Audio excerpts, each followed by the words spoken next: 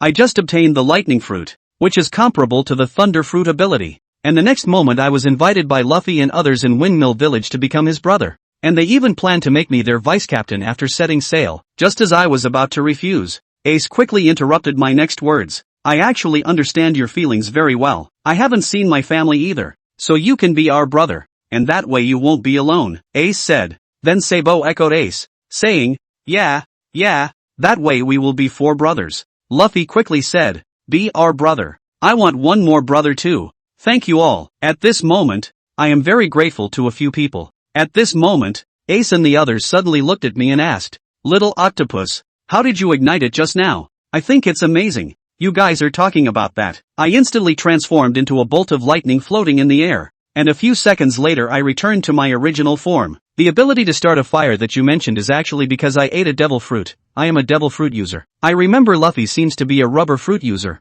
right? Sabo slowly said. You 3 might not be clear about the devil fruits. So let me explain. Devil fruits are divided into Paramecia, Logia, and Zoan types, with the mythical Zoan being even rarer than the Logia. As for Luffy, since he has the Gum fruit, it is a Paramecia type. As for me, I have eaten the Logia type lightning fruit, which allows my whole body to transform into lightning. The Zoan type can transform into various animals, and the characteristics of this type of fruit are strong recovery abilities and powerful physical traits. The 3 of them sat in a row like little children, listening to the teacher's lecture. Then I continued. However, those who eat a devil fruit, whether it's a Paramecia or a Logia, will fear seawater, and a person can only eat one type of devil fruit in their lifetime. If you eat a second devil fruit, your body will explode, but it's not entirely certain that it will explode, because so far no one has been foolish enough to eat a second fruit. If you find a devil fruit, just take a bite if you think it suits you. Only a fool would eat the whole thing. At that moment, Luffy foolishly said, I remember I seemed to be too hungry and ate it all. Ah ha ha ha ha. Alright, that's it for the popular science on devil fruits. By the way, if you want to become pirates, you need to be careful of the natural type navy, because if you haven't learned hockey, you won't be able to catch natural type users. At this time, Ace asked in confusion, Little Octopus, what is this domineering? Why can it capture users of natural abilities? You mean this? I directly clenched my left arm, and the armed color hockey attached to my arm like armor. This armed color hockey can also be used for attack. Anyway, it's a good means, Luffy said directly. Can you teach us that, Little Octopus, directly? We 3 have grown up to become pirates. I hesitated for a moment and said, this might not work because I don't even know how I did it. If the way I teach is wrong, that would be irresponsible to you. But do any of your family members have experience as a navy or pirate? They could come back and teach you. Oh ho, my grandfather is in the navy. We can have him come back to teach us.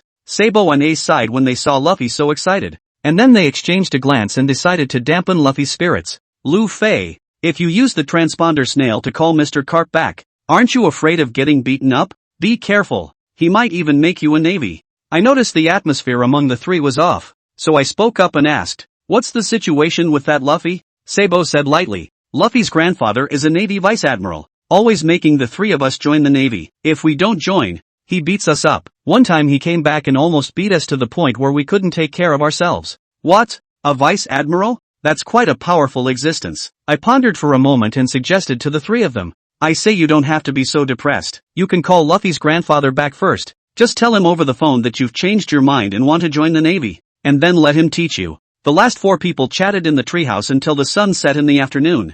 Alright, Little Octopus, we're going back. We can't come to find you in the next few days. Don't worry, we'll come to find you once we finish learning the armament hockey. Or you can come find us. We live at the bandit Dayton's place outside this forest. By the way, you must not tell your grandpa that I am a natural fruit user, or I might get caught by the Navy headquarters. Ace hit Luffy on the head and said fiercely, did you hear that, Luffy? You're not allowed to say anything, or you'll lose a brother. Oh, Ace, I know, it hurts. As they spoke, a few of them slowly disappeared into the forest. Soon, the 3 people crossed the Colbo Mountain and arrived at the tavern of Marquino in the town. Marquino happened to look up and saw the 3 little ones. Luffy, Sabo, Ace, what brings you here? Is there something going on? The 3 exchanged glances, and Sabo and Ace directly pushed Luffy out. Marquino, we need to borrow the phone bug to call my grandpa. Wait a moment, I'll go get it for you. Then, Machino took out a phone bug from under the counter and handed over some juice,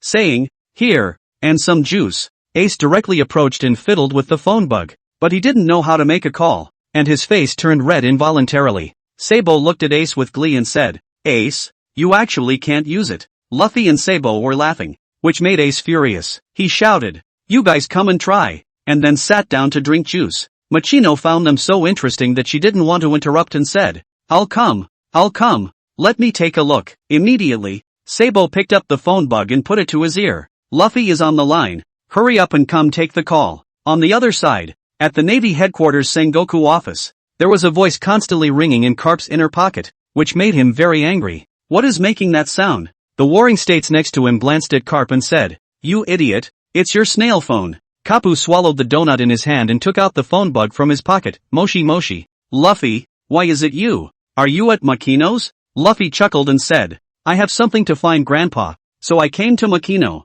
"Luffy, you actually dared to run out of Dedang's house. If you don't have anything important next, when you come back next time, I will definitely beat you up badly." Hearing this on the other end of the phone, Luffy trembled all over and looked helplessly at Ace and Sabo. "Just tell that old man what we talked about before." Luffy instantly reacted and continued, "That Grandpa, Ace, Sabo, and I want to become Navy. Can you come back to help us train?" On the other end of the phone, Carp was stunned for a moment, then quickly asked, "What did you say?" Ace snatched the phone and said directly, "Old man, it's Ace. Luffy just said that the three of us want to join the Navy. If you don't come back to help us train within 10 days, we'll just become pirates when we grow up." Ace finished speaking in one breath, and before Ace could say anything, Carp on the other end of the phone quickly replied, "Ace, don't worry, Grandpa will come back to help you train right away. Just wait for Grandpa." The call was then hung up by Carp.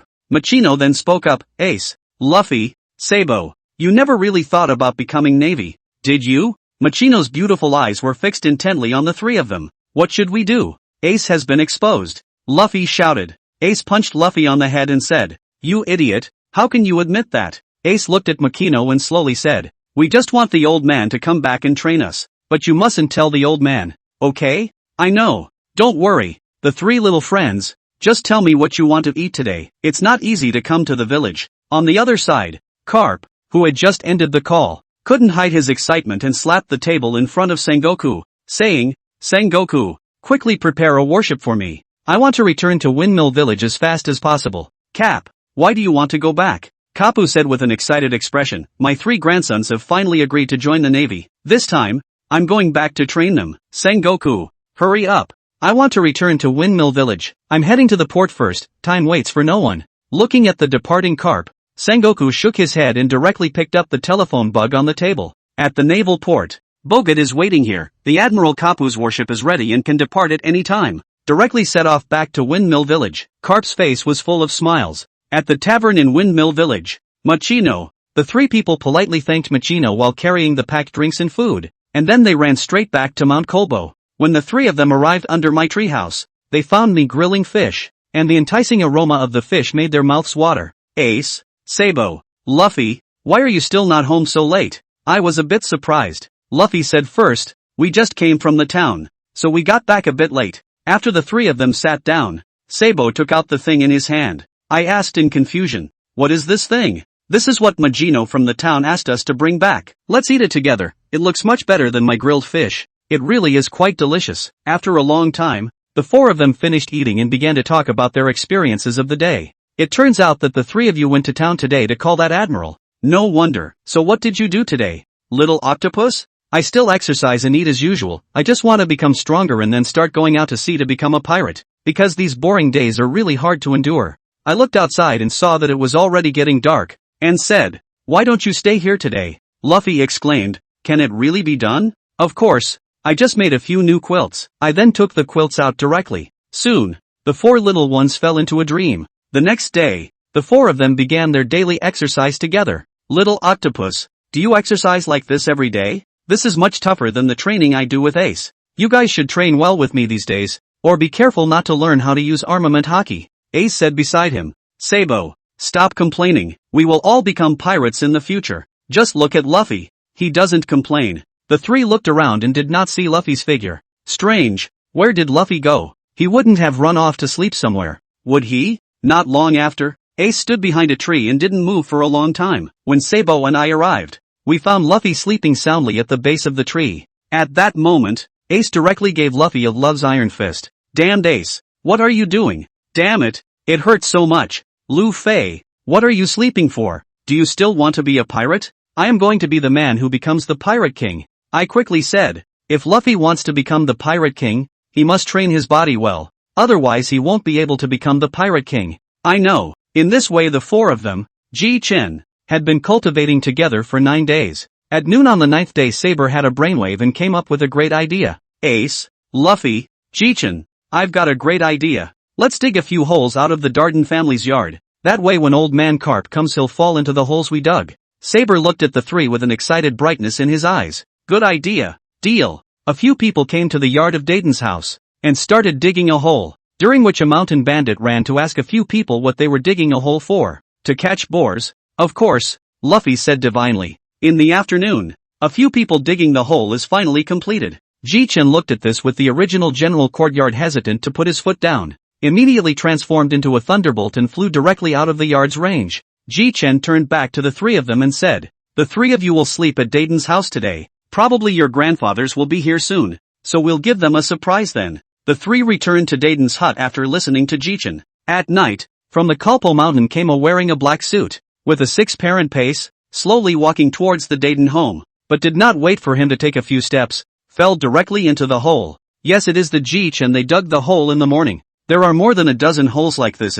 After going through a dozen holes, Carp finally reached the limit of his patience and instantly roared out, Dayton, who dug this hole? Dayton, who was drinking tea in the house, was instantly startled, so he immediately got up, opened the door, and bowed. Mr. Carp, this one was just dug by Ace this morning, said he was getting it to catch a boar, and with a backhanded slap to Dayton, Carp walked into the house. Ace and the others, who were sleeping, had no idea of the danger. Originally Carp had come to see his grandchildren with a full smile on his face, but now Carp had only one thought in his head. Beat them up. Knock, knock, knock. Carp gave a punch to one of the three just as he arrived at their beds. The three woke up straight away from the pain. Asshole, who dared to punch me? Shouted Ace. But the next second the sound came to an abrupt end. Old man, you're here so early? Off to the side. Saber and Luffy also woke up from the beating and looked at Cap with a confused look on their faces. Carp yelled, stand still, all of you. Bastard boys, originally I came here with a sense of relief, but I didn't think you would dare to ambush me. Are you ready to be taught love by your grandfather? Just then Ace shouted, old man, we dug the pit to catch the boar. You can't accuse us wrongly. I don't know if Carp was having an IQ explosion tonight or what, but when Ace said that all Carp could think in his head was that this kid must be lying to me, Carp's eyes narrowed slightly as he looked at the three, and the air was momentarily quiet. At that moment Saber shouted, run if you don't want to die. Ace, Luffy, and with that Saber took the lead. The duo followed close behind, and Carp went straight after him. Bastard boys, don't let me catch you or it'll be a fat beating, the three of them said as they ran. What to do, where to go to escape this old man's fat beating? Ace, on the other hand, said directly, go to Ji-Chen's, quick. Soon the three arrived in Ji-Chen's house. Ji-Chen woke up in a daze and saw a large bag on the trio's heads.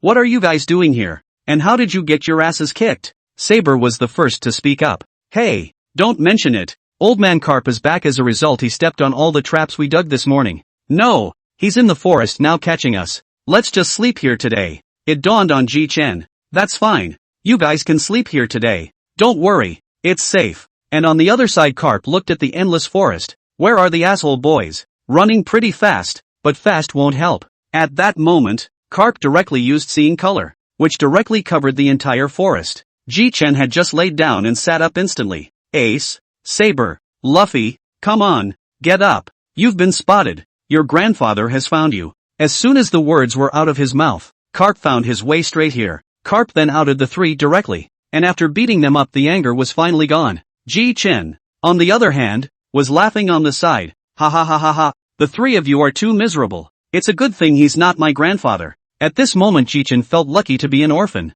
The three aces looked at Ji-Chen indignantly. HM? Who are you? I was just paying attention to Ace and him. I can't believe I didn't notice you, little guy. Ji-Chen's laughter came to an abrupt end. Then he stepped forward and politely greeted. Kapu old. Sir, how are you? I'm Ace's friend. You can call me Ji-Chen. Hello Ji-Chen. How is it that you live in this forest all by yourself? Ji-Chen didn't expect Carp to ask such a question, and then answered cheerfully. Mr. Carp, I'm an orphan. Where can I live if I don't live here? Carp nodded thoughtfully. So that's how it is. Then be my grandson. Carp spoke out of turn, leaving Ji-chen frozen in place for a moment. Ji-chen thought to himself, what? He's going to accept me as his grandson. Isn't this going to be an untimely death? No, I have to refuse. After a long interval, Carp delayed to get a response. Immediately said to Ji-chen, I said, Ji-chen boy. You answer or not. Ji-chen didn't look Carp in the eye in the slightest and shouted, the stinky old man still wants to be my grandfather.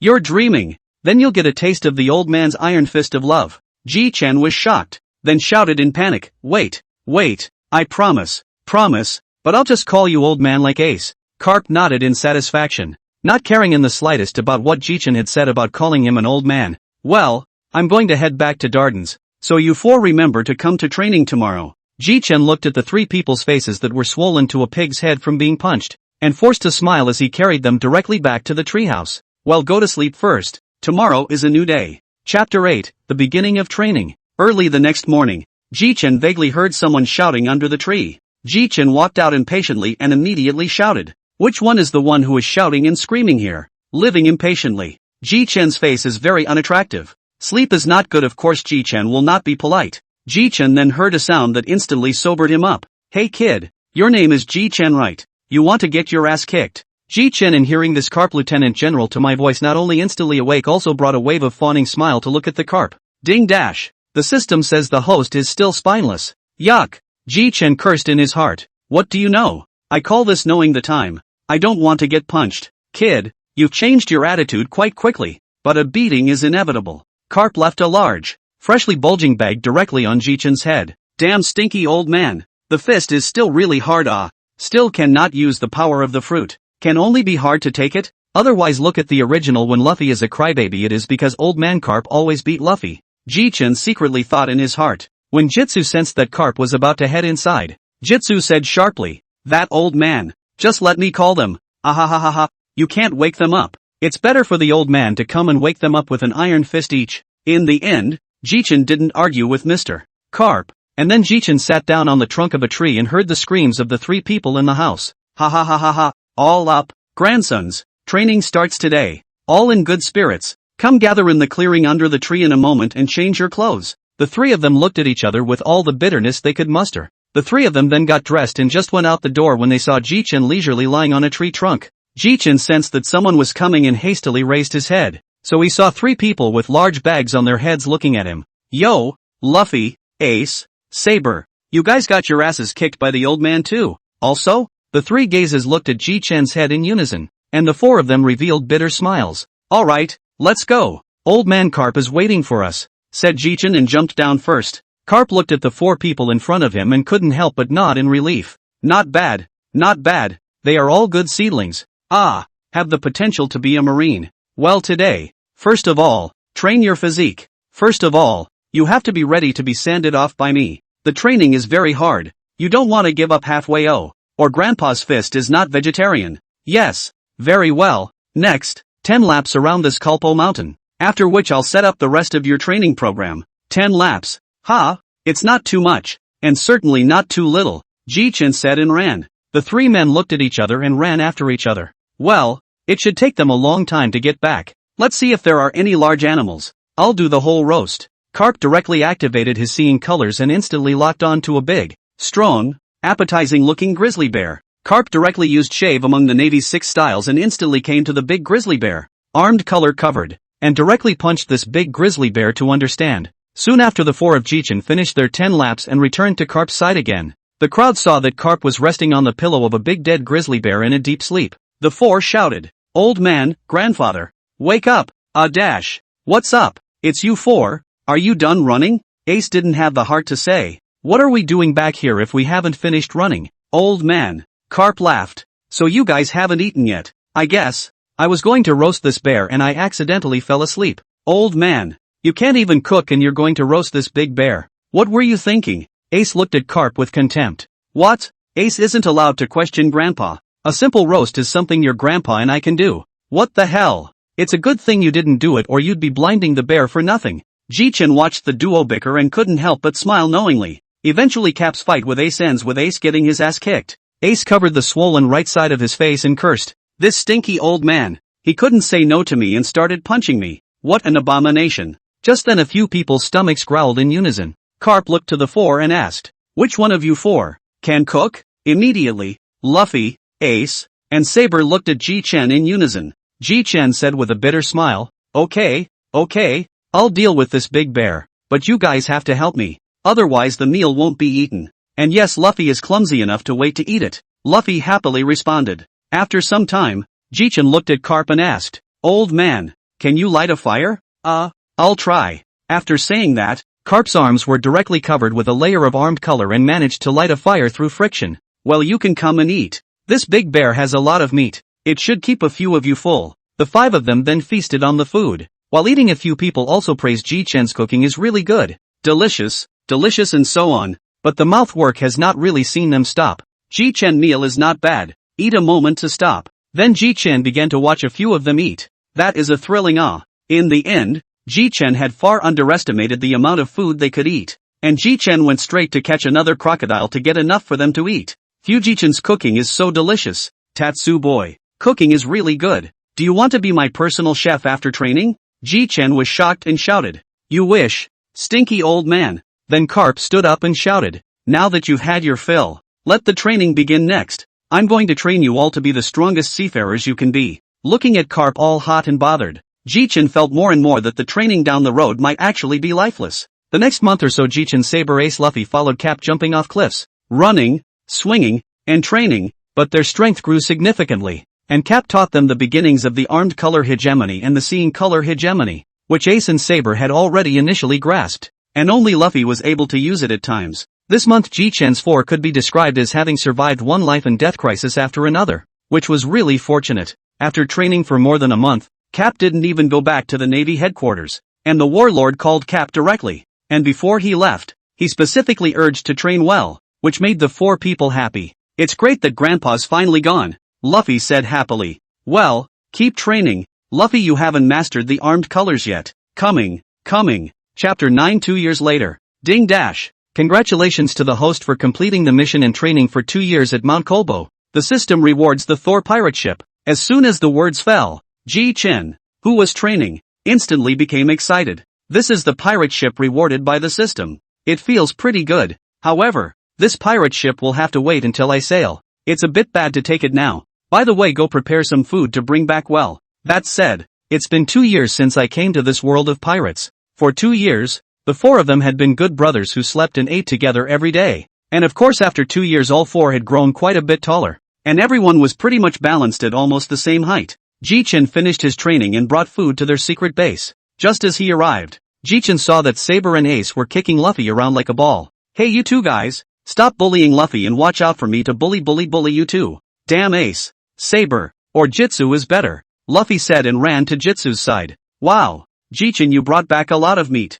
These are raw, gotta Mr.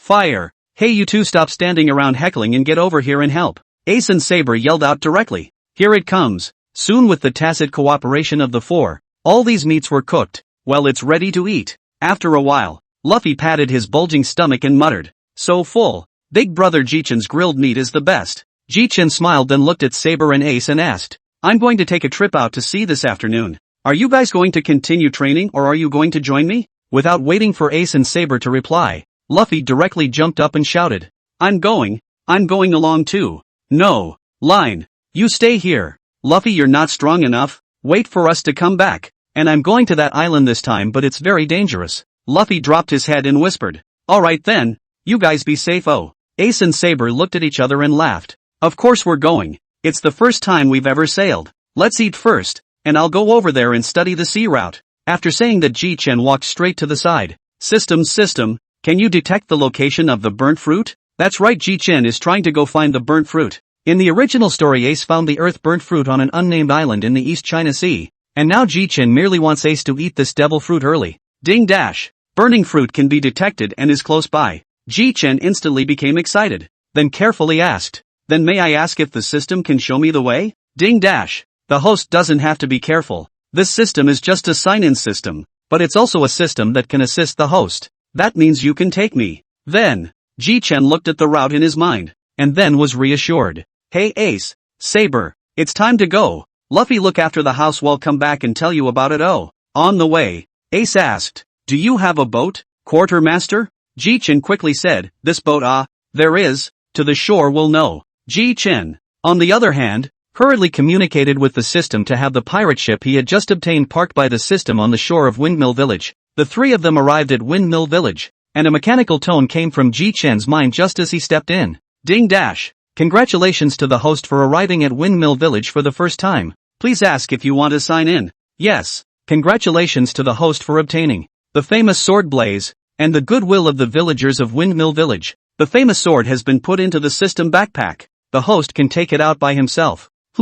Never heard of a knife? Never mind, wait until we get back. Soon the three came to the harbor only to see Sabo's mouth open wide and his tone trembling as he looked at the huge pirate ship in front of him. Ji-chin smiled and walked over to pat to the two brothers' shoulders and laughed. How is it? Not bad. This ship is called Thor. My pirate ship in the future. Let's go. Go up first. The island we're going to. With the power of this ship, it'll only take an hour. Of course this is what the system just told Ji-chin. System, let you maneuver this ship first. I don't have that many hands right now. Ji-chin muttered. Ding dash. Copy that, host. Soon the Thor ship set sail, and the three of them looked at the moving Thor ship, and their moods couldn't help but be excited. Ji-chin looked at the two of them and laughed. This is the charm of the sea.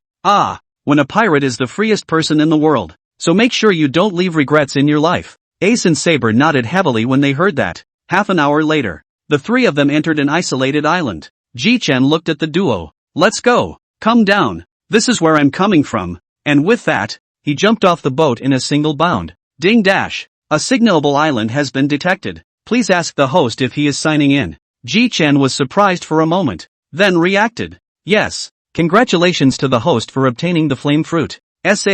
What? Fiery fruit? This is really coincidental, isn't it? Ji-chin looked at the fiery red fruit in the system space. It was all a bit attractive to him. Okay, go. On the way, the duo couldn't help but be curious, so they asked, Ji-chin, what are we doing here? This is just a deserted island. Didn't you guys know that I'm a devil fruit power user? Yeah, but what does that have to do with devil fruit? You mean there's one here too? Ace asked in shock. Bingo. Right answer. But no reward. We're looking for a cave or something. Or a fiery red fruit. That's what we're looking for. The three of them then split up to look for it. And soon Ji-chin found something that resembled a bulletin board. Hey, I found it. Come on you two. First, let's see what this sign says. Faithful people who come to the island. If you believe in me, you dig up the ground under the signboard and you'll get great power. Ji-chin read the notice board and smiled. Dig in? Then in that case, Saber, you dig. Saber didn't say anything. He just copied the hose on his back and dug, soon digging up a treasure chest.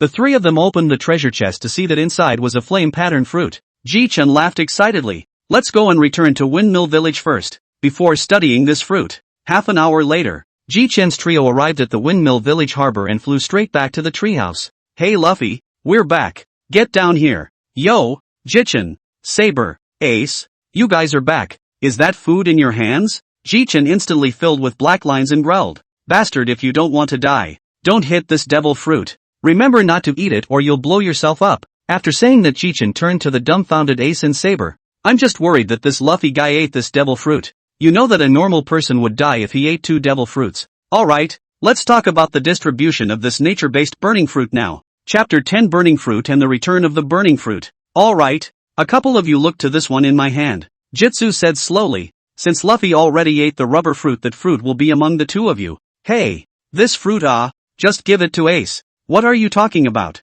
Saber, it's only right that this one goes to you. You're my brother. How can a big brother grab something from his brother? Asshole Ace, I'm your big brother. Don't you dare try to ride my ass. The two of them then wrestled together. And Ji-chin couldn't help but stroke his forehead as he watched the two of them fight more and more fiercely. Ji-chin shouted, Hey, hey, hey, hey. You two assholes. At first you were humbling yourselves. Now you two are starting to fight. Besides, I didn't say that I only have this one fruit of the natural system.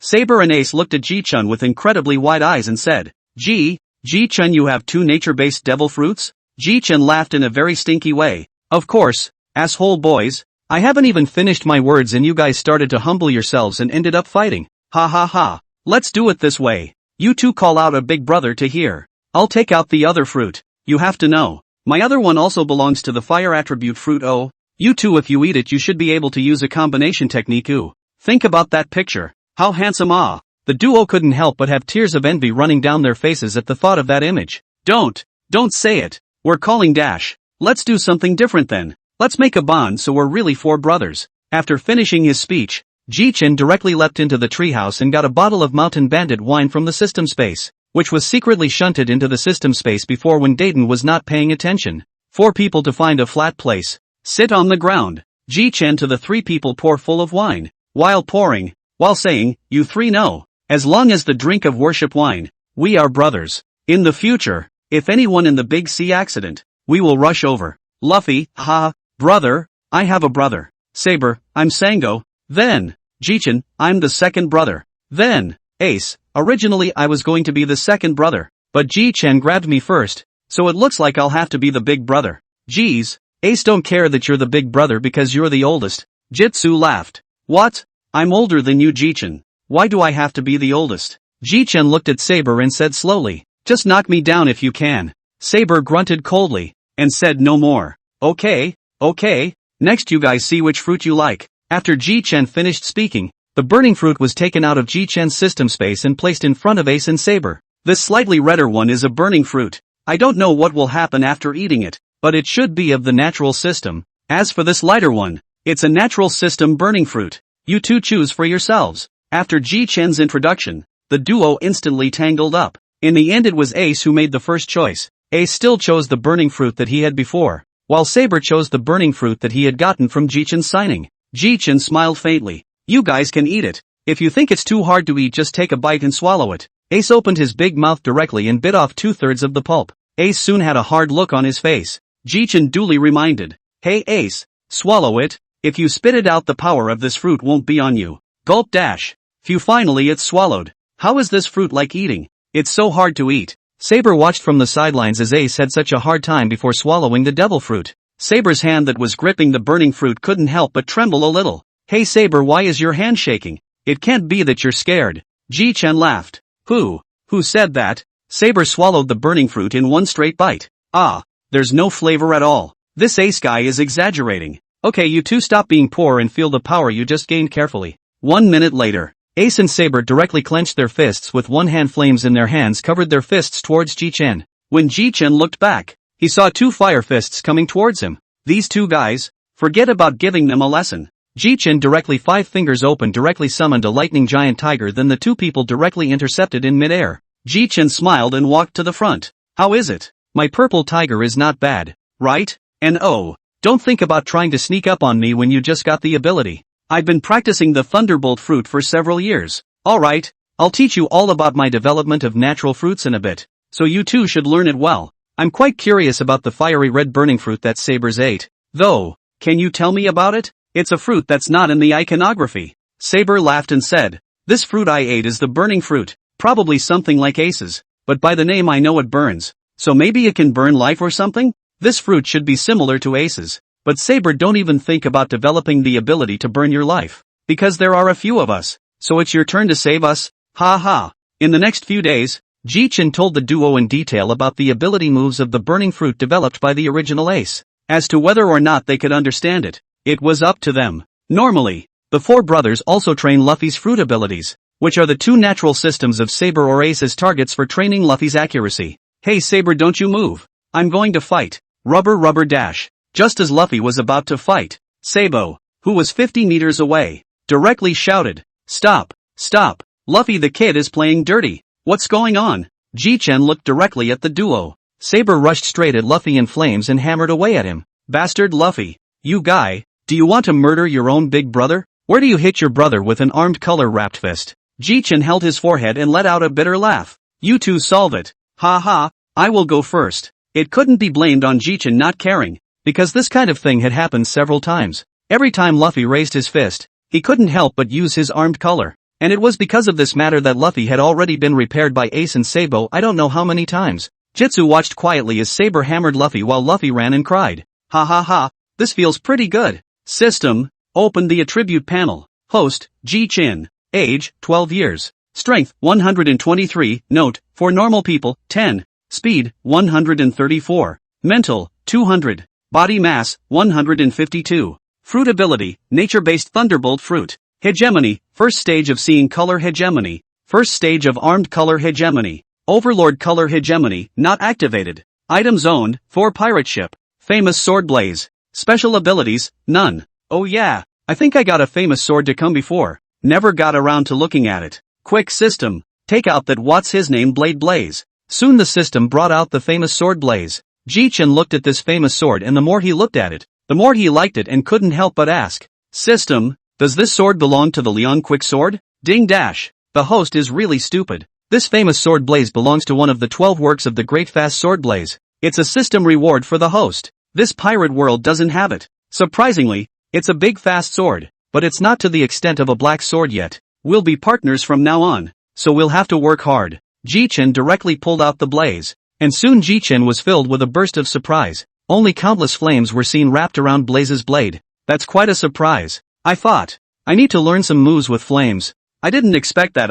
As long as I can chop up that will come with flames. I can also use my sword and my fruit ability to fight with the reaction. Oops. Invincible. Just think about it later. Who can beat me? Ha ha ha ha. While Ji-chan was giggling, the 3 Luffy people knew when they had arrived in front of Ji-chan. Ji-chan opened his eyes and saw 3 people surrounding him. Hey, do you guys know that people scaring people will scare them to death? What's that in your hand? You guys are talking about this. This is a sword. I'm not used to using a steel pipe. That's why I put this sword in the house before, and officially started practicing today. Okay, start practicing. Chapter 11. 3 years later. One day 3 years later, Ji-chan woke up early. However, he found a note next to the quilt. What is this? A piece of paper with writing on it? Ji-chan picked up to see written on it, Ji-chan, Ace and Luffy, that I will first out of the sea. I'm sorry did not say hello to go first, because I have been 15 years old. You also know that I'm a nobleman. Well, the bar mitzvah of the aristocrats and the 18 years old. Well, I do not want to become a nobleman, so I had to go out of the sea first. I'm still the one who wants to do the sea most free sob. Forgive me, brothers. Asshole. Wake up, you two. Damn, you sleep like pigs. Suddenly Ji-chan shouted. Dinner's ready. Rice. Where is the rice? Leave me some. And with that the two woke up straight away. Luffy skimmed his lips after seeing that it was Ji-chan who was lying to him. Asshole. It's still a mistake to tell you to wake up. Look who's missing, eyes. The two looked around and Ace suddenly shouted. Where's Saber? That's strange. Did he run off to practice a new move? Ji-chan directly handed the note to Ace, signaling Ace to look at it first before saying anything. Ace suspiciously took the note. Then his pupils instantly widened and shouted. This asshole Saber. How can you leave without saying goodbye? Asshole. So yeah, right now we should go to the Windmill Village's harbor first to see if there's any sign of him. Ji-chan directly grabbed Luffy and directly flew in the direction of the Windmill Village's lightning, with Ace following closely behind. When the 3 of them arrived at Windmill Village, Ji-chan realized that the mood of the villagers was not very high. Ace asked directly to the sad-faced Majino, asking, Majino, what happened? Ji-chan and Luffy also looked closely at Majino.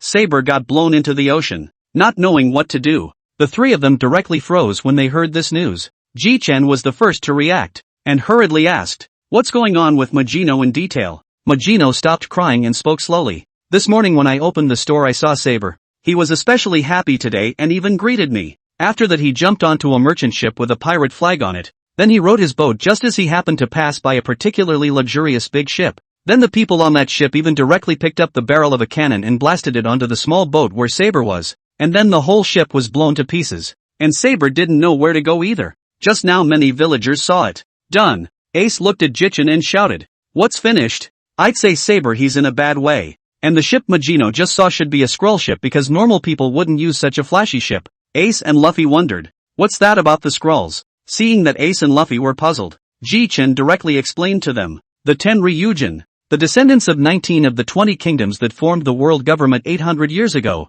present themselves as the creator's descendants as well as gods, and when offended, the admiral of the Navy headquarters as well as the CP organization will be deployed and protected. So if Saber had run into those guys, I'm afraid Saber would have. Ji-chan didn't go on with the latter words, but both Ace and Luffy understood. Luffy lowered the brim of his hat to force himself not to cry out, while Ace went straight to the highest point of the Windmill Village. The duo followed close behind. Ace, Luffy, you two must cheer up. I've got it all figured out. If I go out to sea and run into a Skrull to kill a Skrull, it'll be revenge for Saber. Don't be sad. Luffy wants to be the Pirate King. Ace and Saber both want to be the freest man in the world. And I want to have partners and kill all the Tenryu. All four of us are working hard for that goal. We shouldn't wallow in our sadness. We should be working harder to cultivate. Right. Ji-chen naturally knew the plot. And the reason he said this was naturally to comfort them. The two raised their heads to look at Ji-chen's gentle eyes. And then they shouted in unison. That's for sure. Ha ha,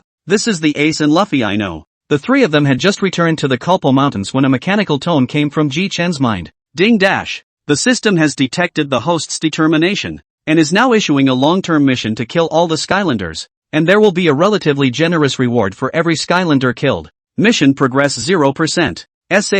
What? It was just to inspire confidence in these two in the first place. I really didn't think that this could even trigger a quest. Son of a system. Feel free to withdraw it. Withdraw. Ding dash. Warm reminder to the host. The issued task will not be withdrawn. Please try your best to complete the task. Note, this task has no deadline. Ji-chen let out a long sigh. Hey, it looks like we'll just have to finish the job honestly. Ding dash. The system warmly prompts. Please don't think about it. And cultivate well. Annoyed. Think about it is not okay. People also need to have a dream. No dream. That with the salted fish, what is the difference? Forget it. Go practice your sword and try to create a few more stunts. Ji-chen came to Ace and smiled. Ace, want to accompany me for some sword practice? Ace decisively refused. The flames on that sword of yours are higher than the flames on me. And I don't want to die. Asshole. Ji-chen skimmed his mouth and muttered. Obviously. He is a flame himself, but he can't even compare to the flames on this sword of mine. Is that fruit of yours a fake? Asshole Ji-chen. Do you want to fight? Ji-chen glanced at him then walked away, saying as he did so, let's just forget about it. I'm afraid I can't help but beat you down. Chapter 12 Ace and Ji-chen go sailing. One morning a year later. What? You're going out to sea? Luffy looked at Ace in surprise. On the contrary, Ji-chen was much more calm. Geez, Luffy, calm down. Ace is 18 years old. It's really time to go out to sea. It just so happens that I'm going to be sailing as well. Come along, Ace. I don't want that stinky old man of yours to come and grab me for the Navy while I'm still in Windmill Village, and I'm strong enough to do that. Humph. Ji-chen. I'm not going to let you be my captain. Just die. I'll start my own pirate group. Ahem. Don't get me wrong. I've always known you to be a self-reliant person, so I was just going to give you a lift on my pirate ship for a while until I got to the next town and then I'd put you down. Not to mention, what can you do with that little sailing ship of yours? Well, then, fine. Just take your boat to the next town. And I've had quite a bit of pirate funds with Saber over the years. Enough to buy a big ship. Luffy looked at the duo uneasily from the side. Ji-chen noticed Luffy's state and wondered. What's wrong? Luffy, don't look like you're doing very well? Ji-chen. Ace. You're all going out to sea. So what am I going to do? Ace laughed aside. Luffy, you've grown up. You're not the crybaby you used to be. And your two big brothers are going to sail. So when you're 17 you can sail too. It's too early for that. Yeah, Luffy. Don't worry. Old man Carp hasn't been here for a long time. He must be on some mission right now, won't have time to come and get you. Luffy's nervousness subsided a bit after Ji-chen finished with Ace. Ace looked at Ji-chen and said, Hey Ji-chen, we're all leaving. Go visit Dayton. After all, we've given this guy a lot of trouble over the years. Good thing, too. Let's go. The three of them slowly advanced towards the mountain bandit's lair. Hey Dayton. Ji-chen and I are going out to sea. No one will bother you from now on. Oh yeah, it was me, Ace, who stole a bottle of Mountain Thief wine from you before. Don't worry, when I have time to come back in the future, I'll definitely bring back a few bottles of good wine for you. And inside the house, Dayton turned his back. Boss, Ji-chen and Ace have already left. Aren't you going to see them off? The mountain bandit Magra on the side said to Dayton. Humph, these two assholes are finally gone. Ooh, finally gone. But I still hope they're safe and sound. The other side. Well, Ace, come on up. The Thor is fully charged and ready to go. Oh, here we go. Ace jumped onto the Thor with one long jump. Ji-chen looked at the villagers of the Windmill Village below. Even Ji-chen did not expect that there would be so many villagers to send us off. Village chief, hey, Ji-chen kid, Ace kid, you two take care of yourselves. Even though it is said that you became pirates, you will always be our Windmill Village people. Majino, Ji-chen, Ace, come back and visit often. The crowd was also talking to Ji-chen Ace about something or other. The two just smirked at their commands from the boat. Okay, off to Shelter Town. The Thor slowly inched forward. Ace, the next town should be selling boats, but do you really want to get off the boat? If you don't, it's okay for me, the Thunder God Pirates, to give you a vice captain. Ace froze at Ji-chen's words. Bah, shameless. I've said I'm going to start my own pirate group, and you want to drag me into your pirate ship. Cut. I'm not going to. Don't want it. Don't want it. Anyway, my bounty will definitely be higher than yours in the future is all. Ace laughed at that. You're thinking beautifully. My bounty will definitely be higher than yours in the future. Mine's higher than yours. The two of them were thus arguing about whose bounty was high and whose was low along the way, not realizing that the Thor pirate ship had already sailed into the harbor of the town of Shields. Ji-Chen watched as Ace went straight down into flames. Thanks Ji-Chen. Let's leave it at that. I'm going to buy a boat. Then I'll return. Ji-Chen was dumbfounded. This guy, there's such a rush. Ding dash. Congratulations to the host for arriving in the town of Shields for the first time, rewarded with a chance to sign in. Please sign in? That was pretty quick. Signing in and out. Ding dash. Congratulations to the host for obtaining the sword hero cultivation. 10 million berries. Reward issued. As soon as the system's words fell, Ji-Chen felt a qualitative leap in his own level of sword Dao. I really want to try it out. Swordsman's cultivation. Ha. By the way, this is the town of Shields. I wonder if Sauron is here in the original. If he is, I must pull him into my Thor pirates. Shortly afterward, Ji-Chen entered the middle of the marketplace in the town of Shelts with a fiery red blade at his waist. Ji-Chen came to a stall and asked with a smile, Big sister, do you know this person? Roronoa Solon? As soon as the words fell, the face of this person whom Ji-Chen had called Big Sister instantly became ugly. It seems impossible to ask. Then Ji-Chen directly asked from stall to stall, but a dozen stalls in a row asked Ji-Chen did not get what he wanted. I just ask a Sauron. These people to it, one by one how the face so fear That's because the person you're asking about, Sauron, is a magical beast An old voice came into Ji-Chen's ears. Old man, you know about Sauron's condition. Can you tell me about it? What old man? Just call me old man. You want to know about this Sauron guy. Can I ask why? Ji-Chen spoke after a brief moment of contemplation. I've just set up a pirate group. I want to pull him in, and I'm not exactly a tenfold pirate. I see. Then let me tell you about this Sauron person. Sauron came to the town of Shelts a year ago and became a pirate hunter. After that he went around looking for pirates. And because of that he was also known as a magical beast in human skin. Sauron the magical beast, which was also the title on his bounty. And a few days ago he relieved a little girl at the diner. And thus he was tied up by the captain of the navy here, Munka, at the naval base in the storm. So the Sauron you're looking for is in the naval base right now. Ji-Chen suddenly realized. So that's how it is. Thank you so much for informing me, old sir. I'm going to look for Sauron. The old gentleman didn't say much, silently looking in the direction Ji-Chen had gone. Chapter 13, Sauron on board. Ji-Chen finally found the naval base by asking the vendors next to him along the way. So this is the naval base. I'm surprised there's no watchman's navy. How should I get in? Or should I just fight my way in? Ji-Chen then saw a wall next to the naval base. There's another wall here, and I remember that behind the wall in the original is where Sauron was tied up. With a direct leap, Ji-Chen saw Sauron tied up and across. As Ji-Chen jumped off the wall, Solon looked up directly at Ji-Chen.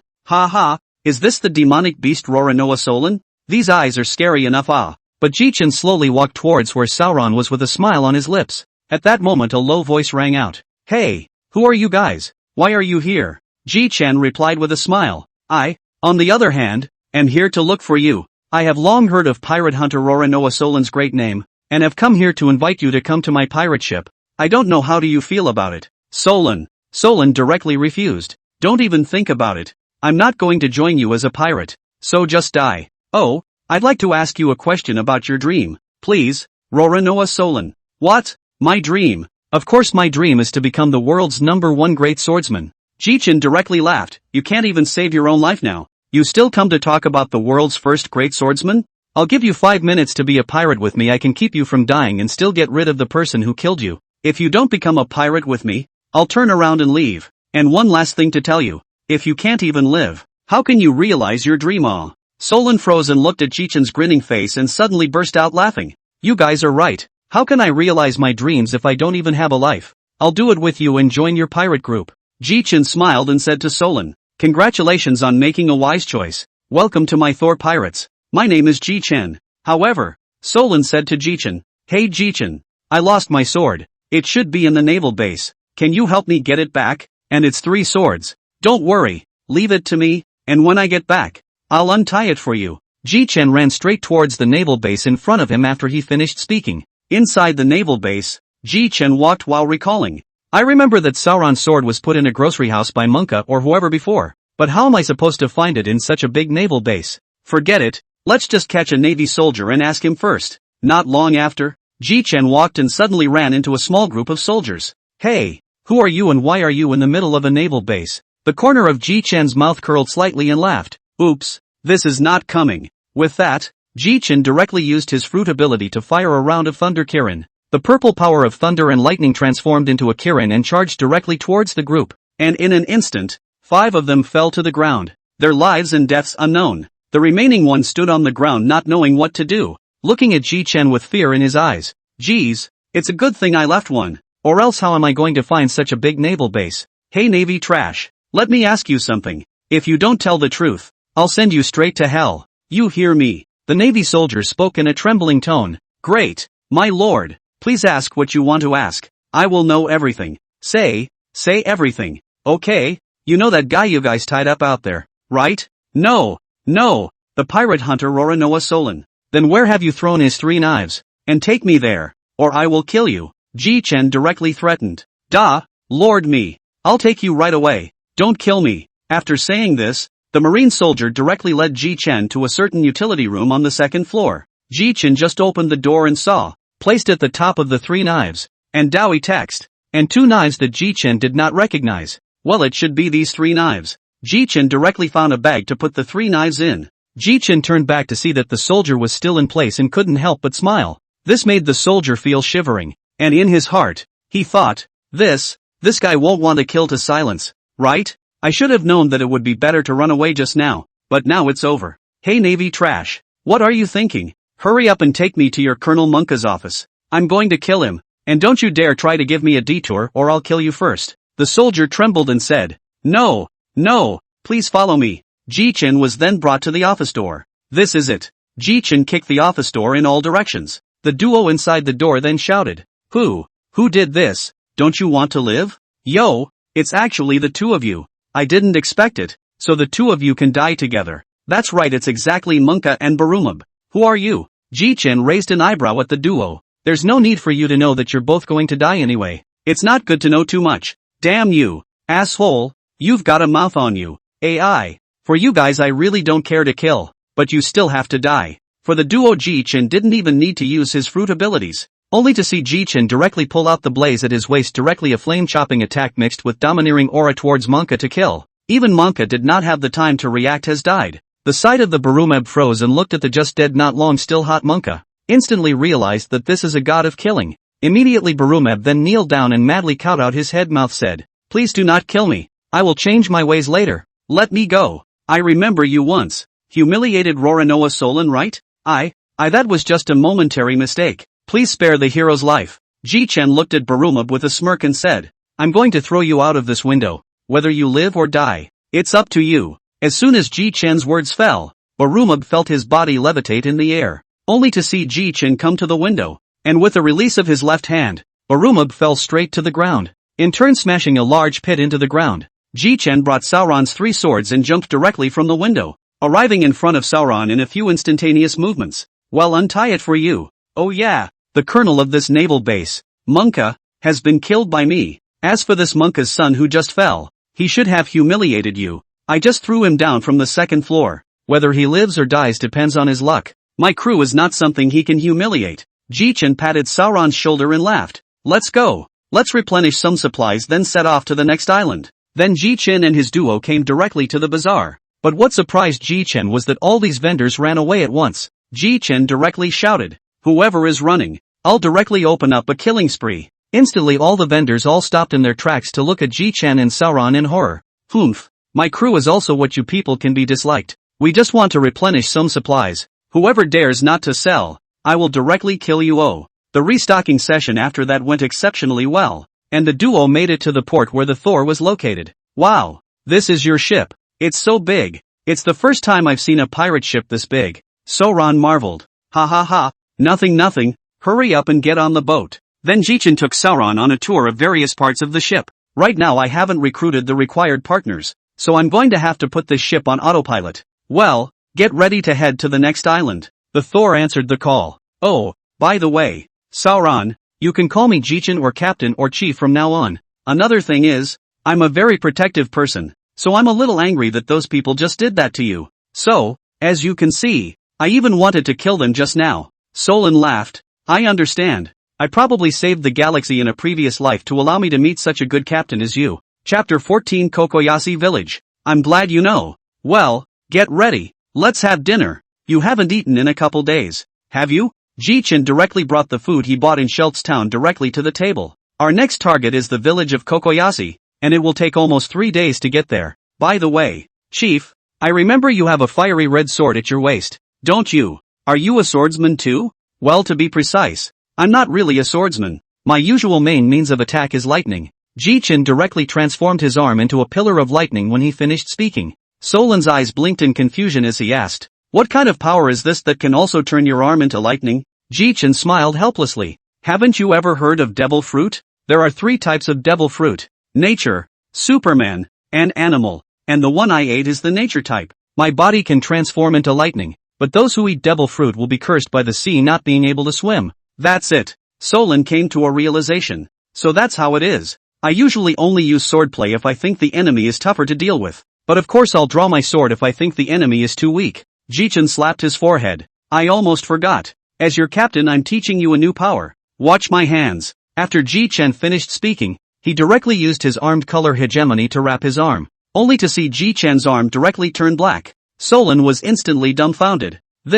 What kind of ability is this? You say this this is called armed color hegemony. If you know this kind of ability you can hit the natural ability person. You can also wrap the armed color hegemony on your sword so that in the battle your sword will not have any damage. How about it? Want to learn? I'll teach you Why does that sound weird? But, Chief, I want to learn, Sauron said with excitement bursting into his eyes. Okay, then you come out with me and I'll teach you the use of armed color. For the next 3 days in a row Sauron was immersed in the study of armed color hegemony. Soon the duo was also finally arriving at the harbor of Kokoyashi village. Alas, Chief, look. How is it that there are fishmen watching the door of this Kokoyashi village? Ji-chan secretly said. Did this evil dragon pirates occupy Kokoyashi village so early? Seeing that they look strange and don't look like good people, let's disguise ourselves and go into the village and ask the villagers there. The duo then entered the cabin to redress for a good time and ended up disguised as 2 merchants. Ji-chan drove the Thor directly to the side of the Kokoyashi village for the safety of the Thor and put the Thor into the system space. It made Solon look that way, but Solon didn't ask much. Ji-chan flew Solon to a dead end on the shore of the Kokoyashi village, and then came in front of the 2 fishmen. The fishmen saw the duo and revealed a fierce look arrogantly. Hey, what are you 2 here for? You 2 big fishmen brothers. We are merchants who have heard for a long time that the oranges in this village are particularly good, so we have come to collect a little bit back. 300,000 bell crossing fee for the 2 of you to get in. Ji-chan then directly shelled out 300,000 berries and also managed to enter the village. On the side, Solon coldly asked, Chief, what are we going to do now? Well, there aren't any taverns here either. So let's go to the villagers first and ask the village headman where his home is. After all, the headman is the one who knows the most in this village. The duo then knocked on the homes of the villagers, and soon after Ji-chan opened the plucked door of the first home they knocked on. Ji-chan smiled with a kind face and said, Hello guys, we are merchants from other villages. Can I ask if you know where the village headman's house is here? Probably because Ji-chan had a kind face. The villager quickly told the 2 of them, Let's go. Let's go to the village chief here first to find out what's going on. Alright. The 2 made 7 turns along the main road before arriving in front of the village chief's house. Ji-chan directly knocked on the door of the village chief's house, and a male voice soon came from inside the door. Then the door opened, appeared in front of Ji-chan because of the middle-aged man, only looked more vicissitudes. You are? We are pirate hunters. We would like to learn about the situation here. I wonder if it would be convenient for the village chief to tell us about it. The village chief sighed and said directly, You guys come in first. Ji-chan and his duo entered the house, and the village headman on them served the unique orange juice.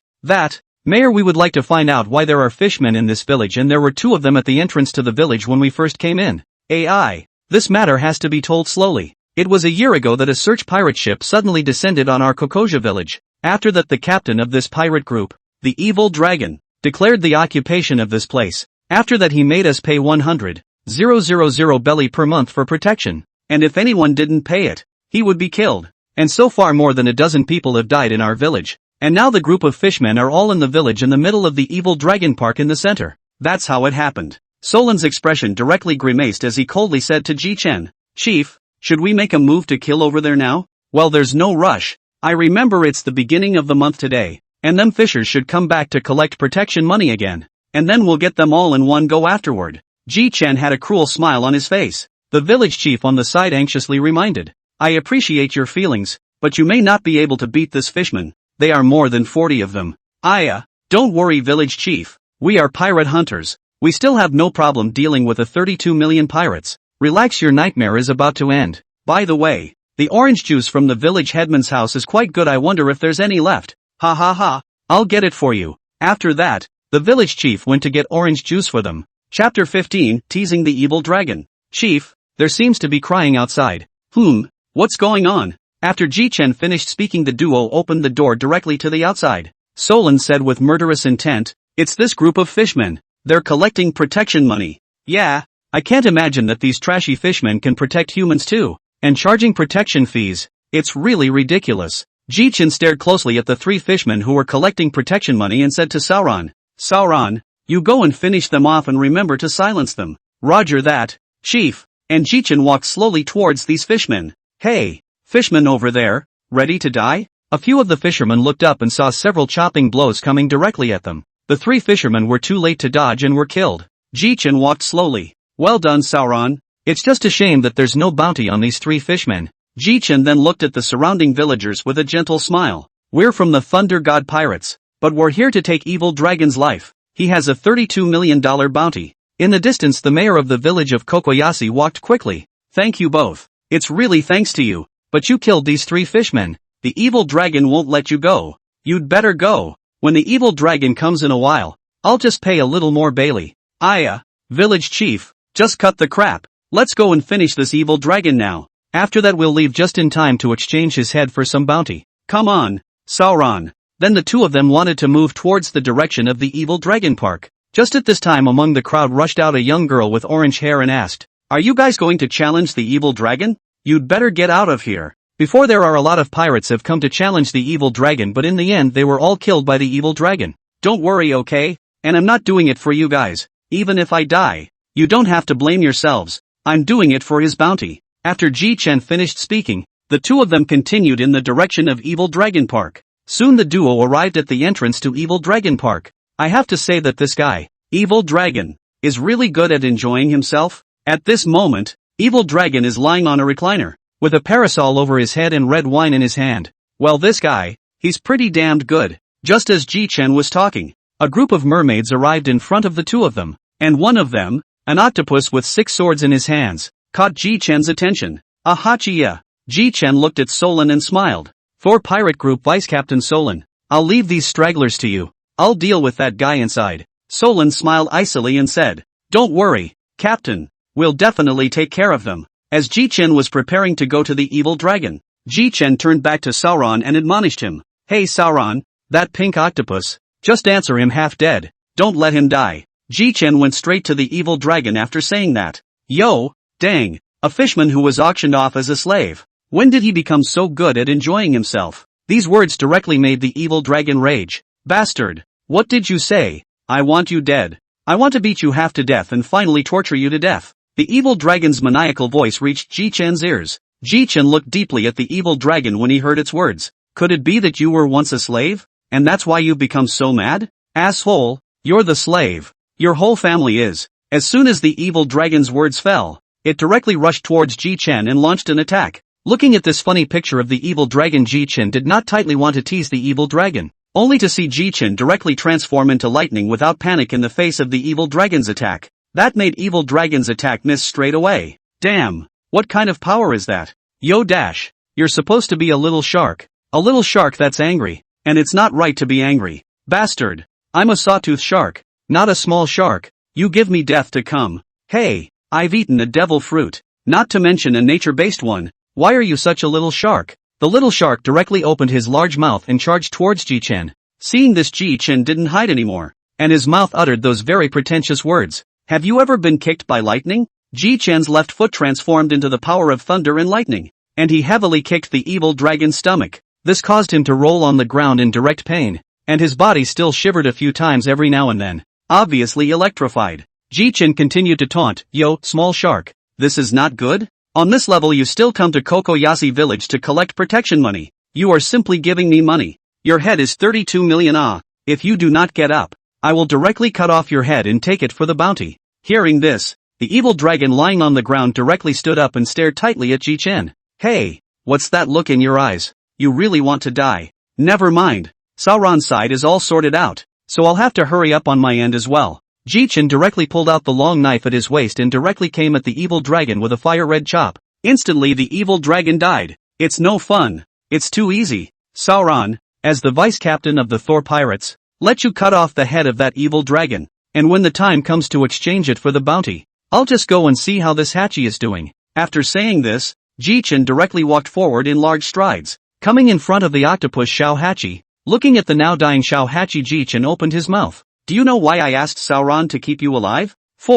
Why? Because you're Riley's savior. I'm going to have to keep you alive. So get your ass back in the ocean in a minute, and don't blame me if you die halfway through. Coming from the big old new world to scourge the villagers in this tiny little village in the East China Sea, if it wasn't for the fact that you're Laylee's benefactor, I would have killed you with a sword. Get lost. Ji Chen finished, directly grabbed the small 8, carrying toward the cliff. After a high throw will octopus small 8, thrown into the sea. When Ji Chen returned to the entrance of Evil Dragon Park, he saw a large group of villagers looking at him as if they were looking at a hero. Where had Ji Chen experienced this kind of scene and could only smile awkwardly. The villagers then threw Ji Chen and Sauron around. Okay, put us down first. Oops, that's dangerous, Ji Chen added, patting his chest. The village chief stepped out from it. The two heroes, on behalf of our village, I thank you for rescuing our village, he said and bowed directly to the Ji Chen duo. Ji Chen said indifferently, it's just a matter of getting what you want. I need this guy's bounty and you guys just want to drive this guy away.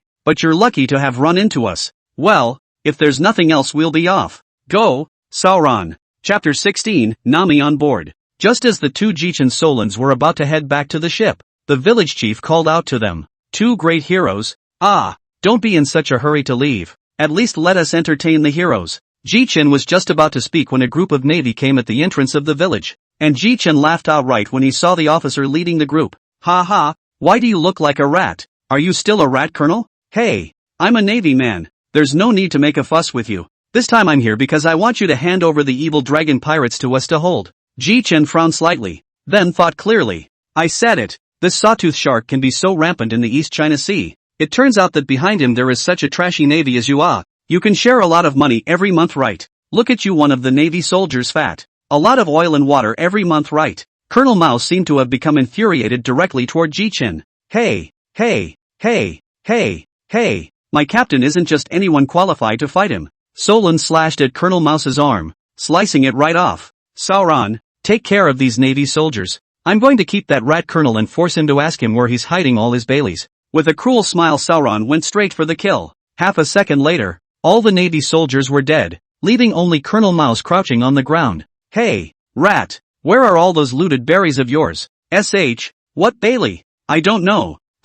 It's funny how you like money so much when you're dead. Since you like money so much, you can die. Besides, I'm not really short of money. After Ji Chen finished speaking, thunder appeared in his hands, directly electrocuting the rat into slag. After resolving the rats and their line, Ji Chen then turned his head and smiled faintly. Everyone, now you can rest easy. The person behind the scenes has been solved, so you can live well from now on. Ji Chen turned his head to Solon and said, Solon, they should be coming in a warship. Go and see if they have any berries on board, or gold, and if they do, pack it all back. Ji Chen, on the other hand, was smiling and chatting along with these villagers. Just then, a young girl with orange hair in the crowd came in front of Ji Chen. Ji Chen looked at this young girl with a feeling of familiarity. You're not doing anything? The young girl looked at Ji Chen and nodded. Captain Ji Chen. Hello, my name is Nami. I grew up with the ambition to draw the charts of all the worlds, and I also know some seafaring techniques. I wonder if I can join you.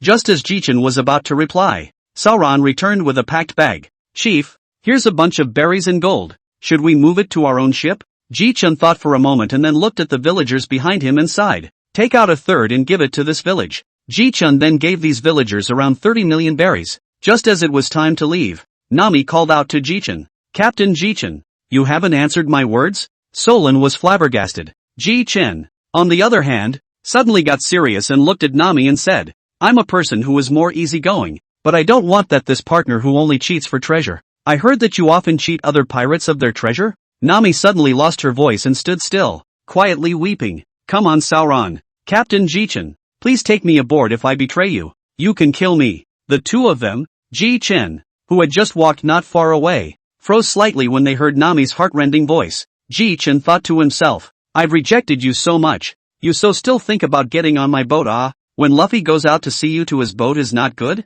Luffy, don't blame me. I didn't mean to. I'm really convinced. Fine, but the test is waived. From today onwards, you're a navigator of my Thunder God pirates. Why don't you go ahead and pack up and get ready to go? Soon. A quarter of an hour later. That didn't come to Ji-chun with a bag on his back. I'll give you 10 minutes to say goodbye to your village. Nami hugged everyone then quickly caught up with Ji-chan. Jitsu looked at Nami and froze outright. I thought to myself, how does it look like this girl's chest has gotten bigger? Or is it full of purses stuffed in its chest? Well, get ready to set sail for the next town of Logan. Just as Ji-chan was talking to Sauron about something, Nami suddenly took off her top. It caught the duo off guard. Hey, Nami, what are you doing? Just then a number of purses fell from Nami's body, and the villagers in the village started looking for their own purses straight away when they saw this scene. It's over.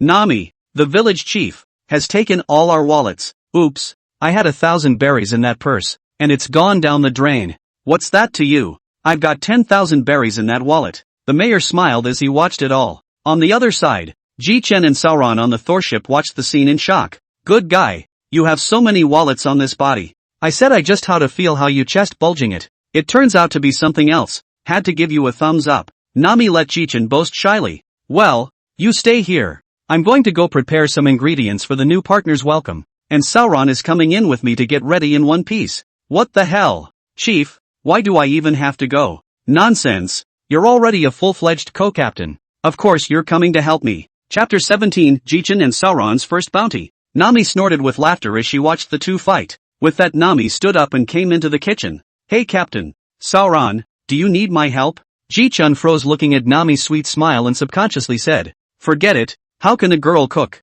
Ji-chan's comment made Nami defiant, then grumbled and rolled up her sleeves. Who said I don't know how to cook? Today my old lady will show you how good my cooking is. Ji-chan said hesitantly. Wouldn't this be too good after all? You're new to the ship. It's okay Captain. Nami said and went off to work alone. Ji-chan smiled helplessly. After a while, Ji-chan looked at the food in front of him and couldn't help but wipe his eyes, looking at Nami with disbelief and saying, did you make all of these? What Ji-chan and Sauron did was just simple even bone meat, while what Nami did was a beautifully styled delicacy. Sauron on the side spoke up at the right time. Chief, don't let him fool you. Maybe it's just the shape that can look good. The taste might be awful. Boo! Solon flew straight backward. Bastard woman, how dare you be so violent? Solon covered his face and grimaced comically. Who told you to badmouth me? Didn't want to show my violent side. But, ha. Sauron, you deserved it. Okay, come over here and eat. Ji-chan rounded off the conversation. The three men raised their glasses and clinked them together. Alright then, let's welcome Nami into the fold. Now we'll finally have our own navigator as well. The three of them, Ji-chen, started eating straight away. The first thing Ji-chen did was go straight to Nami's cooking. Not bad Nami's cooking is still really good. The people on our ship are just versatile. Navigators can cook. I'll be bothering our Nami to cook lately. I'll see if there's a suitable chef in a couple of days and I'll find one on board. Nami nodded with a slight smile on her side. And then it was time to glare at Sauron with a fierce look again. After eating, the three of them went to the conference room of the Thor to open the first meeting of the Thor pirates. Ahem. The first meeting of the Thor pirates begins. And today this meeting comes to discuss two issues. First question. To whom do we give the financial power of the Thor pirates? Everyone can answer enthusiastically. Sauron said outright that he wasn't interested. And the rest of Sauron's eyes caught a glimpse of Nami's eyes that turned to money. And instantly felt like snickering. At that moment, Solon said, why don't you take charge? Chief, I don't approve of leaving it to this woman. Nami gasped. What do you mean? Asshole Sauron. Alright, you two be quiet for a while. I actually think Nami is suitable too. The second question Sauron, your knife. Your two nameless knives should not be changed. Even I not often use the knife know that your knife is now not matched to you. So to the rogue town first change to.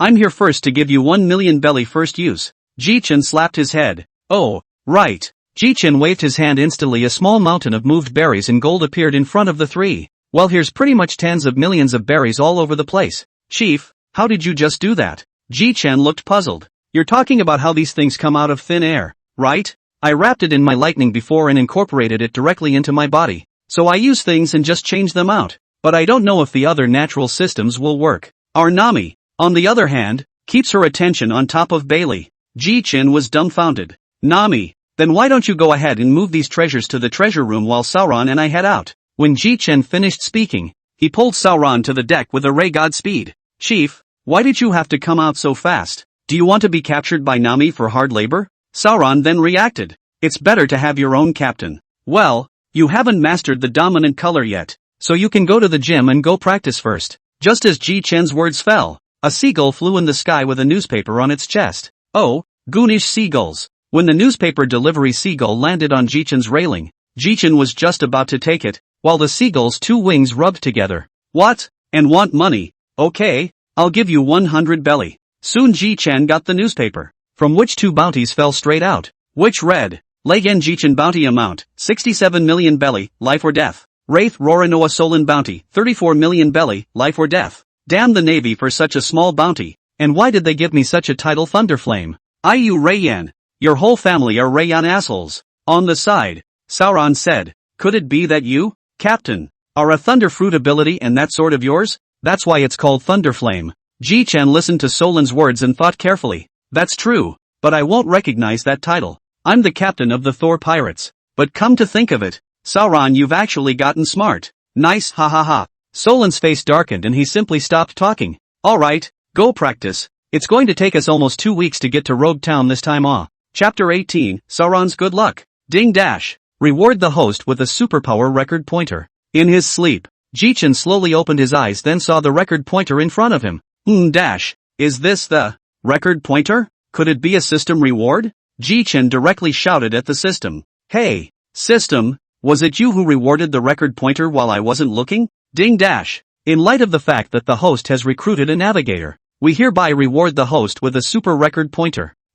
What's a super record pointer? Ding dash. Please ask the host to explore on his own. Ji Chen had just exited the system when Sauron's voice sounded outside. Hey Chief, we've reached the harbor in Rogue Town. Chief, are you awake yet? Ji Chen opened the door and walked out. Already awake. So let's land first. Ji Chen slapped his head and turned to hand Nami the recording pointer in his hand. This is a record pointer? Gee, our beautiful navigator knows this. Yes, this is the record pointer. Well, Nami, there's Bailey in the treasure vault, so you can take the money and just buy whatever you want. If Sauron and I are going to go ahead and buy the knives. The duo walked side by side on the road. I say, Chief, are you switching to second stabbing? Ji Chen listened with a bewildered look on his face. Weren't you the one who wanted to change the knife? I was just playing up the captain's kindness to send you here, and you seem to be a wayward man.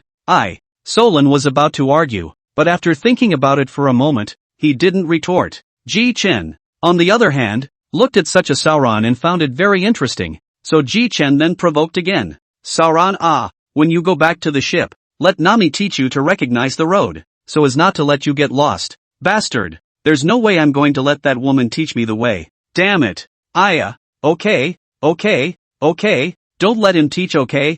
I'll teach you in the future. I'm afraid you're just going to draw your sword and duel with me. Ha ha ha. The two of them were talking, and soon they had arrived at the weapon store. The owner, who had just arrived at the cashier's office of the weapon store, looked at the Ji Chen duo with a smile on his face. The two of you don't know what kind of weapons you need? The small store has all the weapons. Ji Chen looked at this boss with a lewd face and thought to himself, are all the bosses in the pirates so lewd? Are there no girls? Solon walked straight to a pile of bamboo baskets with swords in them. I don't buy weapons. He does. Ji Chen pointed to Sauron, but the sharp-eyed boss saw at a glance that the famous sword at Ji Chen's waist was extraordinary. This guest, I wonder if you can show me the famous sword at your waist. I have never seen this sword before. Ji Chen glanced at the boss. Of course you haven't seen this knife. This is one of the 12 works of the Great Fast Knife. Only it was passed down to me by my master. The world doesn't know. As Ji Chen chatted with the lewd boss, Solon picked up a sword. Yes, it was none other than the third-generation Onaikan. Sauron took the knife and came to the shopkeeper. Hey boss, I'll take this knife. The owner was just about to pick it up to see which sword it was, when he saw that it was the third-generation Onakor. The store owner said incredulously, how did you choose this sword? And, how did I put this sword in so carelessly? On the side, Ji Chen interrupted and said, Boss, you said so much. How do you feel that you were so afraid that the swordsman will buy this sword? Hey, this sword is called the third generation Ghost Shear. It's a demon sword. Every owner has lost their life because of the uncontrollable nature of the demon sword. So young man, you might as well pick a new sword. I'll give it to you for free. What do you think? And off to the side Sauron laughed and said, no, I'll take the demon sword. After Solon finished speaking, he pulled out the third generation Ghost Chewer and threw it straight up high, directly causing the third generation Ghost Chewer to come into a free fall. Soon the blade of the third generation Anacore did not cut off Sauron's arm. The store owner's mouth was wide open. Ji-Chen was stunned. And one of the girls who had just come in was also shocked and had her mouth wide open. This demon sword actually recognized you. Amazing. Boss, figure out how much. Money is not necessary. A good sword can find a good master that is the best. It so happens that I will also transfer my family's heirloom of generations to this little brother together. You guys wait. The shopkeeper turned around after that and went back to the back room to rummage around. And it was at this time that Ji-Chen looked at the lady next to him and said flatly, this lady, you're also here to buy a knife? Hi guys, I'm Dashchi from the naval base and I'm here to see if there are any good knives. Oh, then you are too late. This third generation Anacore has already been taken by us. If you want to grab it, I have no choice but to, well, kill you. Ji-Chen then drew blaze and stood ready to fire. The shopkeeper had just returned when he realized that Ji-Chen had already drawn his knife to look at this girl across the street. Don't get me wrong. I'm not going to rob it. Don't worry. And I can't beat you too. In that case, forget it. I wasn't impressed with the Navy in the first place. The three then turned their heads to the knife in the boss's hand. This blade is my heirloom called the Snowwalk, which now belongs to this little green-haired brother, including this third-generation Ghost Cheer. Ji-Chen took the lead and said, that's really thank you, boss. That's Sauron and I still have some things to do, so I'll leave first. Then boss, we'll see each other again sometime. Come on, Sauron. I don't want to be in the same room as the Navy trash, so I can't help myself. And Sauron followed Ji-Chen straight out. Just outside the store, Ji-Chen saw Sauron's puzzlement. Do you know why I hate the Navy? It's because they're the dogs of the world government, and my older brother was killed by the Skrulls. So when I see the Navy in the same way, I'm afraid I won't be able to help myself. So now you know. Let's go. It's good to wander around. I haven't had a good stroll since I came to this town. Chapter 19, Magnetic Drum Island. System, sign in. I almost forgot this important thing. Ding dash. Congratulations to the host for obtaining the Treasure Map X1, Armed Color Hegemony Enhancement Card X1, and Sky Weighting Rod X1. Rewards are awarded. Yoo-hoo! That's quite a reward this time. Let's see. Treasure Map. There is a 60% chance of finding gold when you find it, and 40% will die. So please be careful with the host. Armed Color Hegemonic Aura Boost Card can directly boost Hegemonic Aura by 1 stage. Note, no side effects. Skyweather Stick. The orange-colored Skyweather Stick is retractable and can release thunderbolts. A must-have for home travel. Hua! These three are good stuff, but these three are not in a hurry first. After wandering around the town with Sauron, Ji-Chen and Sauron returned to the ship with their wine. Yo Nami, you're back. So it's just as well we can set sail for the next island. Sauron saw Nami and simply ignored it, running off to the corner of the ship to get a drink. Nami was directly angry when she saw Sauron's reaction. Bastard Sauron, be careful for me from now on. Geez Nami, I have something for you. Ji-Chen directly released thunderbolts from his hands, and the intense light directly made Nami unable to open her eyes. Ji-Chen took advantage of this time to directly take out the Heavenly Weather Stick from the system space. As the lightning dispersed, an orange-colored rod suddenly appeared in Ji-Chen's hand. Ha, Captain, is this what you wanted to give me? You stick? Just pick it up and look at it. Nami directly gripped that rod, and as Nami gripped that rod, she only saw the Tendo rod directly and infinitely elongate. What's going on with the ship, Captain? Why is this thing suddenly elongated? Solon laughed outright as he sipped his drink.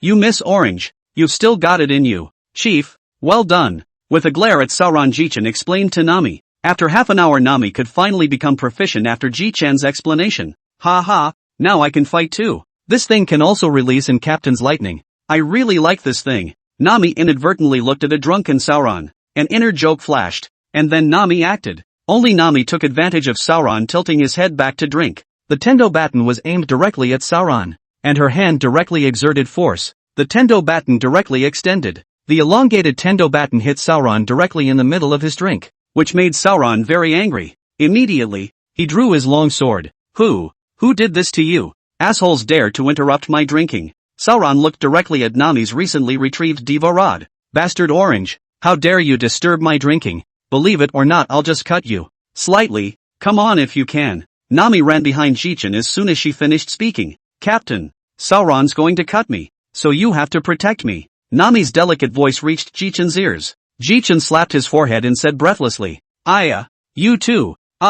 Stop for a while. I'll go back to my room and take a nap first. Nami, you should practice this thing I gave you first. It can save your life. Just answering the room, Jichin directly pinched the armed color hegemony boost card. System, open the panel. Ding dash. Host, Jichin. Age, 15. Strength, 300, note, 10 for normal people. Speed, 304. Spirit, 354. Physique, 367. Fruit ability, natural lightning fruit. Hegemony, primary seeing hegemony. Intermediate armed color hegemony. Overlord color hegemony, not activated. Special abilities, none. Items, famous blade blaze. Treasure map X1. Good lord. All my attributes are pretty well balanced, hey. But the strength is getting stronger. A few days later, Magnetic Drum Island Harbor. I can't believe it's snowing on this island. This island is called Magnetic Drum Island, and it has the reputation of being a medical powerhouse. But there aren't many doctors on the island anymore, and our goal this time around is to find a doctor to be our partner.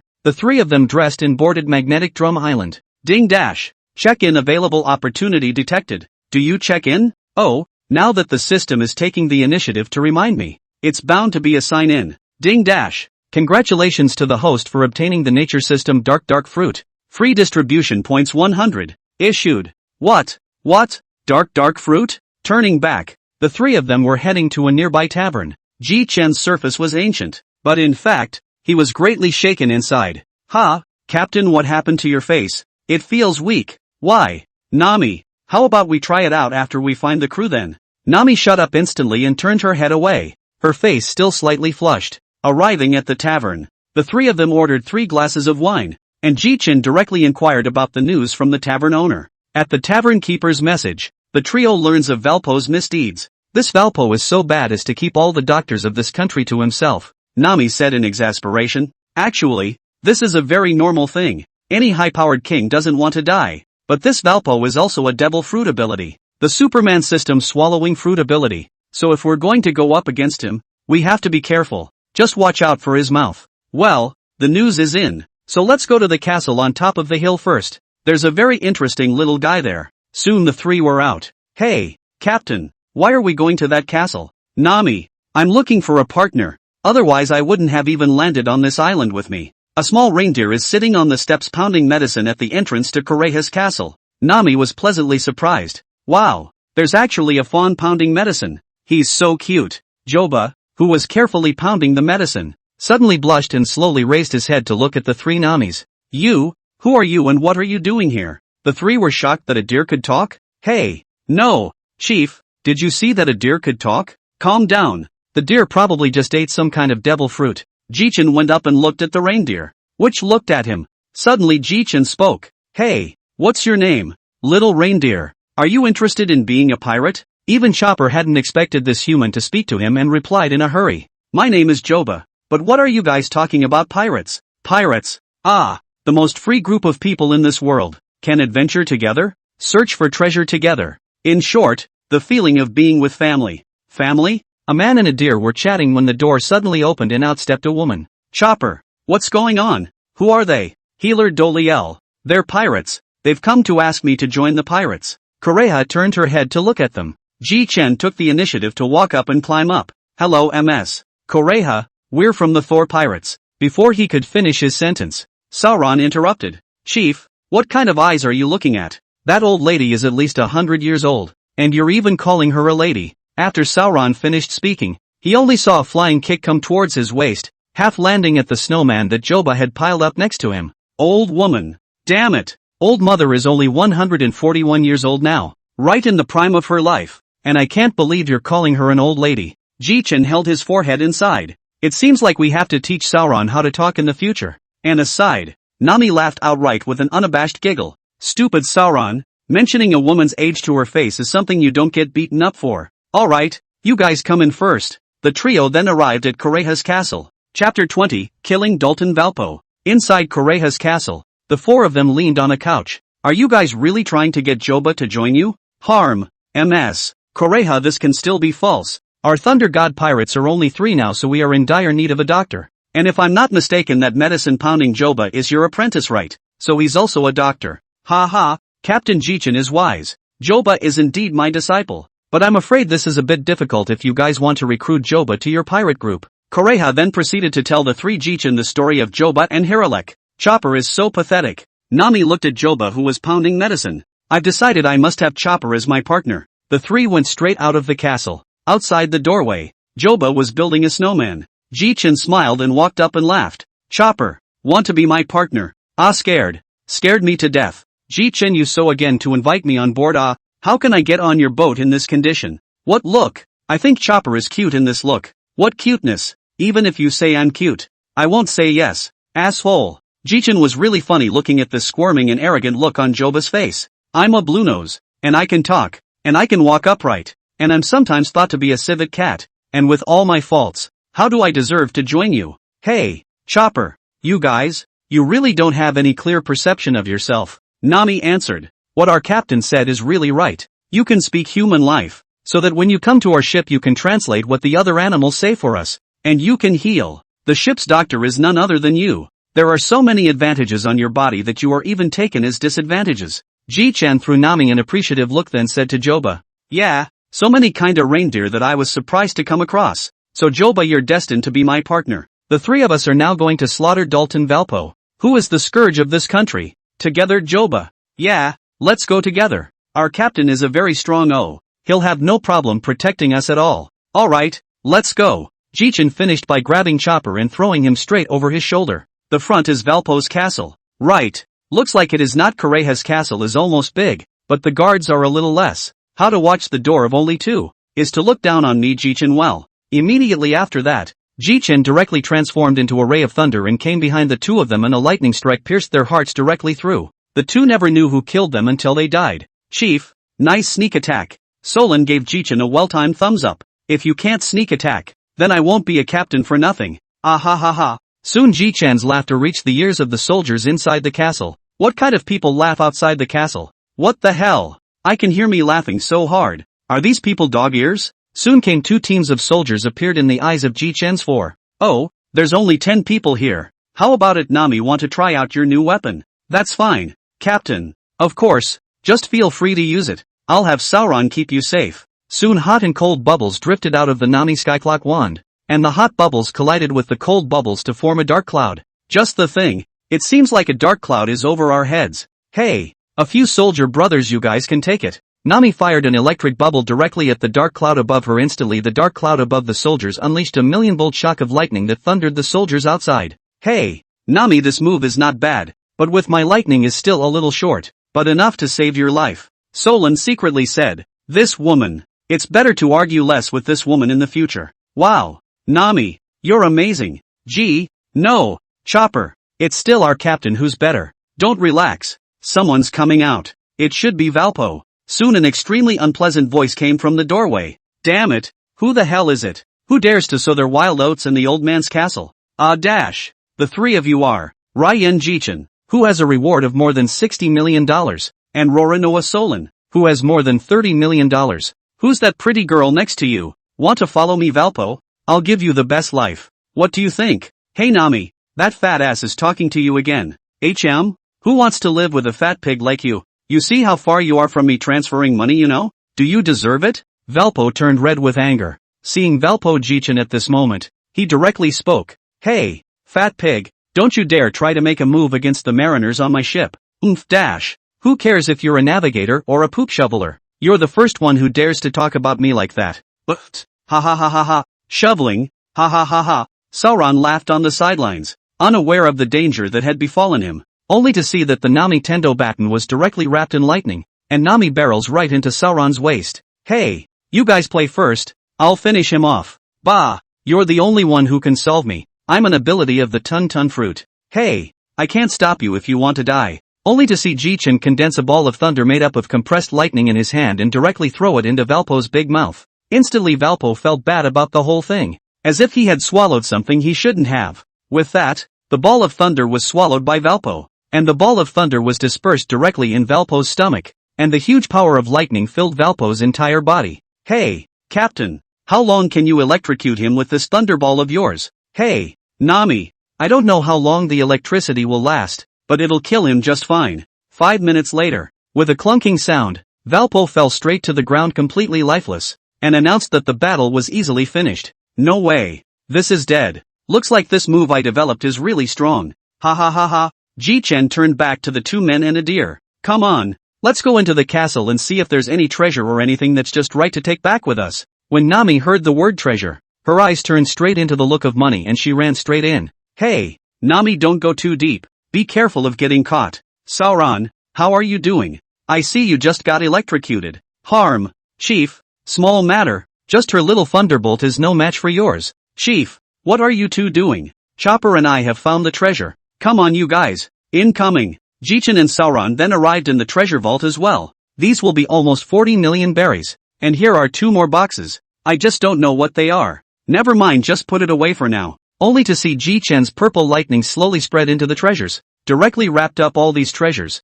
Then Ji-chen directly received the system space. The captain's ability is really working. Come on, it's time to go back. Chapter 21 The Fruit of All Phantom Beasts Eat Angel Form. A few people defeated Valpo and then returned to Koreha's castle. You guys are doing a pretty good job, Koreha said with a smile. Noticing that Joba seemed to want to say something, Koreha took the lead and asked, Joba, do you have something to say? Duo, Healer Doliel. I want to sail with them, have adventures with them, and be their companion. And I want to make a cure-all. Koreha sighed as she looked at Joba's serious face. Being a pirate can be very dangerous. Are you really ready for it? Healeress Doliel. I'm mentally prepared. Now that you are ready, it wouldn't be a good master for me to stop. But remember, Chopper, this will always be your home. And I, Koreha, will always be your family. And, Ji-chen-chan, take care of Chopper. Don't worry, Chopper is my Ji-chen's companion. I won't let him get hurt. Healer Doolittle. Chopper, why don't you go ahead and pack up your things so we can go down the mountain in a little while?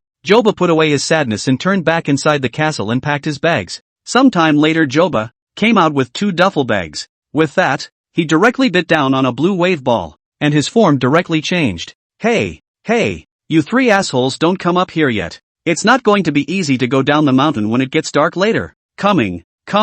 Joba turned to look towards the upstairs of the castle where a lady was drinking wine. Healer Lady Doliel, I'm really very grateful to you for these past few years and for taking such good care of me. So take care of yourself while I'm gone. After Chopper finished speaking, he directly drove Ji-chen and the others, treading the air down the mountain. Well dash, finally made it back to the Thor before dark. Thanks a lot to Joba. On the side, Chopper suddenly turned squirmy again when he saw the gazes cast by the trio. Hey, Captain, I remember you have Valpo's treasure, don't you? So worthy of being the chief financial officer of our Thunder God Pirates. So responsible. Well, let's go to the conference room and see what all the fuss is about. The 4 of them then headed to the meeting room. Ji-chen directly released the thunderbolt then took out all the things he had just scavenged, of course including the 2 boxes. Let's see what's in these 2 boxes first. But from my experience, it might as well be devil fruit. Chief, you think devil fruit is a cabbage? You can get it whenever you want. But Solon was dumbfounded just as he finished. And the 4 of them just opened the treasure chest.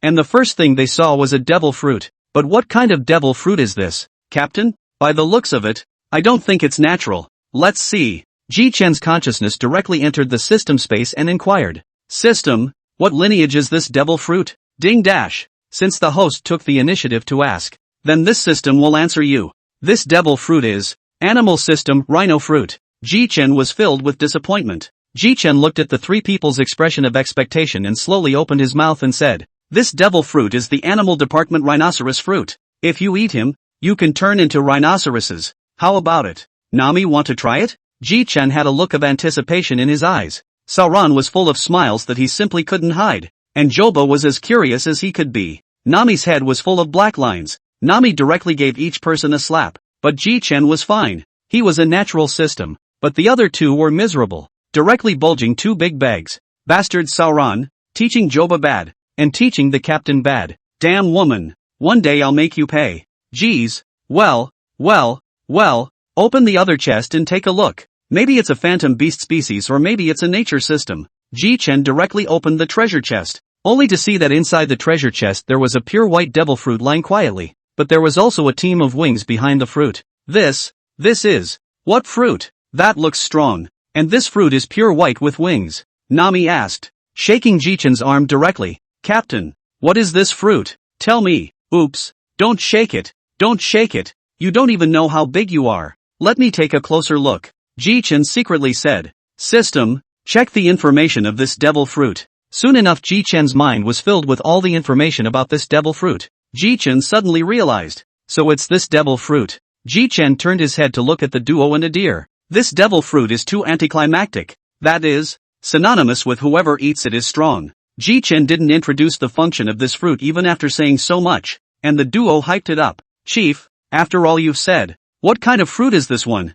Sauron's right. Captain, you're too slow. Alright, since you guys want to know so badly, I'll tell you that this devil fruit is the fruit of everyone phantom beast seed angel form. Counts as a good fruit. Ji-chan turned his head to Nami and Sauron and asked, you too, which one of you is going to eat? Humph, I've never relied on outside forces. Leave this kind of fruit to that weak-kneed navigator. I'll just go out for a drink. Solan's words caused Nami to be displeased, and just as she was about to speak, Ji-chan looked at Nami with a smile on his face. Hey, Sauron still talks out of his ass. Since Sauron won't eat it, you can eat it, Nami. This fruit is still very strong. It just so happens that I want to see what this fruit is capable of. In the presence of Ji-chan and Joba, Nami directly ate this devil fruit. There's hard enough to eat, but now it feels like my body, especially my back, feels warm and full of strength. A pair of wings suddenly sprouted from Nami's back, which caught a few people a bit off guard. What the hell? Nami, you actually have a pair of wings growing out of your back. Awesome. Naomi is awesome. What wings? What to do? Captain, you give me something to do. Otherwise, what to do in the future? Hold on a second. Nami, try and see if you can retrieve it yourself. Nami then tried it out, not realizing that it would be put away straight away. Really put it away. So true. My great captain. What's your power? It doesn't just let you grow a pair of wings, does it? Nami blushed and said sharply. Of course not. This ability of mine is very counterintuitive. So be careful that when the time comes, I'll defeat the captain as well. With this fruit of mine, I can grow a total of 6 pairs of wings, and with each pair, I gain an ability. And the power of these wings of mine is hypnosis. Just think of the person's name in your mind and that person will be hypnotized by me for 5 minutes straight away. How about that? Awesome. Ji-chan's eyes widened. Really? But it's a fruit that doesn't appear in the devil fruit iconography, and with that ability, it's not a big deal. But this is considered a godly fruit. Alright, let's all go back to our cabins and get some sleep and head to the next island tomorrow. Chapter 22 Alabaster. The next morning, Nami got up early. Orange big sister. You even have a pair of goose wings. Ha ha ha. Nami's entire body was bad after hearing Sauron's words. Wayward swordsman. What are you talking about? Believe it or not, I'll give you one of my powers. Just as Nami was about to give Sauron a shot of hypnosis, Jitsu appeared in front of Nami. Hey Nami, no striking out at your partner. You should know that this ability of yours is very strong, even though you can only hypnotize for a few minutes now. Nami looked at Ji-chan accusingly. Well, you two will just get along from now on. No fighting. This is added to the rules of our pirate group. By the way, Nami, you have a fruit ability now, but you still need to use that Tenchi stick I gave you. You know that Tenchi stick is very strong. It's better to expose your ability less. The fruit ability can be used as a means to save your life. I know, Captain. After such an episode, the 4 of them also finally arrived in Alabaster half a month later. Harbor Division. No, Captain. It's so hot here and it's a desert. I'll get a tan that way. Well, don't complain. I think there are some clothes in the cabin that will prevent you from tanning that you can wear. As the 4 of them walked down the street, Ji-chan said to them, there are 2 people I'm looking for this time. A man and a woman, both of whom are devil fruit ability users. Captain, are both of these 2 going to be joining our pirate group in the future? You say that? Well, that depends on your captain's mouth and strength. Let's go to the tavern and poke around first. After a while, Captain, could there really be a tavern here? We've been searching for ages. The one in front seems to be. Several people came inside the tavern, but this tavern didn't sell alcohol. They sold water. Boss, looking for you to inquire about someone. The boss looked at Ji-chan for a moment, then laughed. What is it that little brother wants to inquire about? I'm the go-to person for information in our area. As long as Bailey is in place, I can tell you whatever it is. Ji-chan didn't get angry either, and directly took out 100,000 berries from his pocket and handed it over to the boss. It made Nami's heart ache for a moment. It was 100,000 berries. Not seeing Nami's expression, Ji-chan asked directly, I want to know where Shakrok Dar is? Ji-chan looked at his boss for a moment of embarrassment, then said, Boss, as long as you tell us, we will definitely not give you up. And this crocodile won't be in the nooks and crannies, right? Hey. Well, tell you what, don't you dare give me up. If you go straight out of my tavern and keep going you will see an extremely luxurious casino. Go inside and you will find it. Though it may be difficult if you want to meet Crocodile. Ji-chan heard it and came to a realization.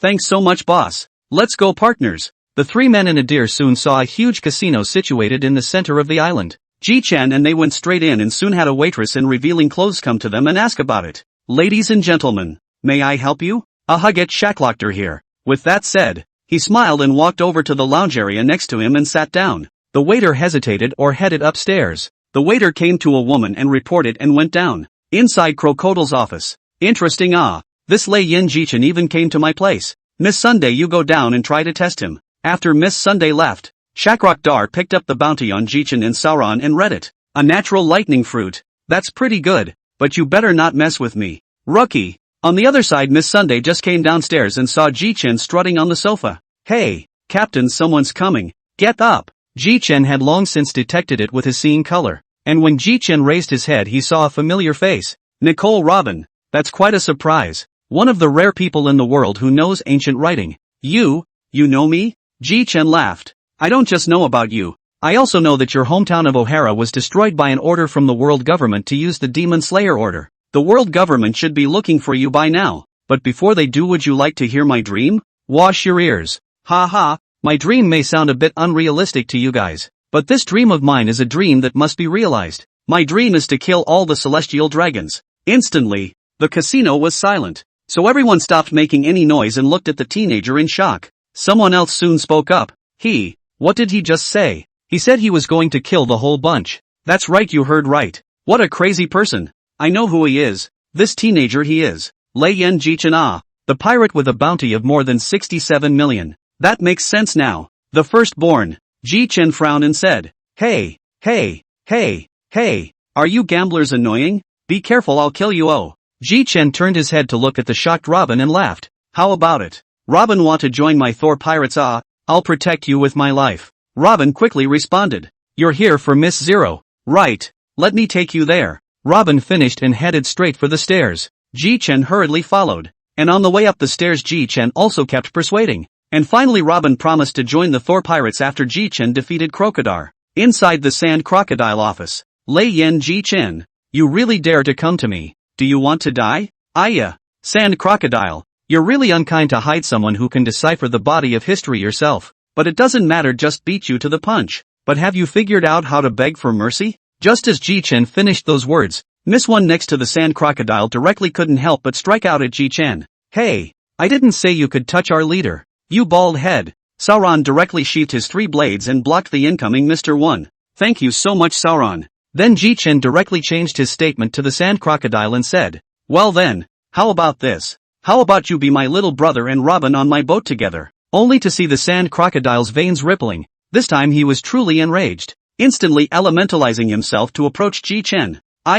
Don't be in such a hurry. Let's go to the desert to fight. So you have more advantage and it's easier to hit me, how about it? Chapter 23, Crocodile joins. Hearing Ji-chan say this, the Sand Crocodile became even more angry. Damn brat. You're too cocky. Yo, Crocodile. You're pretty arrogant too. Ji-chan turned back to Solon and said, I'll leave you to it here. I'm going to go fight this crocodile asshole. Ji-chan finished speaking and directly transformed into a flash of thunder and light directly rushed out of the Sand Crocodile's office and into the middle of the desert. Ji-chan turned his head to look at the crocodile that had followed him with a slight smile. Crocodile. Ready to get your ass kicked? Bastard brat. You really don't take me seriously. So die. Desert treasure knife. Only to see the Sand Crocodile release a sand blade directly in the direction of Ji-chan. Directly towards him. I can't believe you sneak right in. Armed color hardening. Ji-chan ruthlessly hammered on the Sand Crocodile's released sand blade, which was directly destroyed by Ji-chan's armed color.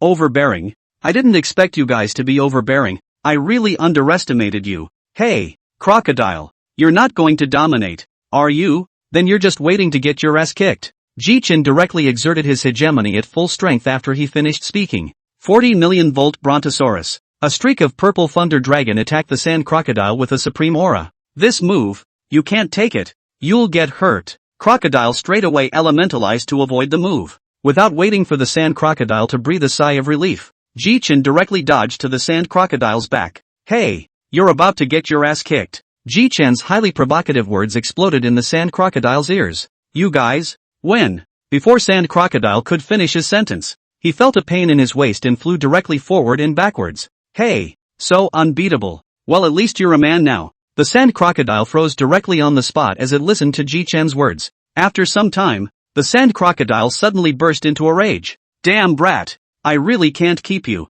How did you know this secret? Ji-chan lightly laughed. Haha, I thought that this Ivankov lied to me. It turned out to be true.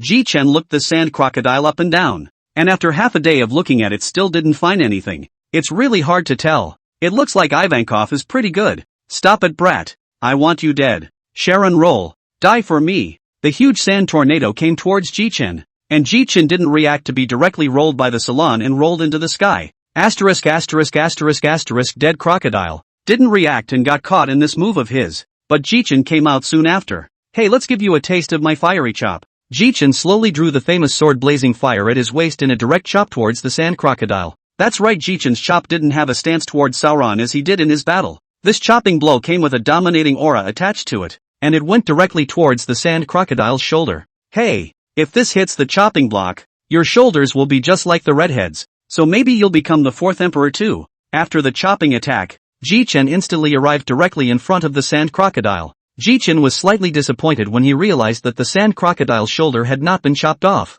Hey, crocodile, how about we make a deal? The sand crocodile gasped. What kind of deal do you want? How about you and Robin get on my boat, and I'll help you with your strength and natural fruit development tips? The sand crocodile said after a slight pause. You don't have to be your crew all the time. That's natural. If you can beat me, you can just leave my ship. If you can't beat me, then you'll have to come with me to carry out my plan. What's the plan? That's something I can't tell you now. You'll know when we get to Chambord. Alright then, it's okay to join you. After all, I want to get stronger too, and I've got to sand down that white beard. Then let's go back and check it out first. Chapter 24, Development of Natural Fruit Ability. When Jitsu and Crocodile arrive at the place where Sauron and Mr. 1 are fighting, they happen to see Sauron defeat Mr. 1. Hey, Sauron did a good job.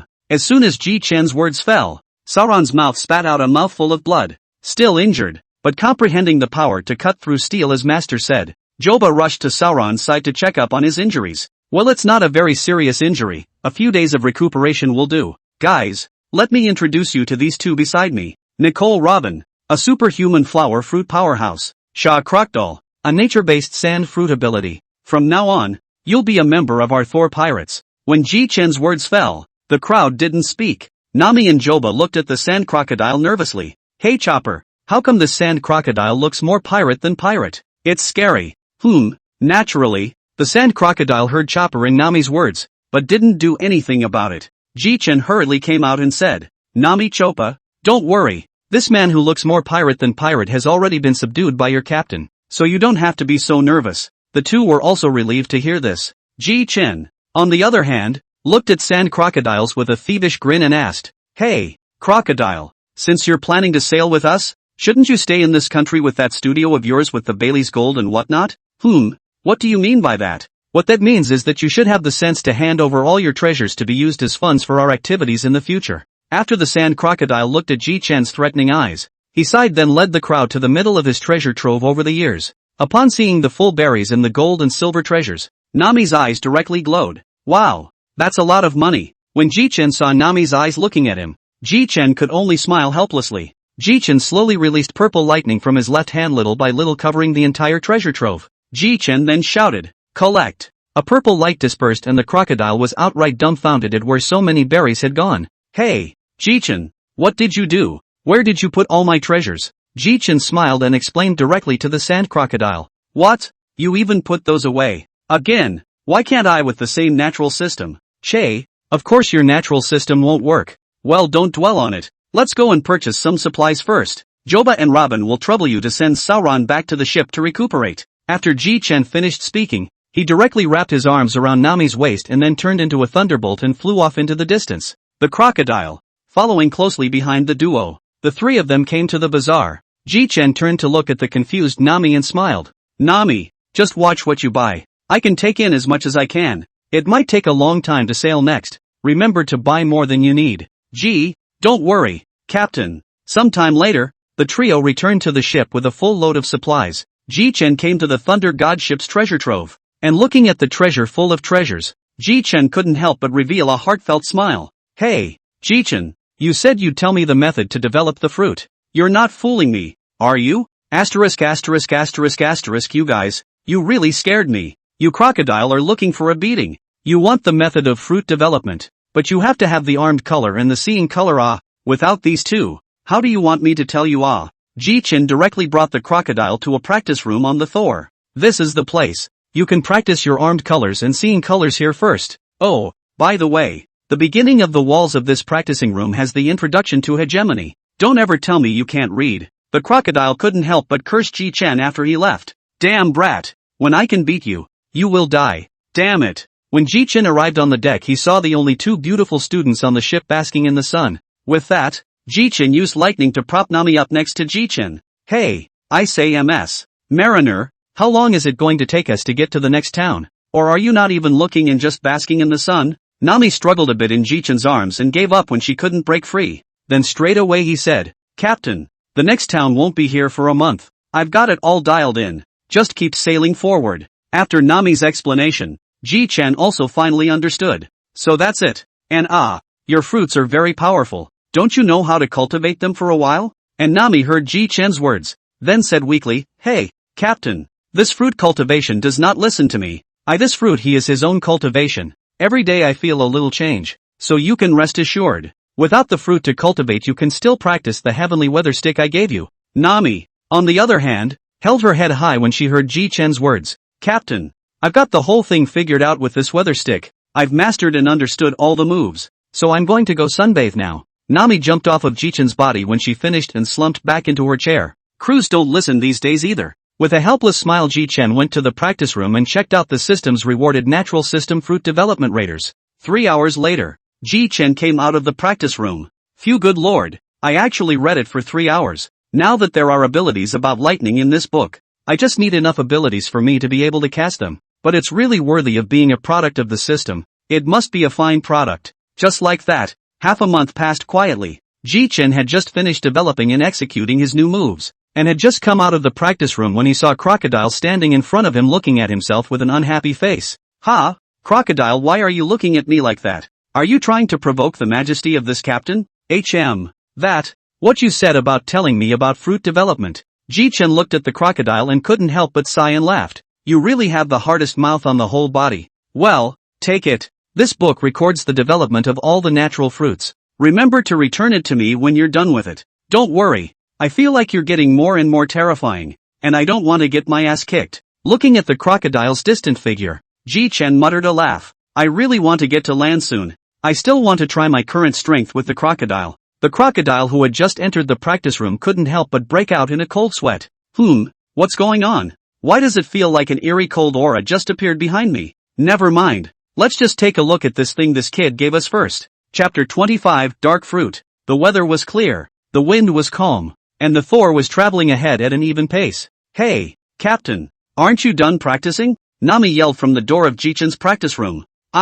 Come on. This month is not a regular thing. Girls must not rush especially not too violent. Captain's stupid. Go get those practice freaks up. I wouldn't dare go to their practice room. Ji-chen couldn't help but laugh dumbly at Nami's words, and then he assured Nami, don't worry, I'll make them have respect for our Thunder God Pirates navigators in a moment. Ji-chen walked towards Sand Crocodile and Sauron's practice room. Ji-chen knocked on the door when he arrived at the practice room, only to see cursing voices coming from inside. Who is it? What's the knocking for? It can't be Nami. How many times have I told you?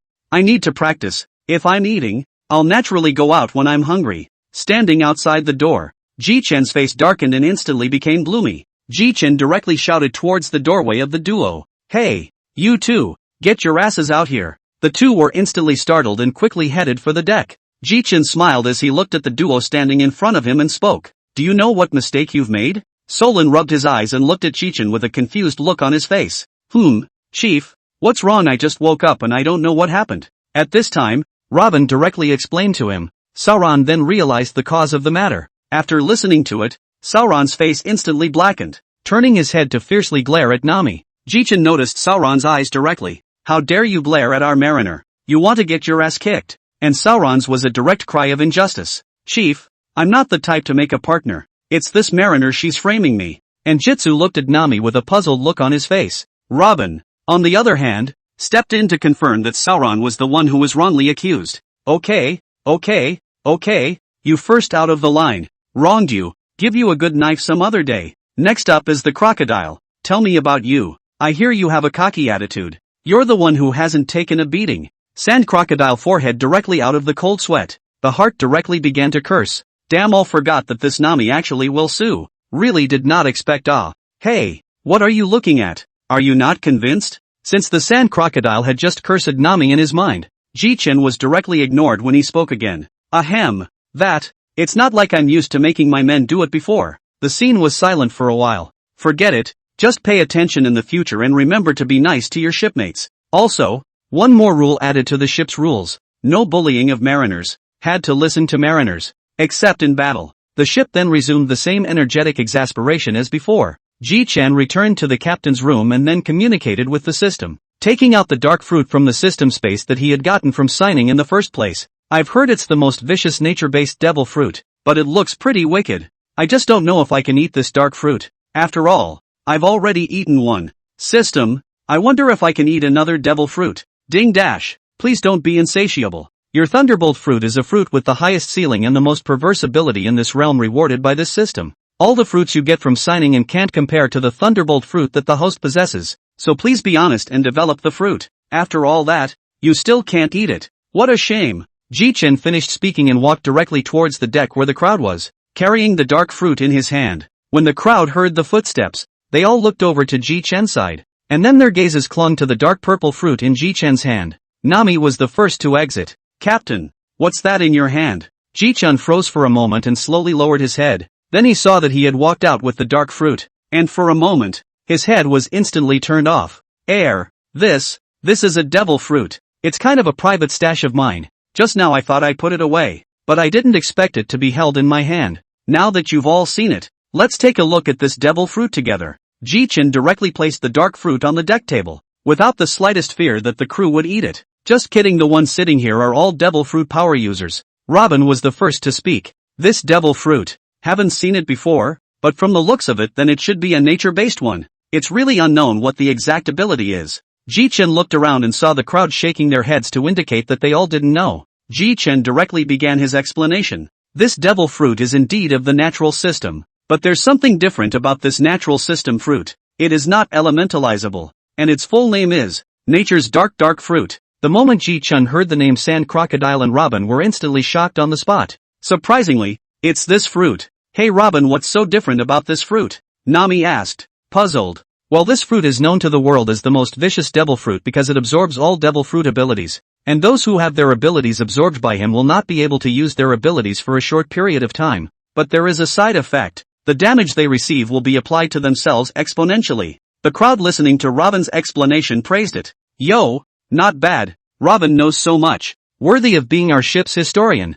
I picked this fruit up in a trash can in the Magnetic Drum Kingdom, and I only recently learned what this fruit is. The crowd had their mouths open in shock after hearing Ji-Chen say that the fruit was picked up in a trash can. That's a pretty explosive presence in the entire pirate world. Yeah, picked it up in a trash can. I was looking at it and it looked good, so I put it in the thunder space by hand. Don't sell such a heaven-defying fruit, Captain. Nami on the side persuaded. Hey, you know what I'm thinking so well? I was thinking of selling this fruit when I ran out of money. Oh yeah, Sauron, are you eating? In the face of Ji-Chen's sudden question, Solon visibly froze for a moment, then shook his head. That's a shame. This devil fruit. Then put it away for now, and when I find an opportunity later, when a new crew member comes, and gains my trust, I'll give him this fruit to eat. Oh, by the way, you guys, keep it a secret. Nami couldn't help but slander in her heart. This is a fruit worth $4 or $5 billion, and you're giving it to a new crew member. That's really something. Chapter 26, Magic Valley Town.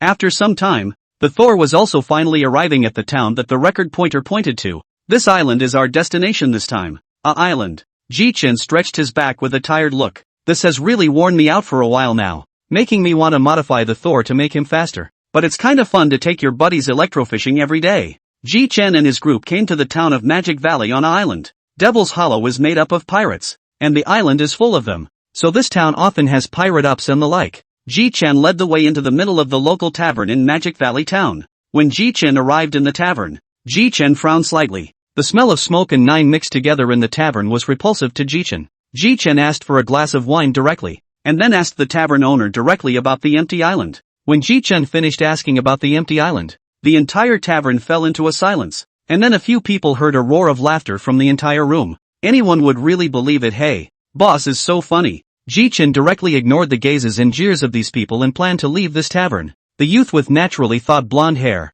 a pink top and white pants underneath, with a lewd smile at the corner of his mouth, arrived in front of Ji-Chen. Hey, kid, you actually believe that the empty island exists? Are you not awake? Since you're not awake, why don't you let me, Master Bellamy, wake you up?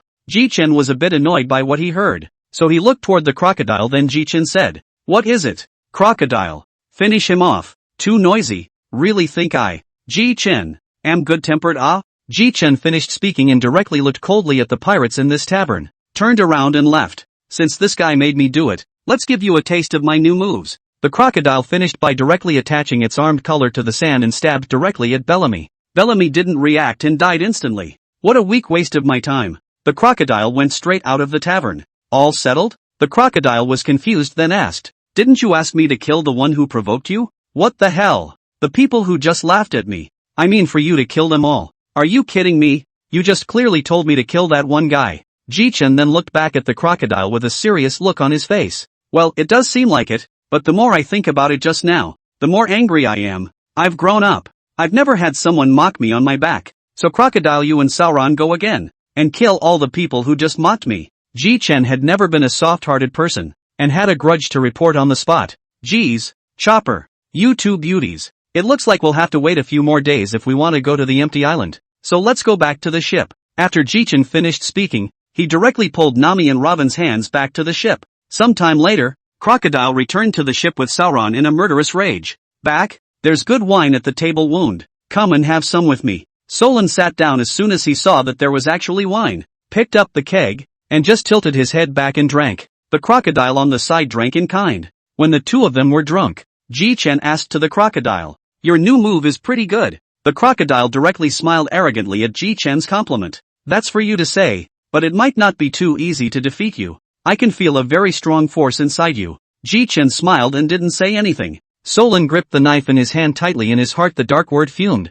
"Let's train for another hour later. I can't let the night boat overtake me." When everyone returned to their rooms to rest, Ji-Chen directly came to the edge of the Magic Valley town and sat down cross-legged in his mind. "System, sign in. Ding dash. Congratulations to the host for coming to the town of Mu ********* on E. The system rewards one Seeing Color Enhancement card and one Overlord Color Hegemony Awakening card. The rewards have been issued." At this point, Ji-Chen was stumped for more than a minute before reacting. "System, did you just say rewarding the Overlord Color Hegemony Awakening card? Ding dash. Hosts remember to seek medical attention from Chopper if they are deaf." Ji-Chen directly opened the system space, and at that moment, a purple and gold colored card was quietly lying in Ji-Chen's backpack. There's no doubt that the purple one is the Seeing Color Boost card, while the gold one must be the Overlord Color Buster Awakening card. More or less, there's a bit of luck involved. To be able to sign out of this, Ji-Chen didn't talk much. He directly picked up the two cards and directly pinched them.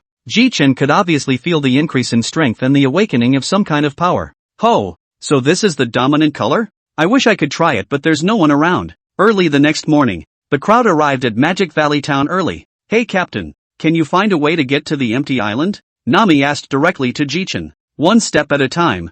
Big deal. Let Old San hump us to the empty island. Can't he fly?" Old San was just about to retort when he saw a large number of villagers and pirates from Devil's Hollow Town running towards a place. Ji-Chan's quick eyes and hands directly grabbed a pirate and asked, "What are so many of you in such a hurry for?" This pirate saw that Ji-Chan's group was not to be messed with, so he directly made peace with it. It turns out that there's a masked man selling devil fruit at the entrance to the town of Devil's Hollow, so everyone wants to go and buy it. Ji-Chen put the man down, looked at the crowd and said, "Why don't we go and kick some ass as well, just in case I happen to grab this thing?" Ji-Chen was the first to run off after saying that. When the crowd arrived at the scene, they saw a masked man holding a devil fruit that Ji-Chen had not seen before. Ji-Chen looked to his companions, who also shook their heads to indicate that they didn't know.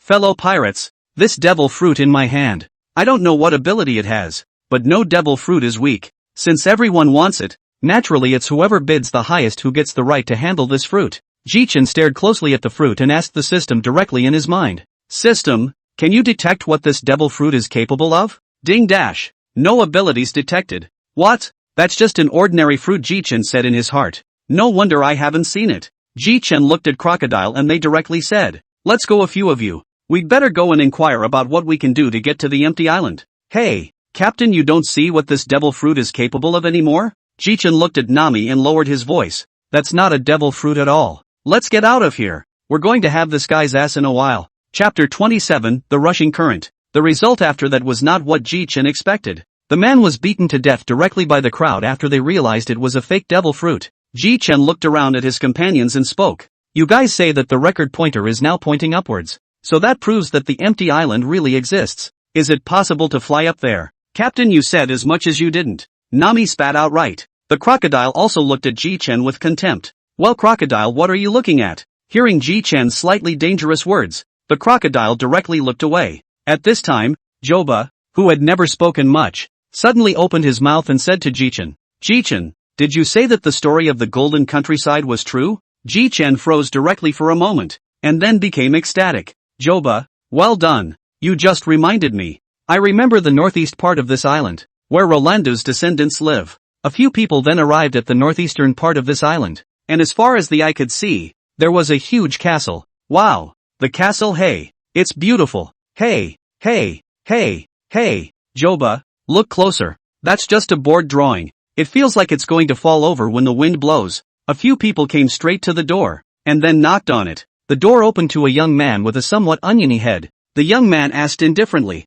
who are you? Hello? We're here to ask if you're a descendant of Rolando? The onion head looked at Ji-chan's group, then opened his mouth and responded, that's me. May I ask what's the matter with you? That would be great. May I ask if you know how to get to the empty island? The crowd, to which Onionhead looked incredulously. You guys actually believe that empty island is real? The empty island is definitely real, and the way to get there is definitely there, but we just don't know about it right now. Onionhead smiled and laughed to himself. I'm not certain if the empty island exists, but there was a man who bragged that it must exist, causing his descendants to be ridiculed to this day. So I spent half my life compiling information, but I still can't find the empty island. Information? Ji-chan looked at Onionhead in slight surprise. Can you show us the information you've compiled, please? Perhaps then we'll have a way to travel to the empty island, and you can prove that your ancestors weren't bragging. The information is fine for you to see, but I don't know if I can find a clue. Onionhead then went straight back into the house to get out the already tattered notes. Ji-chan quickly picked it up and read it. So it is. The crowd on the side looked at Ji-chan suspiciously. That is, you see what it says here, that every so often, that is, a rushing sea current will form in the sea next to your castle for almost an hour. The next rushing sea current to form is 3 days from now, which means that we'll naturally make it to Empty Island 3 days from now once we've hitched a ride on the rushing sea current. An aside Onionhead looked to Ji-chan. As expected of a pirate captain, you're really something with this analysis, but it's a very dangerous thing to say if you guys are going to ride the rushing sea current. Ji-chan hurriedly interrupted him and said directly, Onionhead, just don't worry, my boat is very sturdy, so there's no need to worry. But I need to trouble you to tell us the location of where this rushing sea current forms every time. This is no trouble. It is on this great sea you see, and the time of formation is almost an hour. Ji-chan looked at the crowd with slight excitement and said, partners, let's procure some supplies first, in case we don't have anything to eat when we get to the empty island. That would be troublesome. On the side, Robin struck a direct and belabored blow, but Master Captain, beware of being strung up by a rushing tornado that will shred the ship. 2. What? Churning, it's really too dangerous. Captain, we'd better save our lives. Joba gave a timely reply. This empty island is indeed dangerous, but my Thor ship is not afraid. The empty island is still going to be on it. Okay, partners act. Go and purchase supplies and bring them to the Thor ship. Time flew by, and the 3 days were gone in a flash. Hey, Captain Ji-chan, the rushing sea current is coming soon. Get yourselves ready. At that moment, the sky was covered with dark clouds, as if it was about to rain heavily. Gee, what anticipation! Just as Ji-chan was looking at the sea, a column of water tornado directly rose up into the sky, taking Ji-chan's thunder god ship with it directly up into midair. Ji-chan panicked and opened his mouth. It's over. It's over. Originally I was thinking that after this water column was formed, we were hitching a ride on it, but I didn't expect to be crooked and directly on top of the water column. Ooh, my chopper's life as a deer is about to end again. Just as everyone was panicking, Ji-chen was directly surprised to find that the hull of the ship was very solid. There was no feeling of slipping at all, and it was also unusually smooth.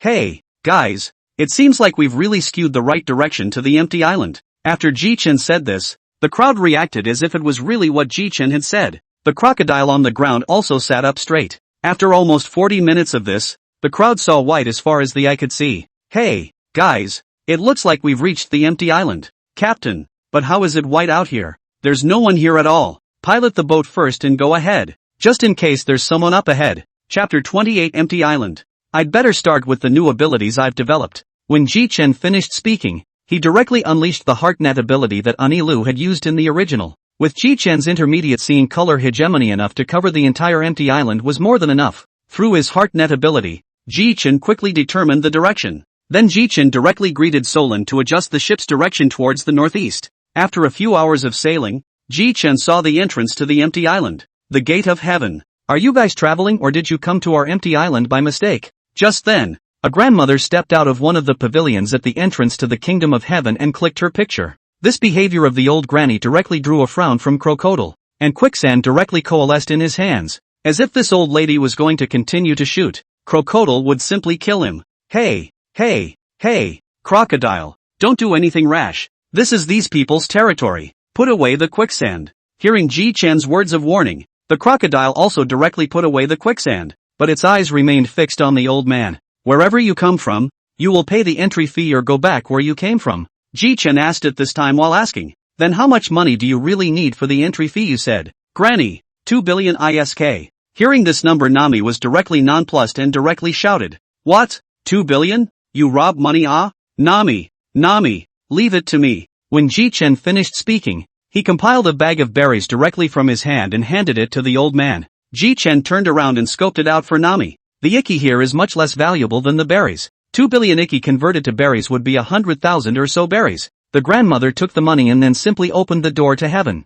Once inside the gates of heaven, the Thor was clipped right into the air island specialty, the express shrimp, and quickly made its way down the cloud path, soon flying out of the JD cloud. That was a cumulus cloud just now. No matter how high it's piled up, it won't generate air currents. And these express shrimp can actually weave through it so quickly. It's really worthy of being a specialty of the empty island. Ji-chen laughed softly. You are becoming more and more like a qualified navigator. After the Thor docked, the crowd jumped off the ship. Feeling the touch coming from their feet, the crowd looked at the clouds under their feet in amazement. I thought I'd just fall off, but I didn't realize I could just step on it. Snort. The crocodile also laughed out directly, not knowing whether it was disdaining Ji-chen or looking down on him. Who's laughing at me? Ji-chen looked directly at the crocodile once he looked directly around the crowd. Hey, crocodile asshole, it's you who laughed, right? Look at you can. See I beat up or not to beat up you on the end. Ji-chen finished and then wanted to directly electrocute this crocodile.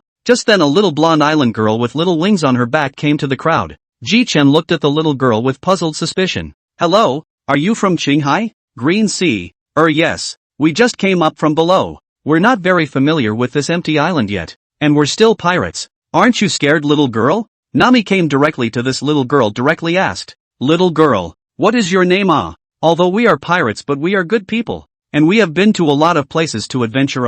When Nami finished speaking she saw this little girl looking at her with glowing eyes. My name is Elsa, and I'd love to hear about your adventures, and you're more than welcome to visit my home. Just then a young man riding the unique mobility tool of the empty island crashed towards Ji-chen and the others. Looking at the approaching wyvern, Ji-chen glanced at the crocodile. The crocodile directly activated his ability and made a wall using sand, only to see the middle-aged man in the vibe then slam straight into that wall of sand. Ouch! It hurts a bit. It's still really unskilled. I need to practice more. Ji-chen and the others couldn't help but look at Aisha, who looked at the middle-aged man. Aisha hurriedly introduced the middle-aged man to everyone. It turned out that this middle-aged man was Aisha's father. In order to find Aisha, so he rode the vibe to look for people everywhere. Meeting each other is destiny. And Aisha also likes you guys very much, so we will entertain you at my house today, ba? The middle-aged man said and then directly led the crowd to Aisha's home. When he arrived at Aisha's home, Ji-chen was attracted to the wide variety of shells in the middle-aged man's home. Various burning shells, discharge shells, air shells. After the middle-aged man taught Ji-chen and the others how to use the shell, Ji-chen took an air cannon shot directly at the crocodile's face. Hey, Asshole brat, what are you doing? Ji-chan smiled and opened his mouth. Hey, crocodile, play with you, but also anxious eyes. You can also come towards me anyway, you and I are natural department. Of course, everyone can be the opposite of both of us are natural department. Of course everyone wouldn't fire air cannons towards Ji-chan, so the targets for everyone's amusement were all changed to crocodiles. The crocodile didn't refuse everyone's playfulness because of Ji-chan's lechery. It's time to eat. Come on you guys. The table was filled with a variety of empty island specialties. Come on, Captain Ji-chan, try our empty island specialty, empty island pumpkin soup. This is delicious. This meal Ji-chan and the others could be said to have eaten a very satisfying meal. After you've eaten and drank, it's time to get down to business. Hey Nami, Robin, why don't you guys just stay with Aisha while we go to the island and find out if there's anything I want? After Ji-chan finished speaking, he led the rest of the group towards the center of the island. Chapter 29, Battle with Anilu. Soon several people arrived at the center of the island. Quarterstaff brat, not that I'm talking about you. Is there anything here that you're looking for? It's all vendors here. What were you thinking? Ji-chan glanced at the crocodile, then slowly said, who said I was coming here? Keep walking. We haven't even reached our destination yet. What are you yelling about? After Ji-chan finished speaking, he led the two of them directly to the outskirts of the Island of the Gods. So this is the Island of the Gods, but it looks like a forest. Ji-chan's heartnet could spread throughout the entire island. And immediately, Ji-chan felt it directly. Oh, there's 5 of them in here, but one seems to have about the same ability as me. The crocodile looked at Ji-chan suspiciously, as if he was looking at a retard. Hey, I know that ability of yours is called heartnet, right? It's an ability similar to seeing eye. But did you just say that there's one in this forest with an ability similar to yours? Are you kidding me? Your fruit is a nature system. There can't be any duplicates of fruit abilities. In the face of a bunch of nonsense from the crocodile, Ji-chan said directly back, coming. Sauron and Crocodile gazed directly ahead, only to see a man with a white bandana on his head, long earlobes, and a pair of deadfish eyes staring at him arrive in front of Ji-chan accompanied by a thunderbolt. What do you humans want in this god's territory? The 3 of them couldn't strain a smile even around Ji-chan when they heard such a middlebrow speech. Chief, the ability he just used seems to be the same as yours, but the color of the lightning seems to be different. You're right about that point. I was looking for the rattling thunder fruit before, but I never found it. I didn't think it would be in the empty island, but this will save me the trouble. Kill him and I'll get the rattling thunder fruit. Ji-chan looked at Sauron and Crocodile and asked, you two, who wants to go on? What Ji-chan didn't expect was for the two to take a step backward in such unison. Well, then I haven't hit anyone in a while, so I'll just come and move my muscles today. Hey, you assholes, what did you just say again? Did you not put this god in your eyes? Or do you want to die? Ji-chan skimmed a glance then slowly said, I see what you can do. So please go to hell. Without waiting for Anilu to react, Ji-chan directly slashed at Anilu with a thunder blade. Unsurprisingly, Aniru directly elementalized to dodge the attack. Ji-chan's strike directly made Anilu look dumbfounded. You know this kind of god's power too? Ji-chan was slightly impatient. Shut up you. I'm afraid I won't be able to help myself from destroying the island after listening to one of your speeches so middle of the road. So hurry up and die for me. 50 million thunderstorm dragon breath. The purple thunder dragon charged towards Anilu with unrivaled momentum. Watching Ji-chan release the thunder dragon, Anilu also released a thunderbird in time to defend against it. But how could Seasonal's thunderstorm be something that Anilu could just defend against? Ji-chan's strike directly shattered Anilu's counterattack. Damn, why is your lightning so strong? While in the distance, the two of them, Crocodile and Sauron, discussed it. It seems that it's still the chief's thunderbolt that's stronger. Ji-chan brat's lightning is indeed stronger than that fellow's. Hey, you two, discussing this captain. Why do you still want this captain to let you experience the paralyzing degree of this lightning disaster of mine as well? Lowly human. How dare you get distracted fighting me? Damn it. The enraged Aniru directly used a big move. 200 million Ford, big discharge. All of a sudden, the entire sky was covered in dark clouds. Countless thunderbolts struck towards Ji-chan. All those thunderbolts that struck towards Ji-chan were instantly cancelled out. Looking at the thunderbolts that were cancelled out, Anilu roared. Raijin form, thunder phase. At that moment, Aniru's hands kept releasing lightning, gradually converging into a huge rakage giant with a trident in his hand. Crocodile and Solon directly shouted, hey, chief, hurry up, you use this move too. Ji-chan stared intently at this huge thunder god giant. Asshole, I don't know that move. Damn this Anilu, I should have known to break him. After Ji-chan finished speaking, he quickly flashed in Sauron's direction. I don't know this move I can only use sword art. I'll study this move later. You two back off. He's mine today. None of you are allowed to intervene. Only the two of them answered and then quickly retreated backward. Ji-chan directly drew the blazing fire at his waist. Just as he pulled out the blazing fire at his waist, an idea flashed through Ji-chan's mind. This blade of mine is blazing fire, and I make every chop like his namesake. And thunder reacts with fire but with the elements. With that, Ji-chan looked across the room at the giant Enilu with a smile on his face. Bastard! To think that you're more than dead or alive by now. You die. The gigantic Enilu brandished his trident and poked it towards Ji-chan. Ji-chan, on the other hand, was retreating, while madly waving the blazing fire. Each battle cry having a matchless high temperature. A battle cry exploded on the giant's body surface. Soon Eniru's giant mode ended quietly, and the battle record that had just fallen on the giant presented itself to Eniru. Hey, hey, hey, hey, you self-proclaimed god. You're dying. You'll die if I give you a few strokes. Honestly resign yourself to your fate. Let's you try the sword technique I just came up with. In Enilu's shocked eyes, Ji-chan chopped directly towards Enilu. This strike directly made heaven and earth change color. And in the severity of Eniru's shock, the chop that carried the domineering aura directly cut Eniru into two halves. Huffing and puffing. This strike is surprisingly such a waste of stamina. Hey, you two get over here and see if he's broken. Solon was secretly shocked. Chief, this guy has completely surpassed me above the sword path. I must work harder. The crocodile saw Sauron frozen in place without responding, and then took a large step in the direction where Enilu had fallen. This kind of thing to see if he's broken or not. You can directly use the seeing color to measure it, and you still need this lord to help you. Huff, puff. I don't have the strength to beat you up right now. When I recover from this, by the way, see if there are any strange fruits around. I don't know if the rattling thunder fruit I want is around. Snort. Not here. Devil fruit rebirths are very randomized. Ji-chan sighed in slight disappointment. Alright, I had thought that I could be reborn amongst the nearby fruits, but I didn't expect to work for nothing. System, sign in. Ding dash. Congratulations to the host for signing in near a former rattling thunder fruit owner to obtain a map of the rattling thunder fruit relics, 2 teleportation talismans, and consume the fruit without side effects once. Ji-chan sat quietly on the ground, but in reality, he had long been shocked inside. No way. What's with all the high-quality stuff in this signing? It can't be a signing with a young life. System explain. The system, however, only returned 4 words. Hidden map. So that's a big surprise. Let's take a look at these things first. When Ji-chan got the map of the rattling thunder fruit ruins, the map directly merged into Ji-chan's mind. This seems to be the rebirth location of the rattling thunder fruit, and the system seems to have granted me the ability to eat devil fruit once. Ji-chan instantly became excited at the thought.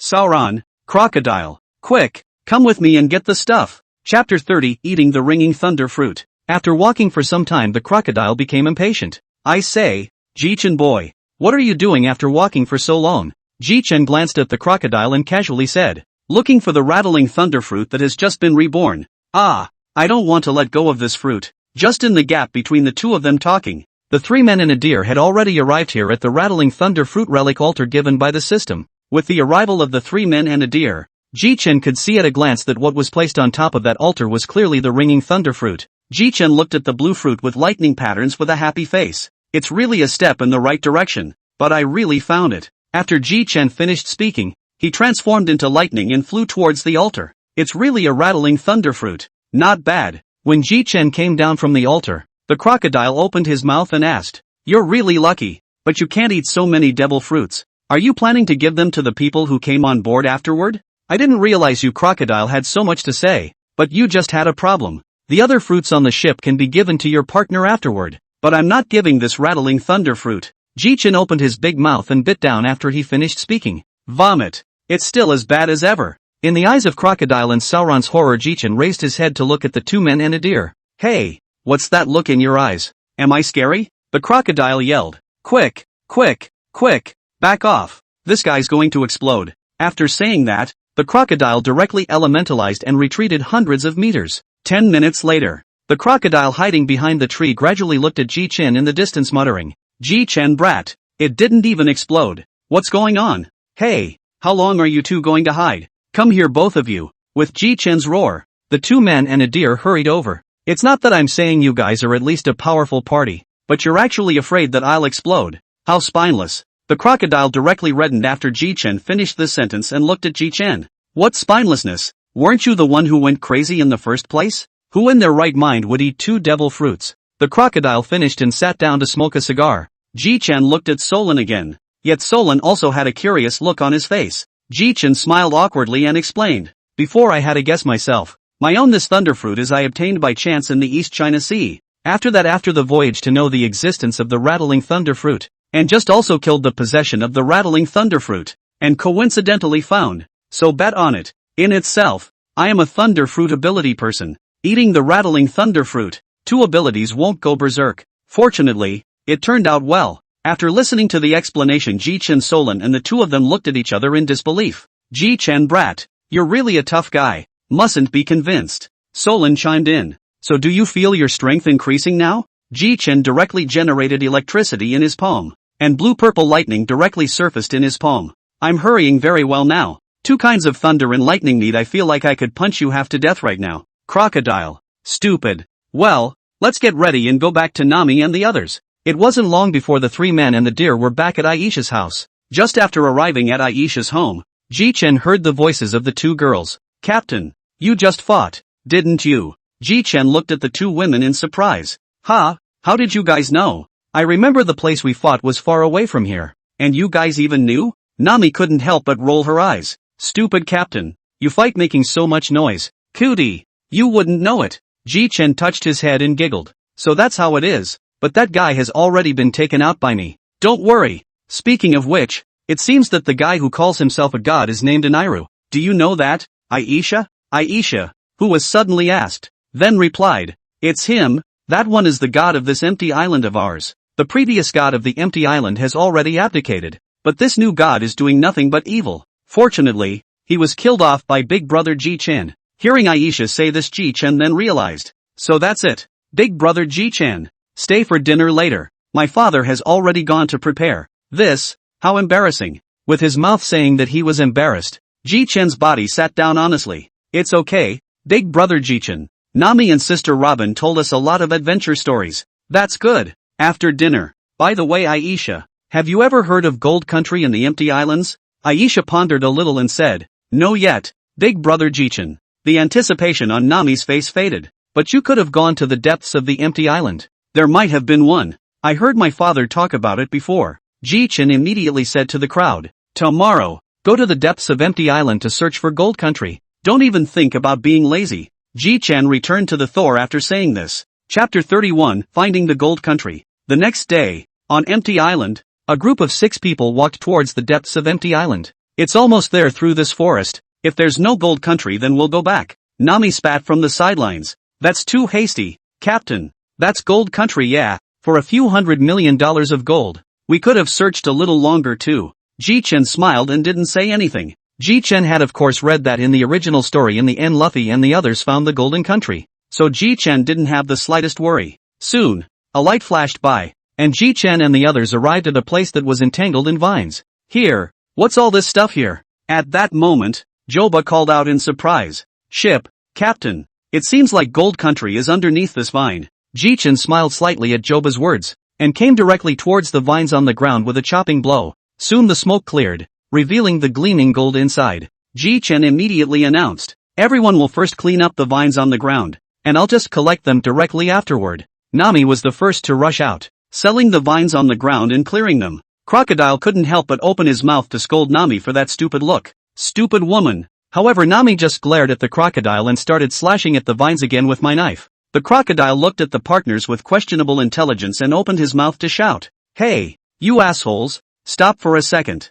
The crowd stopped what they were doing to look at the crocodile. The crocodile didn't say anything and directly pressed his hand down on the ground. And soon a large amount of sand emerged from the crocodile's hand, spreading onto the vines. Soon the vines let the crocodile suck out the moisture and turned into flying ash. The second crocodile looked at the crowd with a smug look on his face. Geez, great guy. This is gold all over the place. This should be worth 300 or 400 million belly. With a slap of his hand, all of the gold was then taken into the space by Ji-Chen. However, the only thing that wasn't taken away by Ji-Chen was the golden bell at the very top. And Ji-Chen walked up to the golden bell, punching the golden bell punch after punch. Soon the ringing of the golden bell reached the town of Magic Valley, a island, below the empty island. Mushroom Town. Inside the tavern, all the pirates are gathered, listening to the bell above. The crowd froze slightly. So empty islands really do exist. Ridiculous, we were laughing at Lord Ji-Chen before. The scene shifts to the Onion Head home. Onion Head listened to the sound of the bell above the empty island,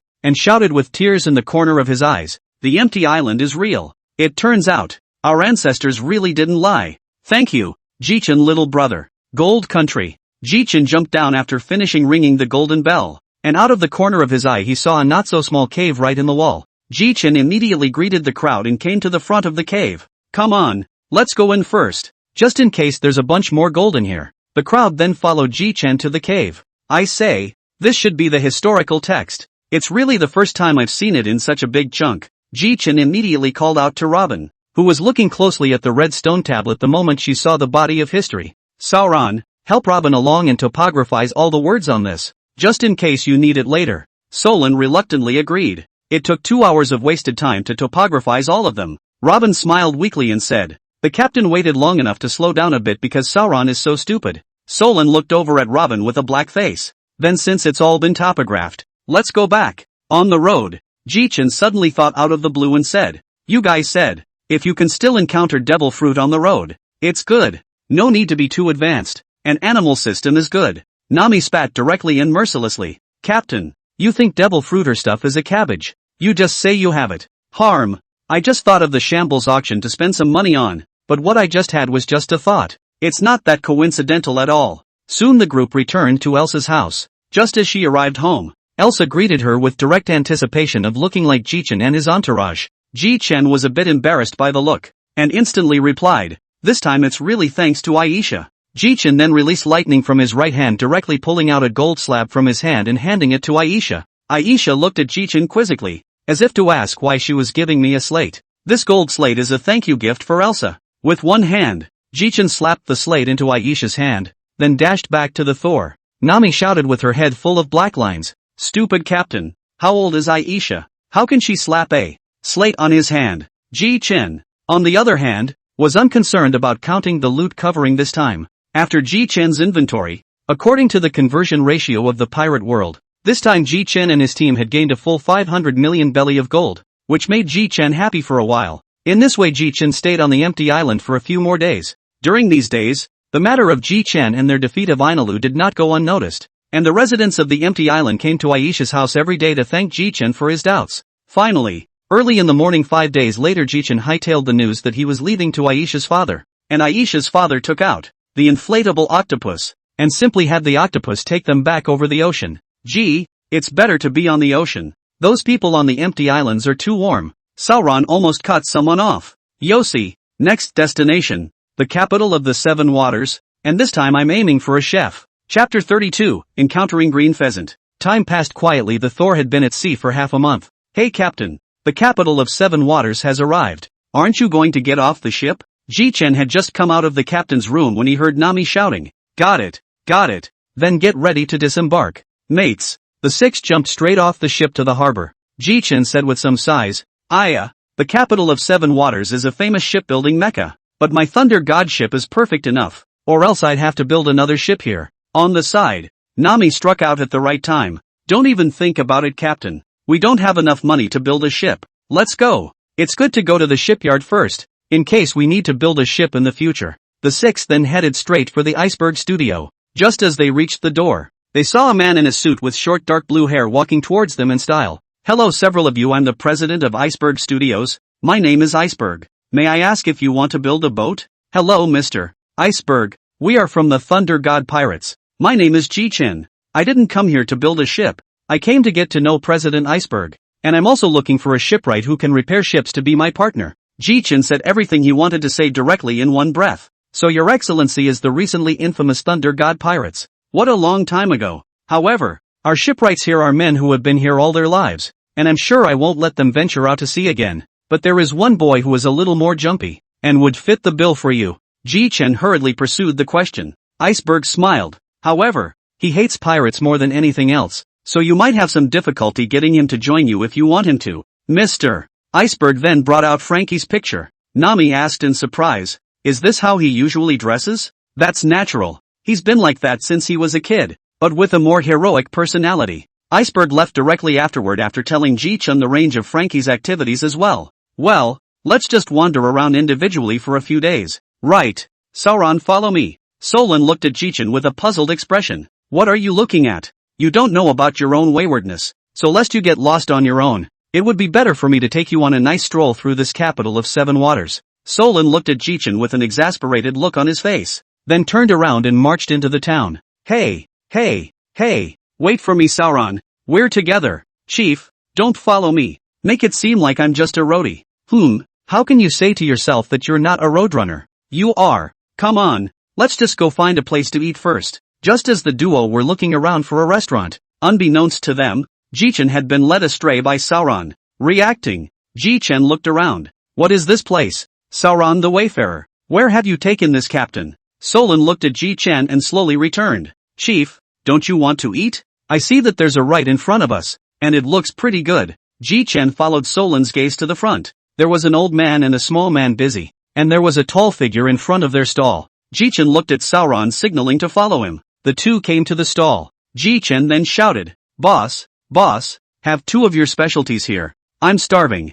Jichen sat directly next to the tall man when he finished speaking, and the boss answered after hearing Jichen's words. Then he asked Jichen, the fried rice here in our little store is good. I wonder if you too. Jichen, on the other hand, smiled brightly and answered yes without speaking. Jichen quietly watched his boss cooking, suddenly felt a gaze on him. Jichen looked back at the man. Dark blue coat, a pair of black sunglasses on his face, the standard eye patch, and with his exploding head, the answer was already calling out. Jichen, on the other hand, after seeing this person's face, was inwardly very shocked, but on the surface, he did not move. Hello uncle, are you here to eat too?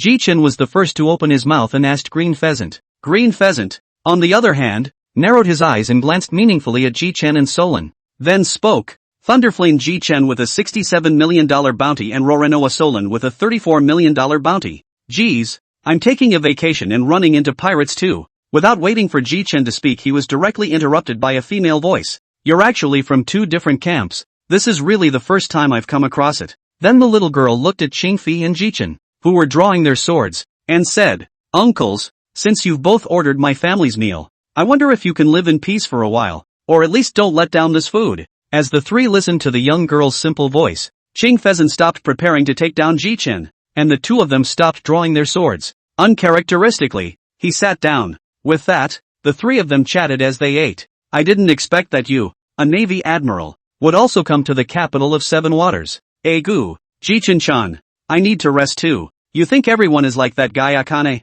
But since you guys came to the capital of the 7 waters, Nicole Robin is also on this island, right? Jichen rolled his eyes, then looked at Green Pheasant. Aren't you talking nonsense? Robin is my partner. Of course she's here, but there's no need to talk about that now. I'm just saying, did you Navy adjust my bounty a little too low? A $67 million bounty, and your Navy has the nerve to issue it? I'm much more than that. On the side of the Green Pheasant did not say anything. Instead, the little girl in the store looked at Jichen. Big brother, are you a pirate? Surprisingly, you have a bounty order? Jichen looked at the little girl, and between them, that little girl kept changing the cooking utensils in her hands, which made Jichen, who saw this scene, intent. Little girl, you're a devil fruit power user? The little girl froze for a moment then replied, my name is Zicheng. I'm a cook with a cooking fruit ability, and my body can turn into any cooking utensil that I want. Jichen's eyes grew brighter and brighter after listening to Zicheng's words, and he said in his heart,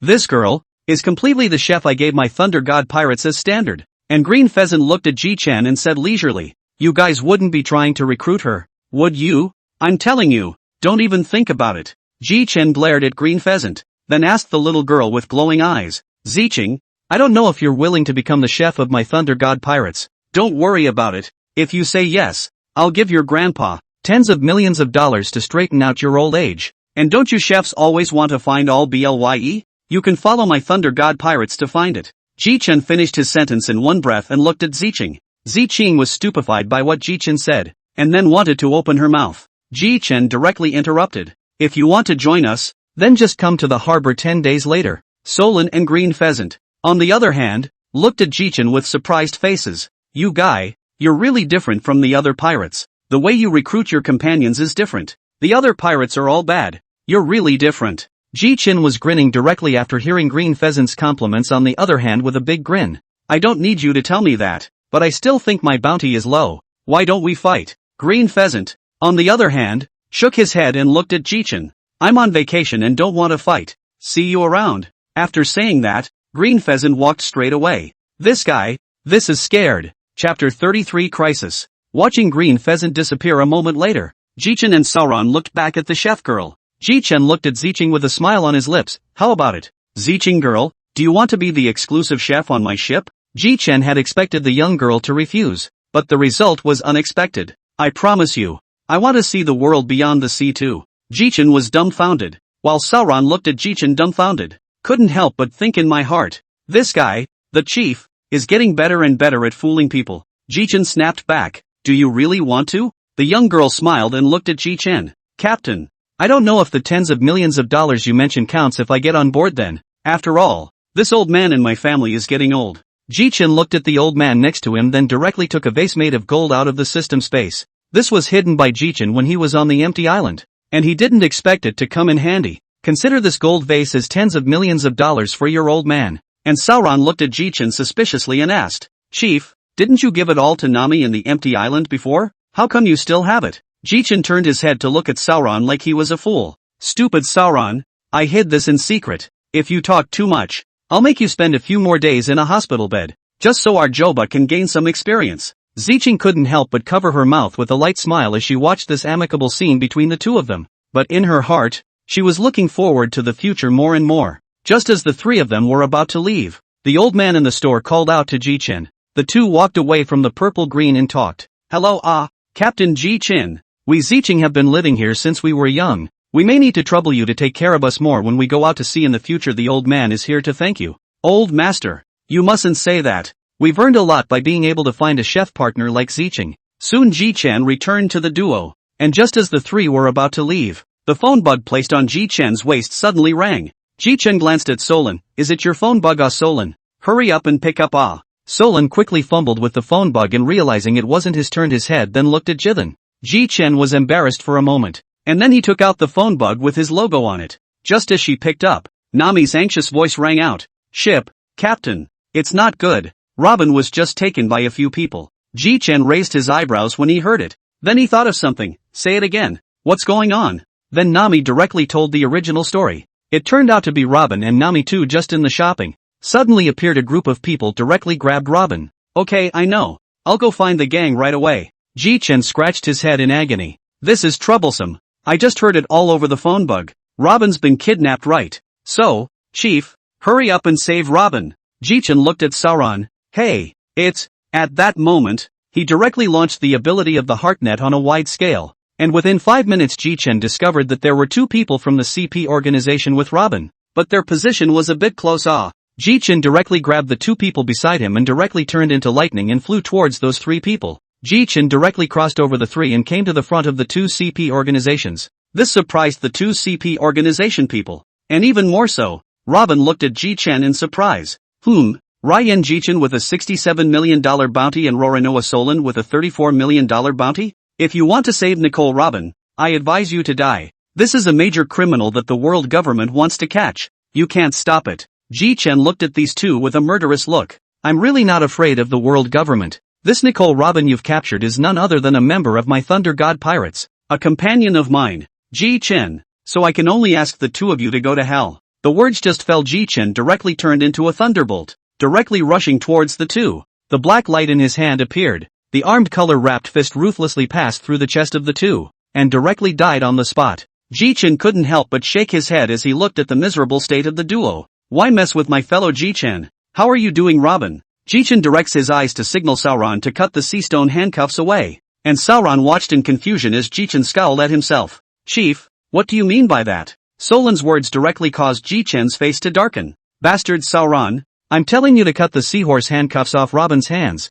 I'm an ability. I can't touch the handcuffs. At this point, Sauron suddenly realized. Oops, Chief, you should have said so. Sauron directly swung his sword to cut open Robin's handcuffs. Idiot, you're the old man's co-captain and you don't understand this. At this time, Jichin pressed his temples and looked at the several people. Since the world government's CP organization has already discovered Robin, they will surely pour out their nest on a large scale, and it's time for us to get out of here as well. By the way, Robin, inform the others to rendezvous on the Thor. After a while, The four of them arrived at the ship, and it turned out that only the four of them, Ji Chen, hadn't returned. Still, you are quick, but now is not the time to talk. First steer the ship. In a few moments the admiral should come. As soon as Ji Chen's words fell, a voice that was cold to the core exploded in everyone's ears. A figure was slowly walking towards the crowd in the distance. Just then, Joba spoke up. It's no good. There are 5 warships coming from our rear. Ji Chen stared ahead without speaking.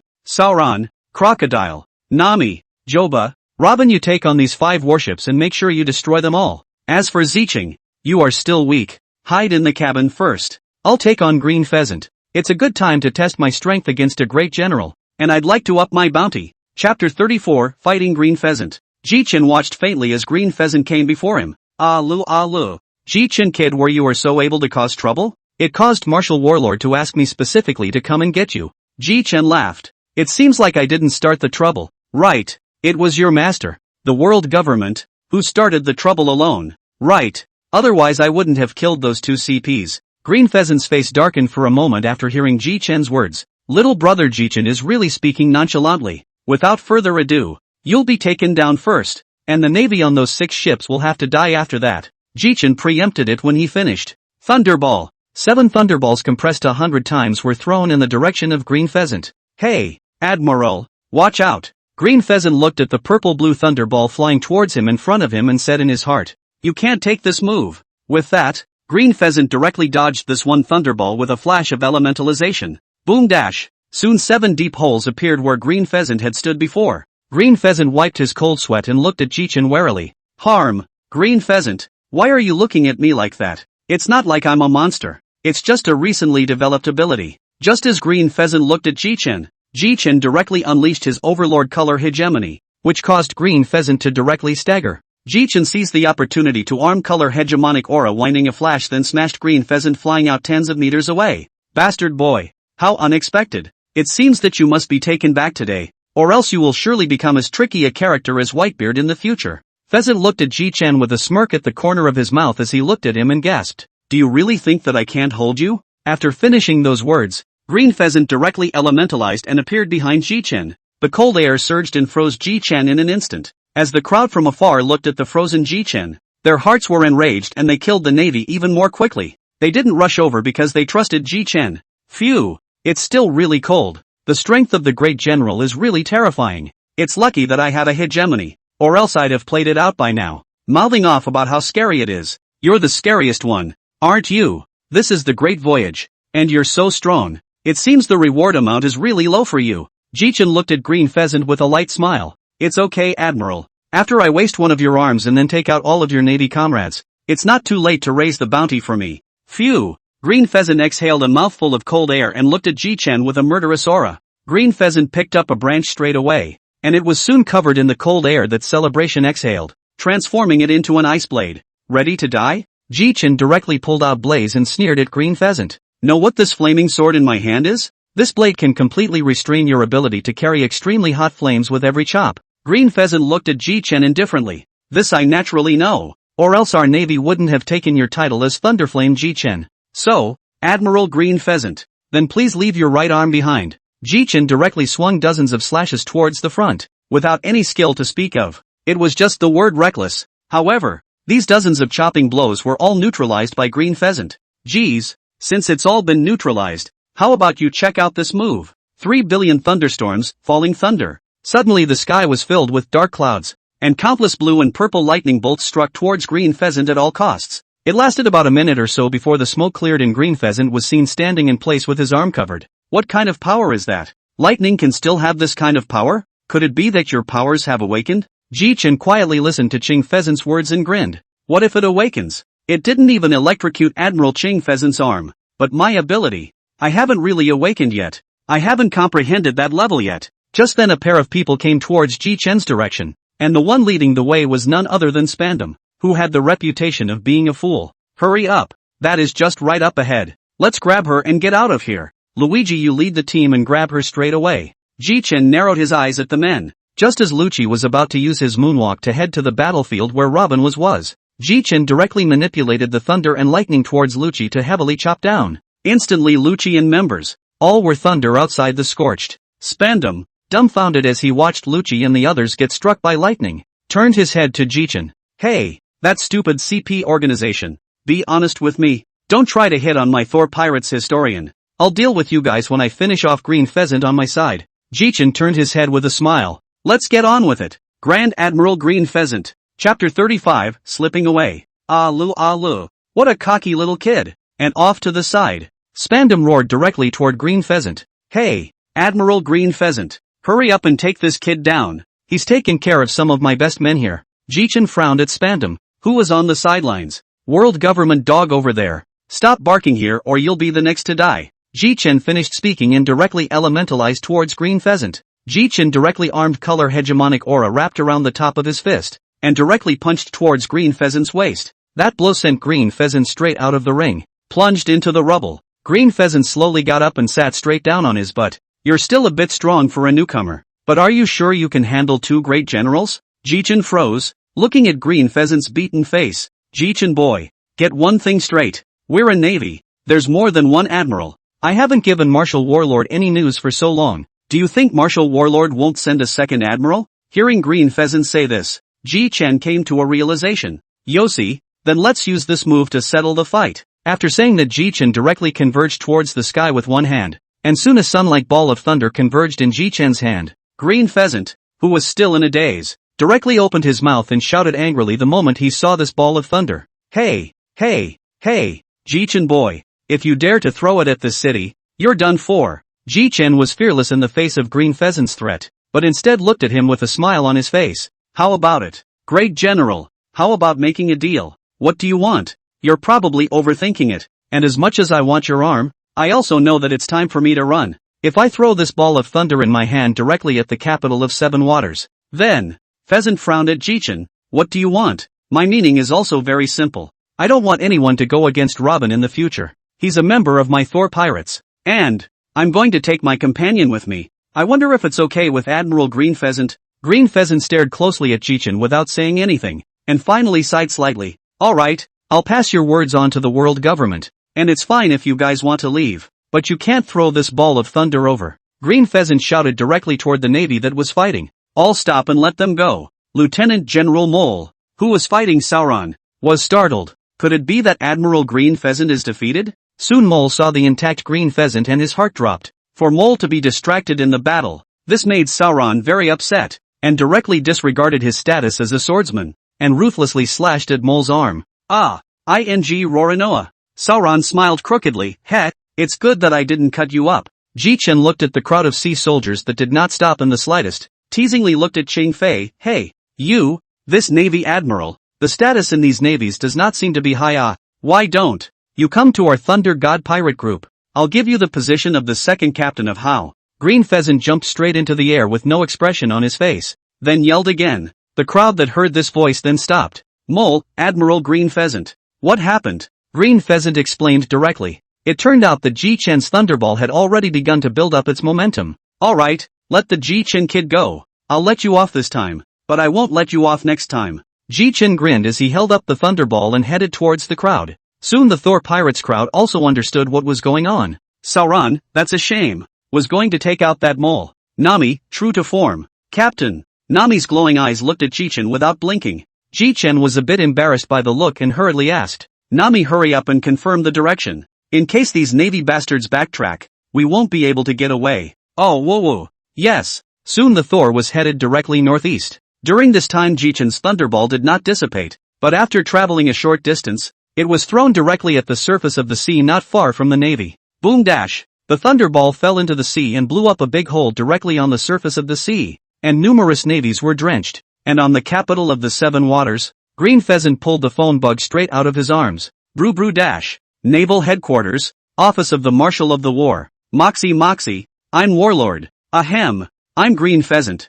Green Pheasant, how's it going? Have you taken down that Ryan Jichin yet? Ahem. Well, I'm sorry War Marshal, I let him get away. Warlord had thought that Green Pheasant would say that he had already taken it, but the result made him not expect to be a little surprised in his heart. Tell me more carefully. This Jichin arming color smell color with me are similar, but he also has the Overlord color hegemony, and the sword art is very much, and his fruit ability seems to have evolved. Before I read the information his lightning is purple, but just after the battle with him, his lightning is blue-purple. There's also the fact that he has a move that's enough to destroy the entire island. And it was him who used this move just now and escaped, but the island wasn't destroyed. Warlord was amazed in his heart after listening to Green Pheasant's narration. Ha ha ha ha ha. So true. Halfway through the sentence Carp realized something. So true. Thunderbolt boy. Warlock looked at Warlock suspiciously. Okay, Green Pheasant, you come back first. Turning around, Warlord came directly in front of Carp. Carp, you're hiding something from me,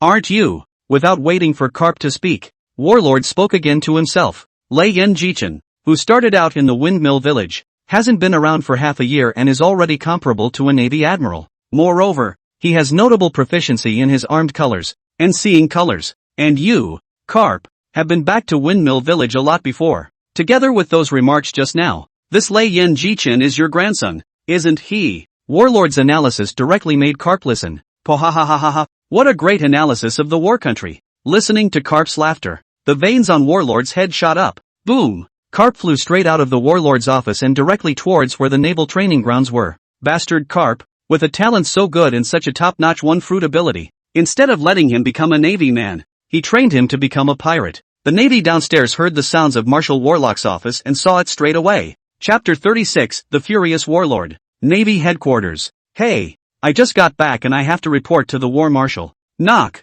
knock, knock dash. Enter. Marshal, I'm back. Warlord nodded, signaling for Green Pheasant to report on the battle he had just fought. Marshal Warlord, Ryan Jichin, he has a dominance equal to mine and rarely misses a beat in battle. Plus his abilities are tricky. With that, Green Pheasant mainly talked about Jichin and the details of the battle and Jichin's abilities. That's just it. Marshal Warlord. Warlord listened to Green Pheasant's report for a long time. What do you say to this Lei Yen Jichin, or let's set him at 300 million berries first? Green Pheasant, upon hearing the bounty quoted by Marshal Warlord, immediately spoke up to express his disapproval. Marshal, I think one has a dominant color, as well as a counterintuitive fruit ability, so I think it should be no less than 500 million berries to make it work. Warlord listened to what Green Pheasant had said, pondered a little, and then clapped his hands on the decision. The next thing the Warlord's deputy did was to inform Morgans directly that he was to print the paper straight away. Navy Great Room. Anyone who is sure of capturing the Thor pirate captain can just go ahead and do so,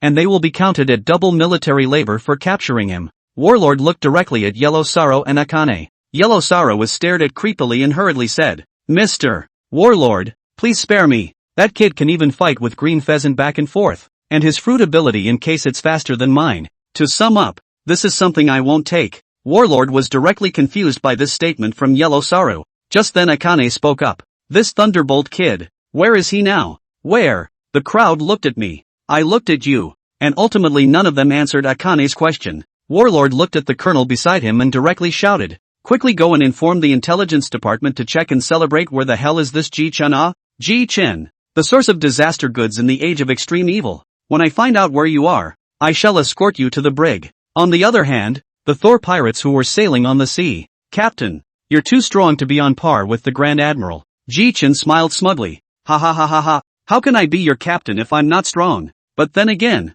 Sauron's swordplay is really getting more and more skillful with the use of his hegemony. In short, I have no fear of the Navy after that. No matter who comes, unless the Navy sends 2 admirals. Ji-Chen looked at Nami, then said, Nami, which island is next? It's one called the Terror Triangle Sail, an island that stands in the Devil's Triangle. What? Surprisingly, it's that island. The crowd looked at Ji-Chen with a curious expression. An island standing in the Devil's Triangle. Its real face is a huge sailing ship from the Western Sea, the terrorist 3-masted sloop. Its flag is a skull with the leader Mariah's fire onion haircut and a pair of flaming bat wings, and the front door is shaped like a huge mouth with teeth bared, specializing in catching the passing ships. More than 100 ships go missing in the Devil's Triangle every year because the island has been here for 10 years. It is surrounded by thick fog, early on to prevent those who lose their shadows from being wiped out by the sun. But I don't really want to go there. The crowd looked puzzled, because it's eerie and scary there. So, is there any way for Nami to get around there? Nami looked helplessly at Ji-Chen. I'm sorry, Captain. There's no way around it. This is the island that the record pointer points to. There's no way to change it. It can't be helped. Please, Nami. Just as Nami was about to speak, a snort came from the corner of the deck. Ji-Chen looked over, and instantly Crocodile hurriedly got a chill down his spine, feeling like he was being watched by a wild beast. The crocodile looked up to see Ji-Chen staring him dead in the face. I didn't just laugh. Ji-Chen's eyes were still dead on him. Ji-chan. No, Captain. It's just a zombie made by Moria. When we get to the island, I'll take the lead. Crocodile looked cautiously at Ji-chan and realized that Ji-chan was already preparing to go back to the captain's cabin. It was an instant relief to the crocodile. It's okay, I almost got my ass kicked. The next day Ji-chan was fishing in his boat when suddenly a newspaper delivery bird appeared in front of him. Hey, I can't believe it's a newspaper delivery bird, said Ji-chan and tried to take that newspaper directly on his chest. The newspaper delivery bird, knocking his hand right off, proceeded to call out, HM, 150 belly? That's pretty expensive. Still, Ji-chan took out the money directly out of thin air. Let's see this news. Thor Pirates Captain Jitsu and Green Pheasant are 50-50. The Raijin Pirates scared off the Navy. The captain of the Thor Pirates has amazing strength. After reading them, Ji-chan was dumbfounded. This Morgans really knows how to write. Could he still be there? Suddenly a couple of wanted notices fell out of the newspaper, and Ji-chan hurriedly called his partners to come to him. Ryan Ji-chan's bounty, 510 million belts, life or death. Roranoa Solan's bounty, 200 million belly, life or death. Sandy Crocodile's bounty, 245 million belly, life or death. Angel Nami's bounty, 71 million belly, life or death. Archaeologist Nicole Robin bounty, 96 million pesos, life or death. Pet Tony Chopper bounty, 100 bell, life or death. Ziching's bounty, 1,000 belly, life or death. The crowd read the bounty order one after another, and the attitudes of the people were very different. Nami, it's over. It's over. I've got a bounty on me. What's going to happen? While Chopper, who was frozen in place, muttered, how could it be? How could it be so low? And Ji-chan couldn't help but snort out a laugh when he saw Chopper's appearance. There was a lot of laughter on board. Hey, we have the chief chef on board too, hey, but it's relatively low. It's okay, it'll slowly go up later. Suddenly Ji-chan slapped his forehead and thought of something. We don't seem to be holding a welcoming ceremony for our new partners. So in that case, let's choose a day. And our head chef will trouble you to bring out your best skills. Chapter 37 Encounter with Nose Brook. On the Thor, Ziching, who had just finished cooking, watched as the crowd became a merry mess. Joba danced strangely with two chopsticks stuck up his nostrils, and even Ji-chan was playful. This was slightly comforting to Violet Green, who had just left home. After the banquet, the crowd sat around. Ziching, I thought a lot about that fruit ability of yours just now during the party. Having just said that, Violet Green's face showed a flash of anticipation. That fruit ability of yours still depends on your own open development. But when your strength becomes stronger, perhaps you can think of this fruit and what can be developed. The ship has the cultivation method of hegemony, and a while you can let Nami take you there. Ziching looked at Ji-chan suspiciously. Ji-chan couldn't help but notice the puzzled look on his face and asked, what's wrong? Ziching, is there anything you don't understand? So, what's a bully? Oops, forgot to give you instructions? Ji-chan glanced at Sauron,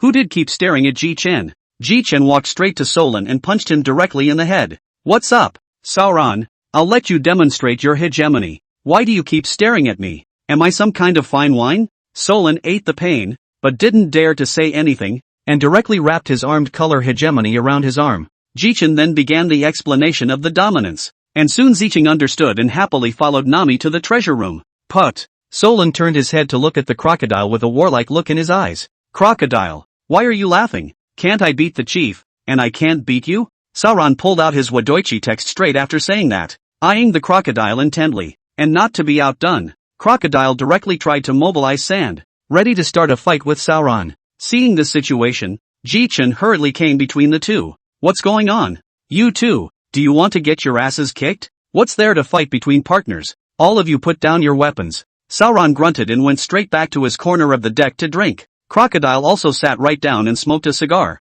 It's so hard to get a hold of these two. One is worse than the other in terms of temper. A day later in the morning, Ji-chan got up early to find it was still dark. Strange. I obviously have a strong sense of time, but why is it still dark? And an eerie feeling. Soon the crowd came on deck one by one. What's going on here? Is it not dawn yet? The crowd couldn't help but question. And seeing Ji-chan sitting on the edge of the deck, the crowd reacted to the fact that it wasn't themselves. It was the weather. Nami suddenly spoke up. Captain, everyone, we've arrived at the Devil's Triangle, which is what the sky looks like in these waters. The crowd was bored watching the ship slowly sailing on the sea, when suddenly a piano sound came into their ears accompanied by the sound of yo-ho-ho. Not only did this creep out the crowd, but Joba just exploded. What's that noise? Joba jumped right into Sauron's arms when he finished speaking. Ji-chan thought in his heart, luckily, I've read the original, or else I'd be scared too. With that in mind, Ji Chen's natural vision saw a very dilapidated ship with a broken mast sail into view.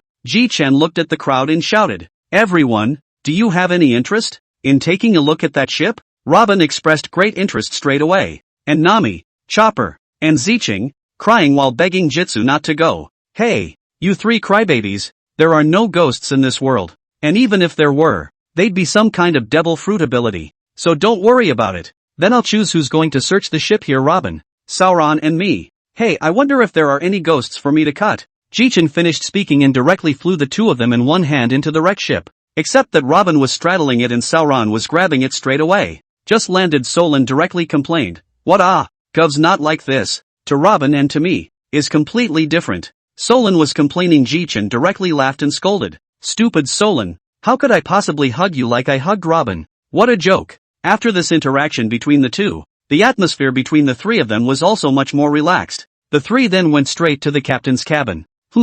I can't believe there's another gold coin here. Give it to Nami and she shouldn't cry anymore. There's not much left here. Let's get out first. I just used my seeing colors and it looks like there's something sitting in front of a piano not too far away. Let's go see who it is." Soon the three came out onto the deck and there was a man sitting in front of the piano in front of them. Ji Chen directly said to him, "Brother, may I ask if the piano sound just now was played by you?" After Ji Chen finished speaking, there was no response from the opposite side for a long time. Solon went straight up and tapped the man on the shoulder. Only the man looked directly back at Sauron.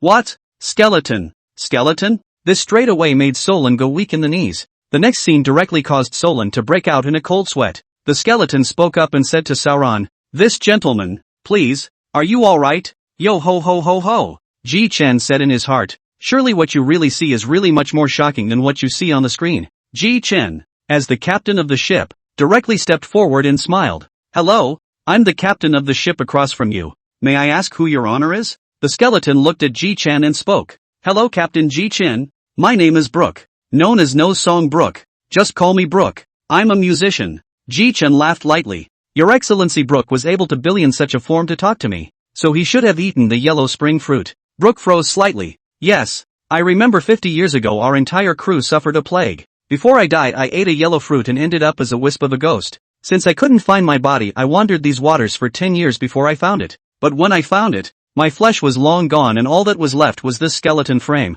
After hearing this from Brook, the three of them came to a realization. "Yo ho ho ho, I wonder what the beautiful lady next to me calls herself. My name is Nicole Robin. Yo ho ho ho ho ho, I wonder if I could ask Ms. Robin to show me your panties?" Ji Chen had a black face after hearing this, and silently walked to Brook and instantly punched her. Thunk dash. After a while of getting to know each other, Ji Chen directly invited Brook to be his guest on his ship. "Yo ho ho ho, this is so embarrassing, but it's an honor to receive an invitation from Captain Jithan." Gladly. As soon as Brook's words fell, Ji Chen directly took the three of them and directly returned to the ship in a few instantaneous movements. Chapter 38, Going to the Island. No sooner had the four reached the ship than the three Namis saw a skeleton frame smiling at them. Joba and Nami looked at him with snotty noses.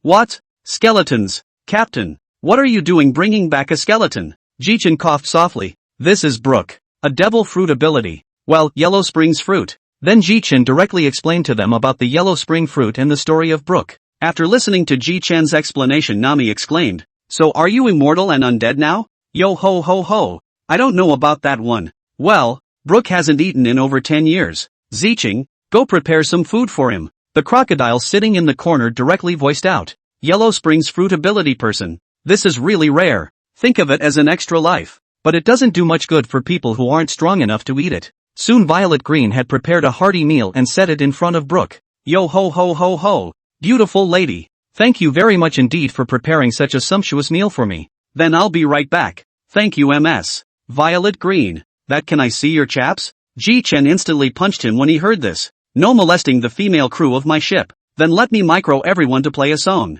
The music started and the crowd unconsciously sang along. "Yo ho ho ho, yo ho ho ho, Binks's fine wine." The song is over. Ji Chen's mind raced, and there was a bit of fire in his gaze when he looked at Brook again. "I wonder if you would like to be a musician for my Thor Pirates, Brook, as my partner." Brook felt flattered to hear Ji Chen's words again. "Yo ho ho ho ho. First of all, thank you Captain Ji Chen for loving me, but I'll pass on joining you guys." Although Ji Chen knew the reason, he still asked directly, "Give me a reason?"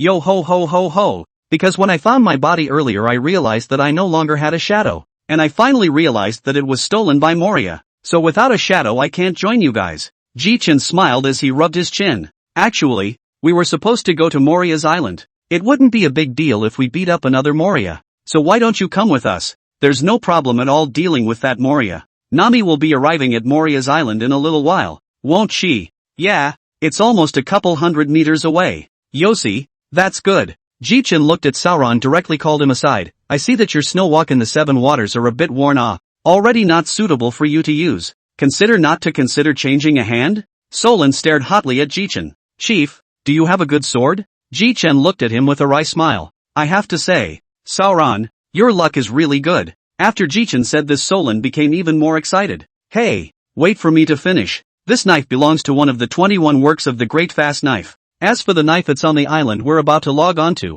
but it still depends on your luck to get the blade. All I can tell you is that the sword is in the hands of a samurai. Ji-chan finished. Sauron dryly looked at the island. Yeah, I'm going to get that knife. Soon the crowd finally arrived at the harbor of the Terror Triple surrounding sailboat, and after the crowd had all disembarked, Ji-chan directly released the lightning to wrap the entire ship and directly collected it into the system space. The crowd was confused then asked Ji-chan, Captain, why did you put the ship away? Ji-chan was like looking at a little cutie. Like looking at Nami. Stupid Nami, don't you think about it? There's often news of missing ships in this sea. Of course I have to collect our only ship, so that certain people don't covet my Thor ship. Nami and the crowd then realized. Ji-chan and his partners then walked toward the island. Walked a distance. Ji-chan directly looked in a certain direction, and then struck out like electricity, directly toward the air pinched. The crowd was uncertain. Only when the transparent object became visible did everyone realize the danger. Solon let out a sigh of relief. A chief is a chief, and seeing colors is much better than me.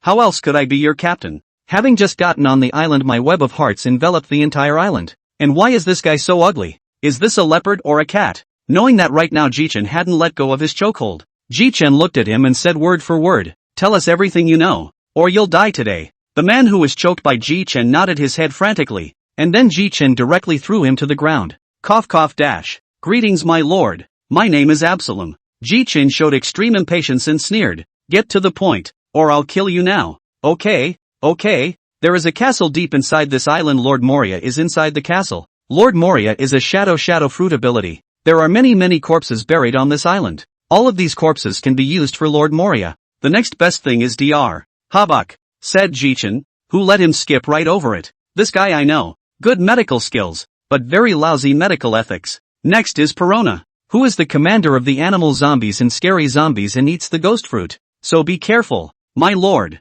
Your honor, all I know has been told to you. Please. The moment she finished her sentence Ji-chan shot straight out and choked Absalom. I hate sneaky guys. I'm glad I didn't nickel and dime you. After killing the man, Ji-chan directly drew out a handkerchief and wiped his hands. Ji-chan looked back at the crowd with a smile. I always treat my enemies like this. Especially this transparent fruit guy. And Nami Ziching Robin. Your hegemony is still unskilled. So of course I want to end it as a last resort. Didn't scare you guys? Snort. I do agree with what you're doing. Treating this kind of guy. Just kill him. Ji-chan laughed softly. It's rare that you and I think the same way. Crocodile. Subsequently, with Ji-chan's deliberate activation, the atmosphere of the crowd was still very good. Ji-chan slapped his forehead. Oh, right. If we spread out, you guys help me look for devil fruits. Because I just killed a transparent fruit's transparent man. So the fruit he possesses should be reborn nearby. Although it's said to be a relatively trashy fruit, it can still be auctioned for several $100 million. And Ji-chan crowd did not know that what their group did has been known by Moria's bat. That bat has rushed to inform Moria. Chapter 39, The Terrorist Three-Masted Sailboat. It's not good. It's not good. A small black bat flew directly to Moria's place. What's wrong? Looking at Moria's bloated body, the little bat spoke in panic. Lord Moria, just now on the island Absalom was strangled by a man. At once Moria stared at the little bat in disbelief and asked, You say that again? Lord Moria, Absalom was strangled by a man. But it seems to be Thunderflame Ji-chan, who has been making a lot of noise on the ocean lately. How come it's this guy? This guy isn't to be messed with. Someone who can go 50-50 with a major general. But I'm not going to let him come and go as he pleases on the cheap. At least cut his shadow. I've had my eye on his shadow for a long time. And now I've finally got my chance. The bat on the side couldn't help but speak out after hearing Moria's words. Lord Moria, That's a pirate with a bounty of more than $500 million. A man rumored to be able to go 50-50 with Grand Admiral Greenpheasant. Ha ha ha, bring Perona along later. I'm sure it's nothing to deal with a supernova with his powers. On the other hand, Ji Chen and the others had also finally arrived at the center of the island. No, Captain. This place looks like a graveyard. Joba, who was cowering on Sauron's shoulder, chimed in. Ji Chen looked at these tombstones as also in retrospect, then turned his head to everyone and said, "A moment to go in to be vigilant. Oh, maybe these tombstones under the body will lie out." Solon smiled contemptuously. "If they dare crawl out, I'll just cut them down." Nami Chopper heard Sauron's words and walked directly behind Sauron with a quick step. "Sauron is still quite reliable. The safety of our lives is all on you." The crowd then entered the cemetery. Ji Chen looked around at those tombstones and muttered, "Could it be that these tombstones don't dare to come out this time after seeing how powerful I am?" Only Ji Chen thought wrong. The moment Ji Chen's words fell, all the corpses crawled out of the ground in all directions. So many corpses all crawling out. This is quite a sight.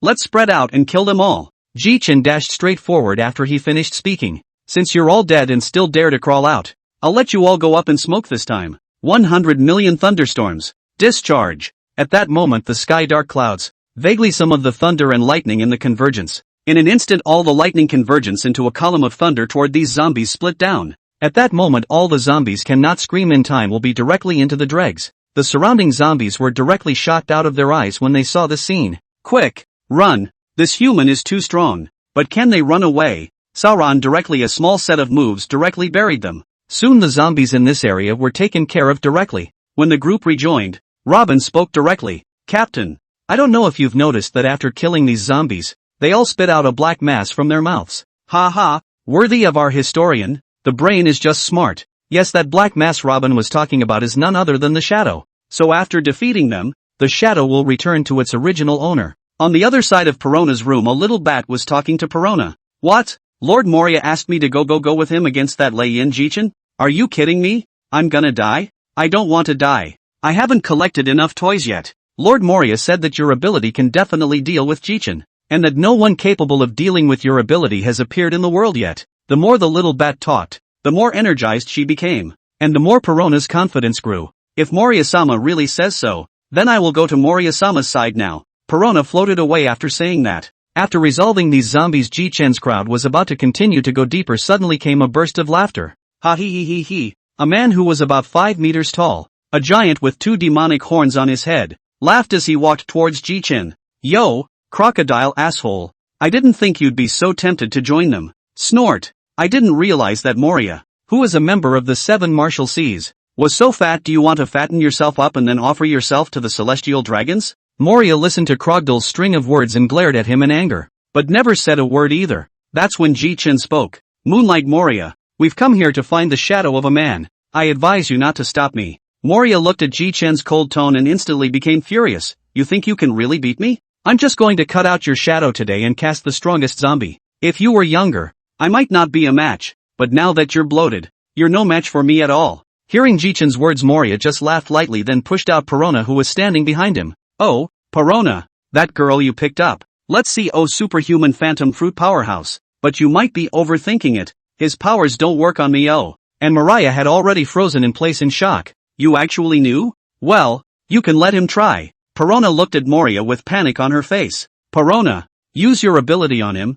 I'd like to see how he's going to defend himself." Yes, Lord Moria, negative ghost. Go ahead and subdue that man." Without waiting for Perona to finish her sentence, Ji Chen directly arrived in front of Perona with an instantaneous movement, a chokehold on Perona's neck, and brought her to his team. Soon Perona was blue in the face. Perona said darkly, "It's over. Absalom was strangled like that. I'm definitely done for. Goodbye Lord Moria." Just when Perona thinks she's going to die, Ji Chen throws Perona right back on top of Moria. I'm not dead?" Ji Chen snorted coldly. "I don't kill small children. You should be glad that you are a small child yourself. Otherwise you would have been strangled to death by me long ago. Well, Moria, since the cooperation talks are falling apart, take your life." Ji Chen directly did not speak of martial virtues and threw 3 concentrated thunderballs directly towards Moria. "It's a shame only one of them did any damage to you. It hurts. Damn it, damn you, you stinking brat. All shadow legions on my command.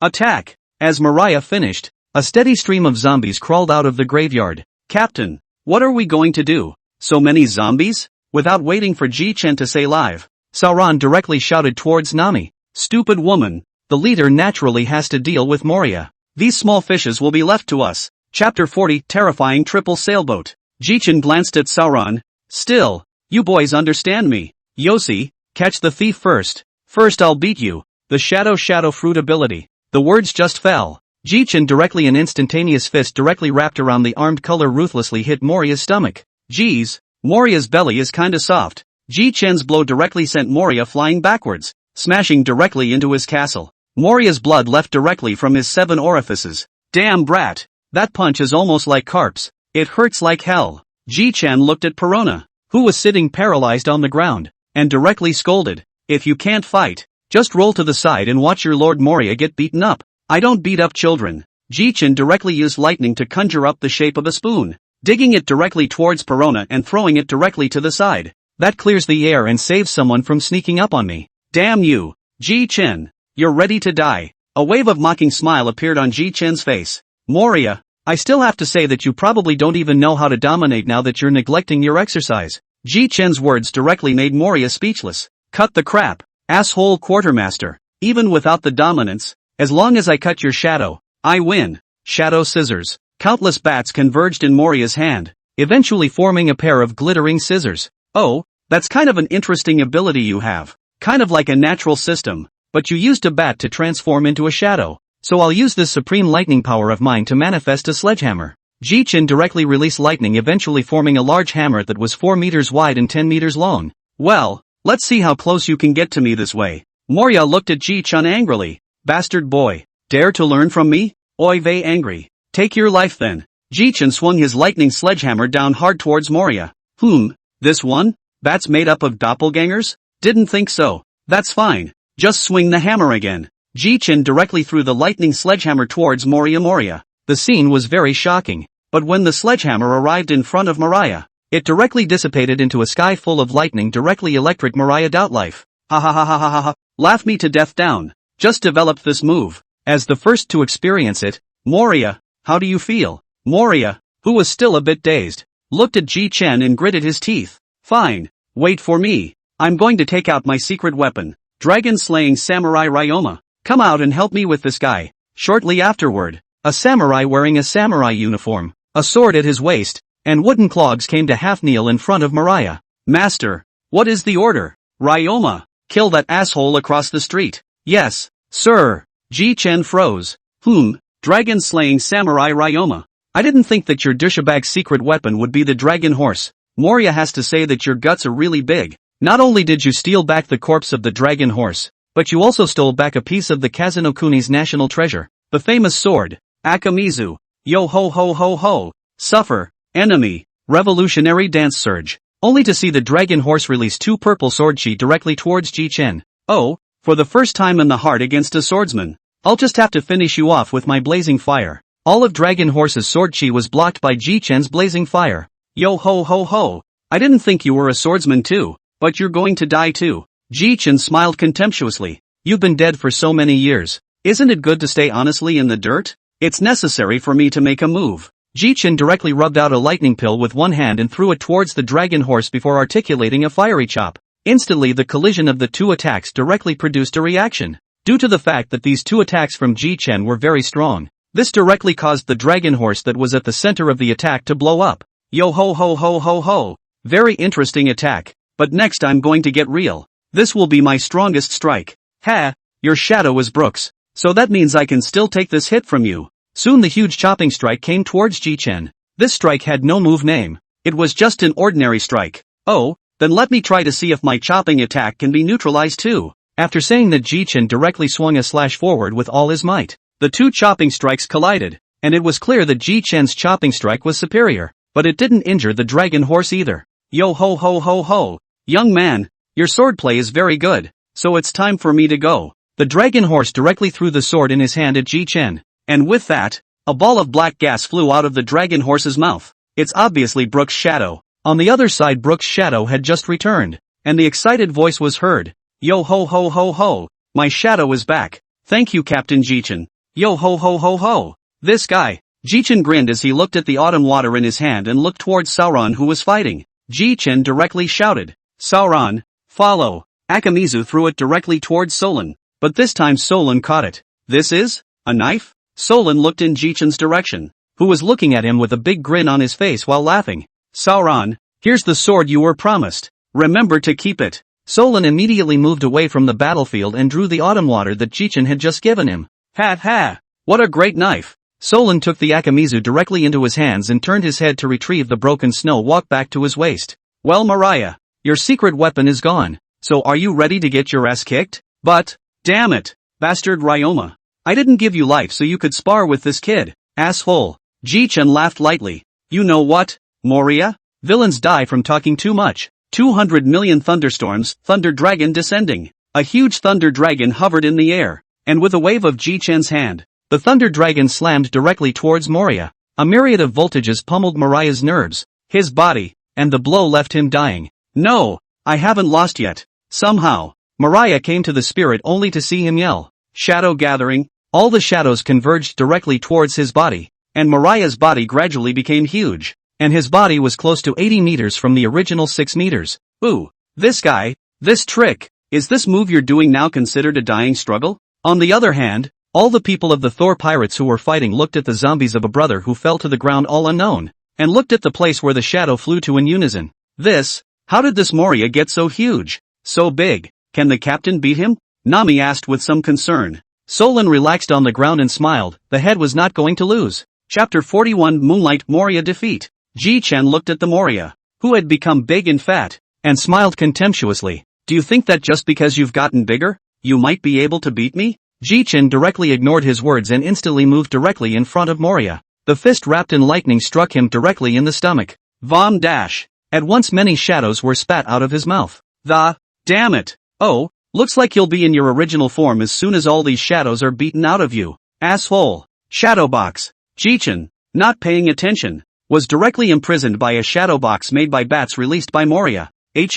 What's this thing? It's black. Meanwhile, outside, Mariah was laughing madly. Moria controlled this shadow box to move directly in front of him, and Xian Gui landed hard punch after punch. Soon the shadow box made of bats had been deflated by Moria's smash. Moria commanded the bats to scatter straight away. He was going to get a good look at Ji-Chen's misery, when Moria J saw Ji-Chen instantly some disbelief. How are you guys intact? Ji-Chen looked at Mariah like he was retarded. Oh, you shadow asshole. I'm Raiden, not your useless fruit ability. Did you sleep yourself silly by not exercising for decades? Since it didn't work once, let's do it again. Do you really think you can catch me? Ji-Chen instantly came to Moria's head position, his armed color hegemony wrapped around, and with one punch, he directly hit Moria's eyes. Then there was a storm of Ji-Chen-like punches, swinging and punching him in the stomach, and soon a steady stream of shadows flew out of Mariah's mouth and ended up back where they belonged. Phew, I didn't realize that punching someone with your fists was so good. No wonder Luffy likes to use his fists. Looking at Moria, who had already been punched unconscious in front of him, Ji-Chen didn't pay any attention to it and flew directly towards his partners. Ji-Chen had just arrived. Chopper and Nami jumped straight over. Captain, you're so strong. Ji-Chen felt Nami's embrace and also went apoplectic. Alright, get up first. Ji-Chen looked around at his pals, a happy smile on his lips. Great, no one got hurt this time. That's great, but I had a pretty good fight. Just as Ji-Chen spoke, the living people in the surrounding forest appeared one after another in front of Ji-Chen, and they lined up very consciously. Thank you very much to the hero for being able to defeat Moria. The gratitude of over 100 people instantly made Ji-Chen feel very embarrassed. It's nothing, and you needn't thank me, I'm doing it all for myself. After Ji-Chen said this, one person came out of the team. Hero, we must thank you or we won't leave. Ji-Chen rolled his eyes. Since you guys insist on being thankful, then, Ji-Chen directly pushed Nami out. Then you'll give some Bailey. This is our Thunder God Pirates Bailey Grandmaster. After pushing Nami out of the way, Ji-Chen headed straight to the middle of the forest with Sauron. On the way, Sauron could still be heard complaining. No way. Chief, we just defeated Moria. Why do we still have to come to this forest? What do you know? Naturally we're here to look for devil fruit. Or what do you boys think I'm here for? The two walked on like this, and soon the two came to a house. Hey, why is there a house here? Ji-Chen slapped his forehead. I can't believe I forgot about him. Let's go in first. Just as he entered, Ji-Chen sensed the strangeness of the place, and there was even a coffin in the center of the hall. Who are you? Ji-Chen looked back. Huagubyuk. Ah, you're such a bad doctor that you're still alive. Sauron, kill him. As good as you are at healing, you are terrible at it. Sauron led straight to his orders, and after a tussle, Habak was killed straight away. Stain. This kind of person let him live in the world for a second. I am too much. You still have the mood to play with him. If I directly 1 move seconds. I'm just trying to practice a new move I just realized. Come on. It's good to wander around some more. After Jichen finished speaking, he led Sauron around this house. Chief, I think I found a devil fruit. Come take a look. Jichen turned around and saw that Sauron was holding the very same devil fruit. The transparent fruit, surprisingly, was reborn in Habak's house. The little cutie. I can't believe I didn't even notice. But this transparent fruit. Sauron, do you want to eat it? After eating it, you'll be able to use this fruit to sneak up on people. What do you think? Jichen looked at Sauron with a wicked smile on his face. Solon bristled. I, Roranoa Solon, am not that treacherous. I wouldn't sneak up on someone. Che, love to eat not eat just right. I use it to auction another billion or so berries into my pocket. Ha ha ha ha ha ha. Well, we should get back. Oh yeah, that Akamizu I just gave you. That's one of the 21 works of the Great Fast Sword and also a national treasure of the country of Wakuni. I would suggest that it would be better to cover the sheath, in case it's recognized. Go! Solon walked behind, slightly contemplating, feeling that there was nothing wrong with what Jichen said, and also keeping this matter in mind. Hey, Rhodey plus Lost King in the back, stay close to me, or else you'll get lost and I won't care about you. Hearing Jichen's words, Sauron angrily took big steps directly toward the front. Hey, wrong way. This way. Soon, Sauron was grabbed by Jichen and returned to the crowd. Jichen looked around the weak Nami posted directly. Captain, do you know how much those men just gave us? Jichen looked at the look in Nami's eyes that had turned into money and asked curiously. How much? Ahem. Listen up. They're giving us a full 200 million berries. Ooh, that's quite a lot. I thought a few tens of millions would be more than enough. Oh, by the way, there's someone who said she must thank you, so she boxed to meet you. Jichen nodded indifferently. What a pain in the ass. You tell him to come find me. Soon a large bladdered woman was brought over by Nami. Hello Captain Jichen, my name is Lola. I was cut out of the shadow by Moria a few years ago and have been living in the darkness. The only reason I've been able to see the light again is because of you, said Lola as she pulled a piece of paper from her shirt pocket. Oh, life paper? Lola smiled. Captain Jichen has a good eye. If Captain Jichen doesn't mind you can take it. And if you run into trouble in the new world in the future, you can come to my mom for help. May I ask your mom? Lola also answered directly without the slightest hesitation. My mom is Big Mom. What? Your mom turned out to be Big Mom. That's pretty unbelievable, but no need for the life paper. I still have confidence in myself, but thanks for the kind words. Chapter 42, System Upgrade. Lola then left as well. Nami in the crowd after seeing Lola leave one curiously came up and asked, Captain, who is Big Mom? How do you mean Big Mom? Jichen's afterglow skimmed over old Shah who was leisurely smoking a cigar.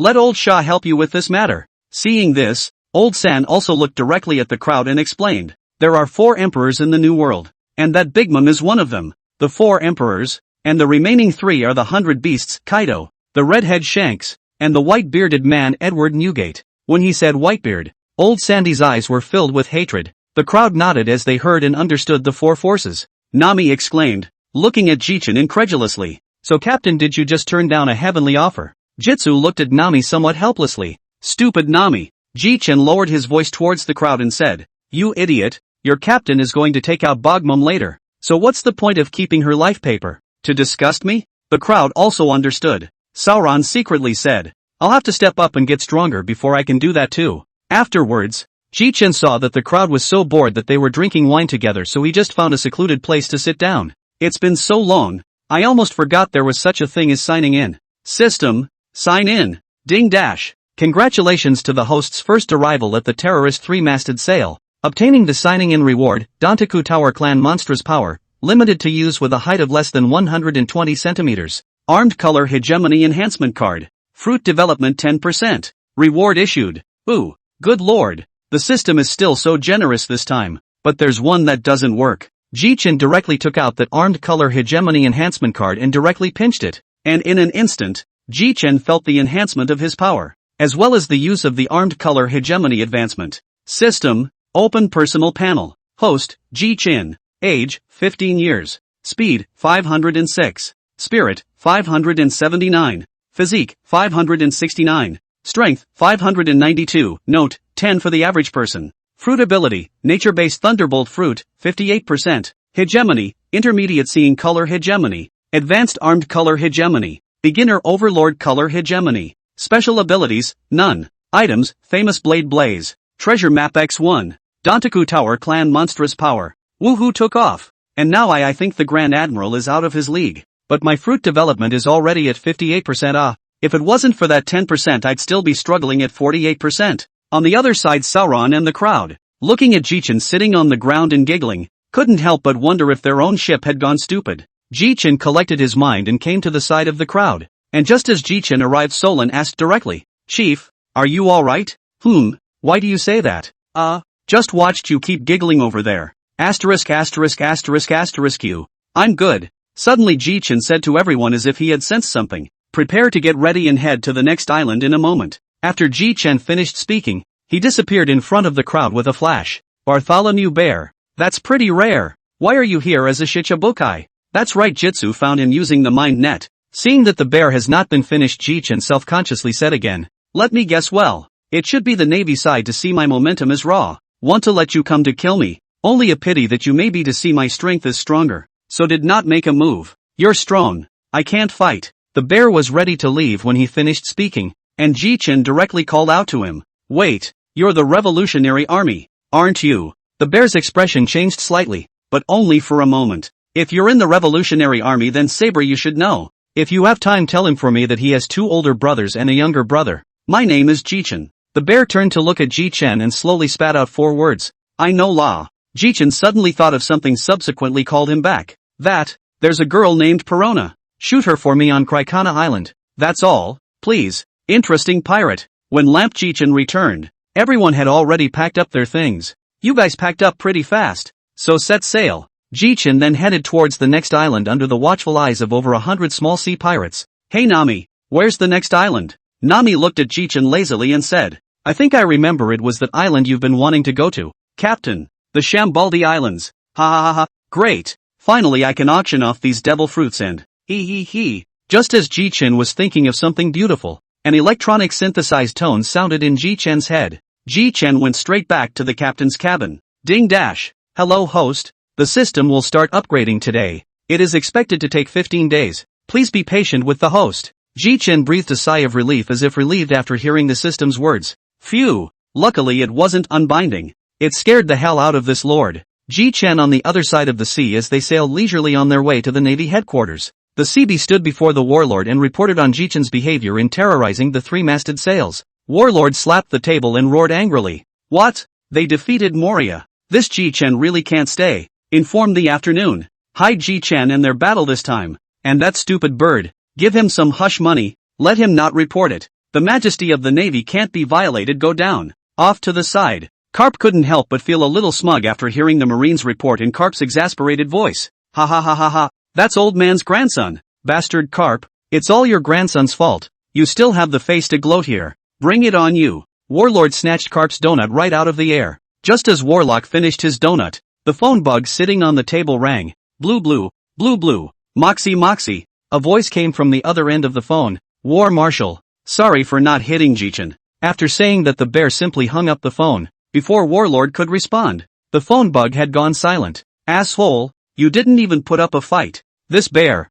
Chapter 43, Arrival in Chambord. 15 days later. The Thor. Hey, it's so boring. It's been half a month already, and we haven't even gotten to the Chambord Islands yet. Fishing every day. It's too boring, isn't it? Off to the side. Joba Hamden Hod. Captain, I see you're quite happy fishing every day. Che, what do you know? Ding dash. Jichin returned to the captain's room in a direct instant the moment he heard the sound. System, is that you? It's me. Host. Ha, why does that voice sound like a girl? The system is a girl? Never mind. Let's start with what you've added. Ding dash. Host, this system has added a new system store. All items in the worlds can be bought and sold through Bell. After the system finished, Jichin directly opened the system store. Ooh, this item comes with a picture. I thought it only had a name. I can't believe there's still a Bloodwheel Eye, a Zanpakuto, and a random door. I can't believe there's an arbitrary door. With it then can't I just go around screwing things up? Jichin looked directly at the selling price. Price of any door, 100 million belly x 10 times. Kaleidoscope Writers I Bandai Edition price, 1 billion belly for a pair. The Zanpakuto is priced at 500 million pesetas. Candy sold at 1,000,000 belly per candy. Note, time limit, 30 minutes. Good guy. A broken knife also wants to screw me over for 500 million berries. Beautiful thought. But what intrigues me the most is the Heart's Desire candy. I wonder if it can resurrect someone who has passed away. Ding dash. The host is available for a valid period of time. Hearing this, Ji-Chen directly jumped up in excitement. System. What other new features are there? Speak up. Host. This system upgrade also allows you to view other people's attribute panels. Added merit points, which can be used to purchase items in the system mall. Merit points? Yes, host. For every celestial dragon man the host kills, they can earn 50 merit points, and there is a chance of doubling to 10 times the blitz reward for killing a famous celestial dragon man. Ji-Chen bitterly laughed and shook his head. Good lord. Tianlong people are expensive, alright. 50 merit points to get rid of. Forget about trying out the new features of the system first. Ji-Chen came directly to the deck, and with a glance of his eyes, he saw Sauron, who was lying leisurely in the corner. Yeah, you're it, Rodi Sauron. Name, Rorinoa Solon. Age, 15. Strength, 259. Speed, 215. Spirit, 202. Physique, 296. Hegemony, intermediate armed color hegemony. Primary seeing hegemony. Overlord color hegemony, not activated. Items, famous sword Akamizu.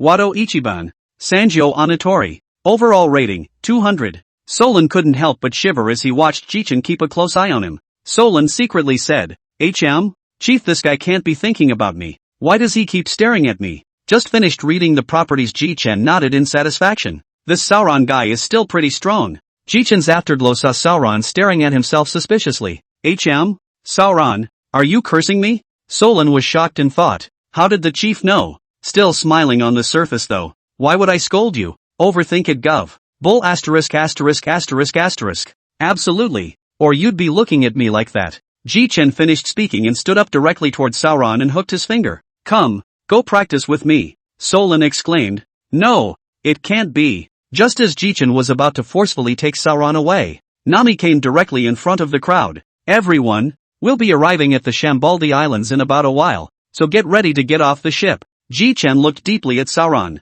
I'll let you off the hook this time. Phew, I'm glad I didn't go. I almost lost half my life the last time I went. Nami, let's find a less crowded harbor to anchor in. There are quite a few thieves in Chambord, and I'm afraid our treasure will be stolen. I'd like to put the ship away. Nami's eyes lit up after hearing Ji-Chen's words. As expected of a captain. So thoughtful. Soon, the crowd arrived at a less crowded harbor in the Shambling Land, and Ji-Chen also directly put away the ship. Ah, yes. Chopper, how tall are you? Me? I'm 120 centimeters. Joba, come here. With that, Ji-Chen's hand directly slapped directly towards Joba's head, and instantly countless lightning bolts went towards Joba's body. Captain, what are you doing? The crowd was shocked. Ji-Chen clapped his hands. Alright, my kind of lightning won't hurt you.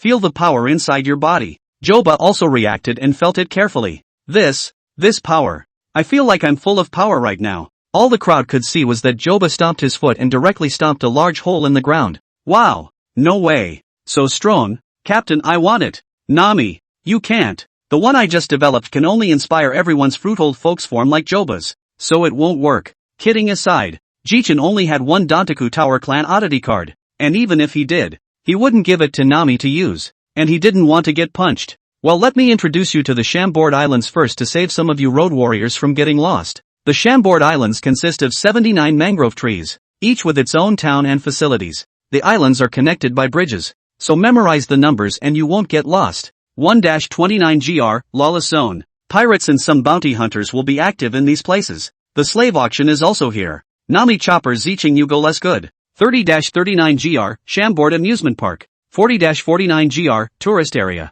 50-59 GR, Tokochu can go here. 60-69 GR, Naval Branch. 70-79 GR, Tourist Street. Okay, all memorized. The crocodile asked with some uncertainty. You've been here before?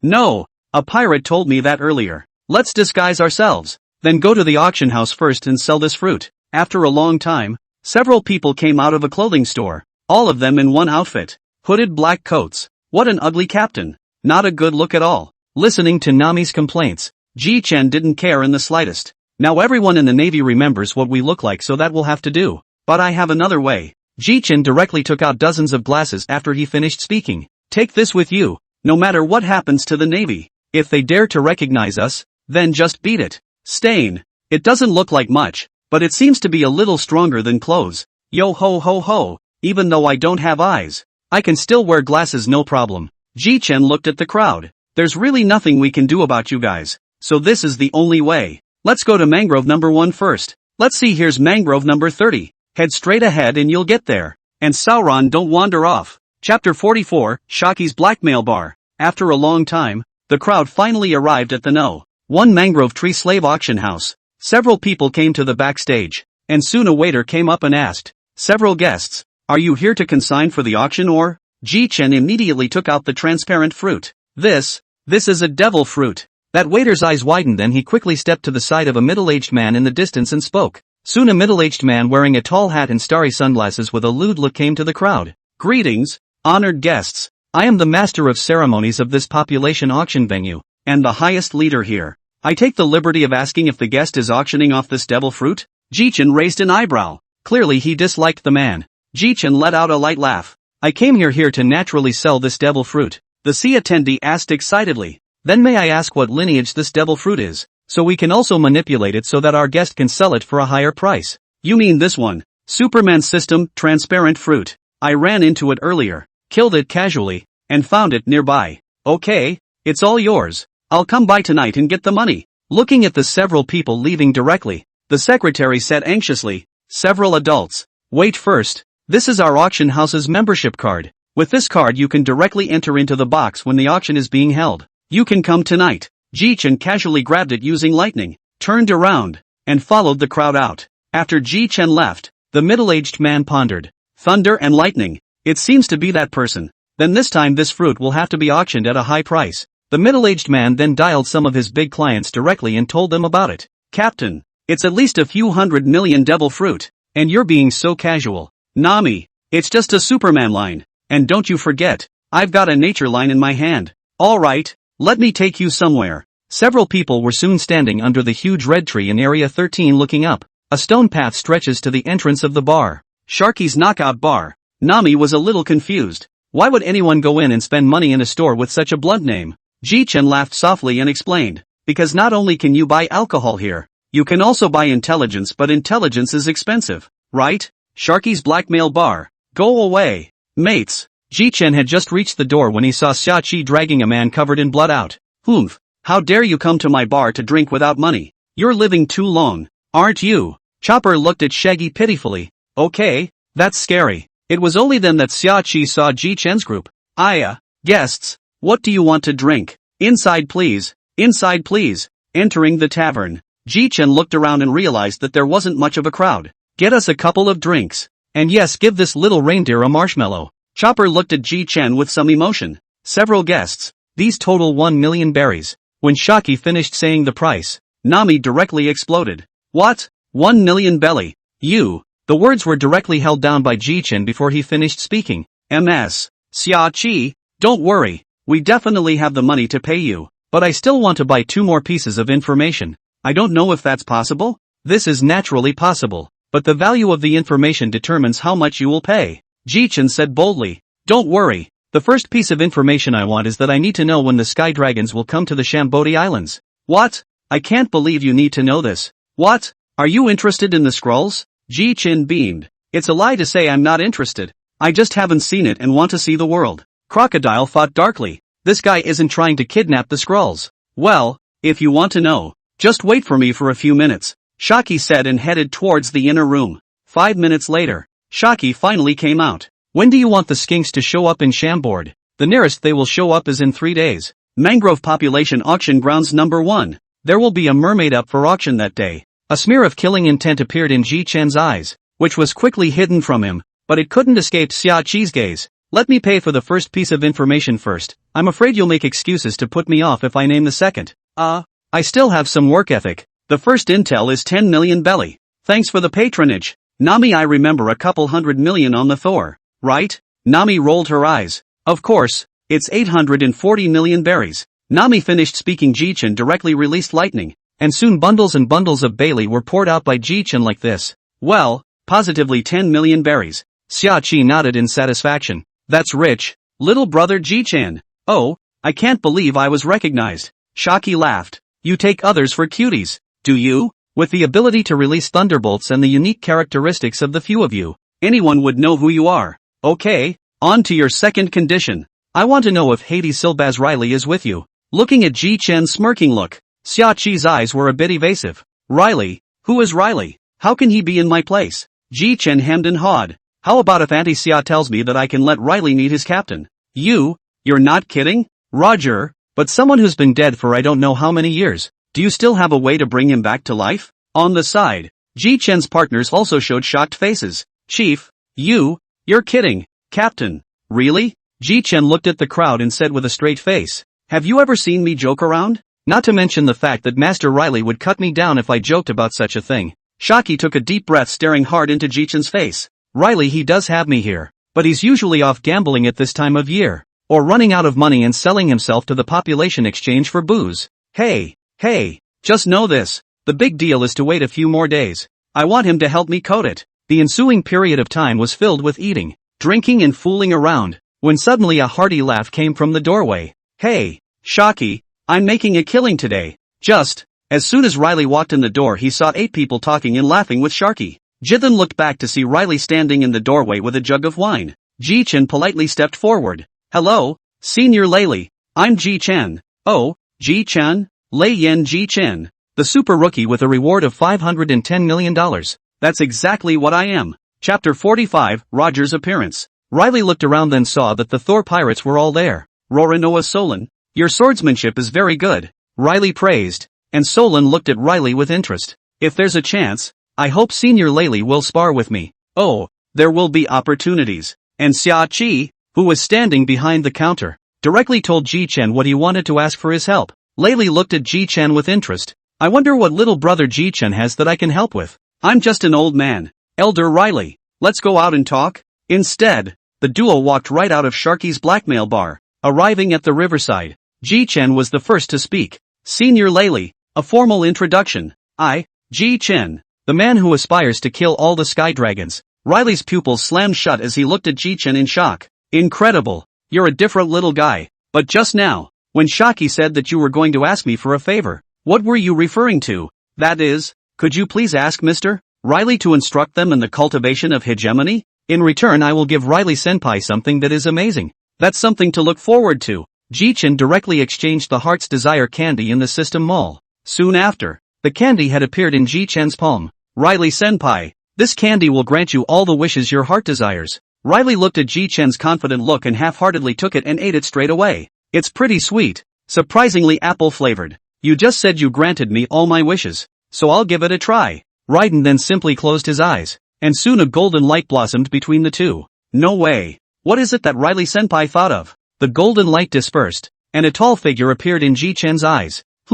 You're Riley, aren't you? Why are you so old? Riley snapped his head up, and into his eyes was a familiar face with an 8-pointed beard and a confident sunny smile reflected in Riley's eyes. Roger, ha, it's me, Riley, it's been a long time. Roger went straight up for a bear hug. Soon the things here was known by the surrounding people. The surrounding people more and more. Ji-chan felt a little bad, then directly grabbed Roger, and Riley disappeared in front of the eyes of the crowd. Phew, finally back. I used 10% of my speed this time. At this moment, as the three left, the surrounding crew as well as Shaki were all stunned on the spot. Yo, Shaki, I didn't expect you to be here too. But the years have not spared you.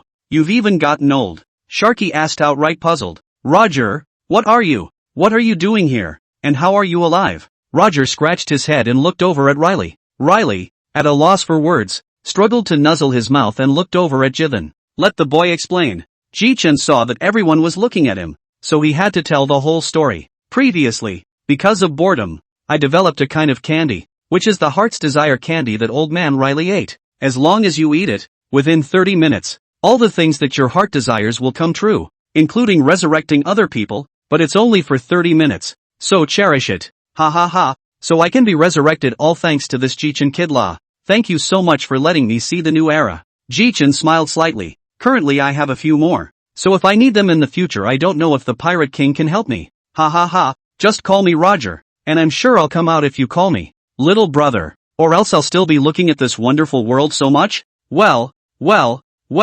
Captain, he's so good. He can develop medicines faster than I can. And he can revive them. Ji Chen looked at Xia Qi with a smile. How about it? Auntie Xia, is this candy of mine awesome? I didn't realize that what I thought was a joke at the time was true. What a man who can work miracles. Friendly reminder, there's almost 20 minutes to go. Roger looked at Riley with battle spirit. Riley, come and fight. I haven't fought for a long time. It's just the right time to move my muscles. Come on. I don't want to take a beating for my old bones. Aren't you curious about those two little guys after the pirates disbanded? You mean Red Wolverine and Bucky? That's pretty nostalgic. Riley looked over at Sharky. Then let me talk about Red Wolf and Bucky. Red Wolf is now known as the Four Emperors along with Whitebeard and Newgate, the men who stand at the top of the world. Yo, Red Wolf must be really strong now. I really want to spar with him. Where's Bucky now? But I don't think he's after strength. He must be digging around for treasure now. Sharky smiled faintly. There's no mistaking it. That Red Nose has founded a pirate group and is now claiming the throne in Rogue Town. Ji Chen stood out and coughed lightly. That interruption, haha. There's still more than 10 minutes left for the time to end. So if Roger Senpai and Riley Senpai want to fight, hurry up. Oh, hey, Ji Chen boy. It's like you're looking forward to us fighting? Mr. Riley, just so you know, I'm a swordsman as well as Sauron too. So of course we want to see you two legendary pirates fight. Roger followed his gaze and saw a green algae head. Sauron boy, huh? The future is bright. Alright, come on, let's go fight. Seeing Roger's impatient look, Riley had no choice but to agree. Hey, you two stay away from the fight, or else you won't blame me for not being polite and you won't come out next time. Riley and Roger said yes in quick succession. Ji Chen secretly said, good guy, at least it's the king of pirates and the king of the underworld.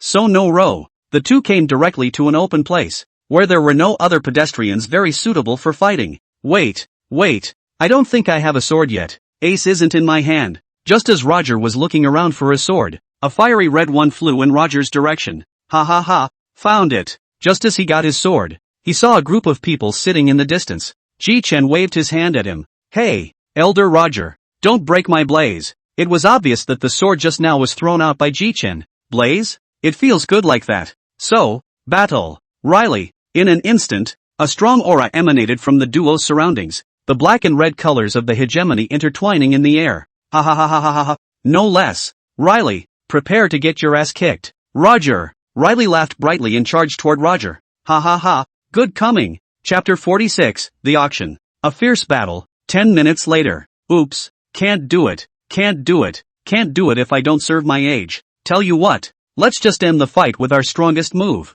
How about that? Roger? Ha ha ha ha ha. Yes. However, just as Riley was about to make his strongest strike, Riley was shocked to realize that Roger had disappeared. At this time, Ji Chen arrived. This is a duel between top experts, but Senior Roger has already disappeared. Ji Chen picked up the blaze from the ground and smiled. Okay, almost thought my blaze was going to be taken away too. You're still unbelievable. Ji Chen, I just felt like I just dreamed that Roger would actually show up here.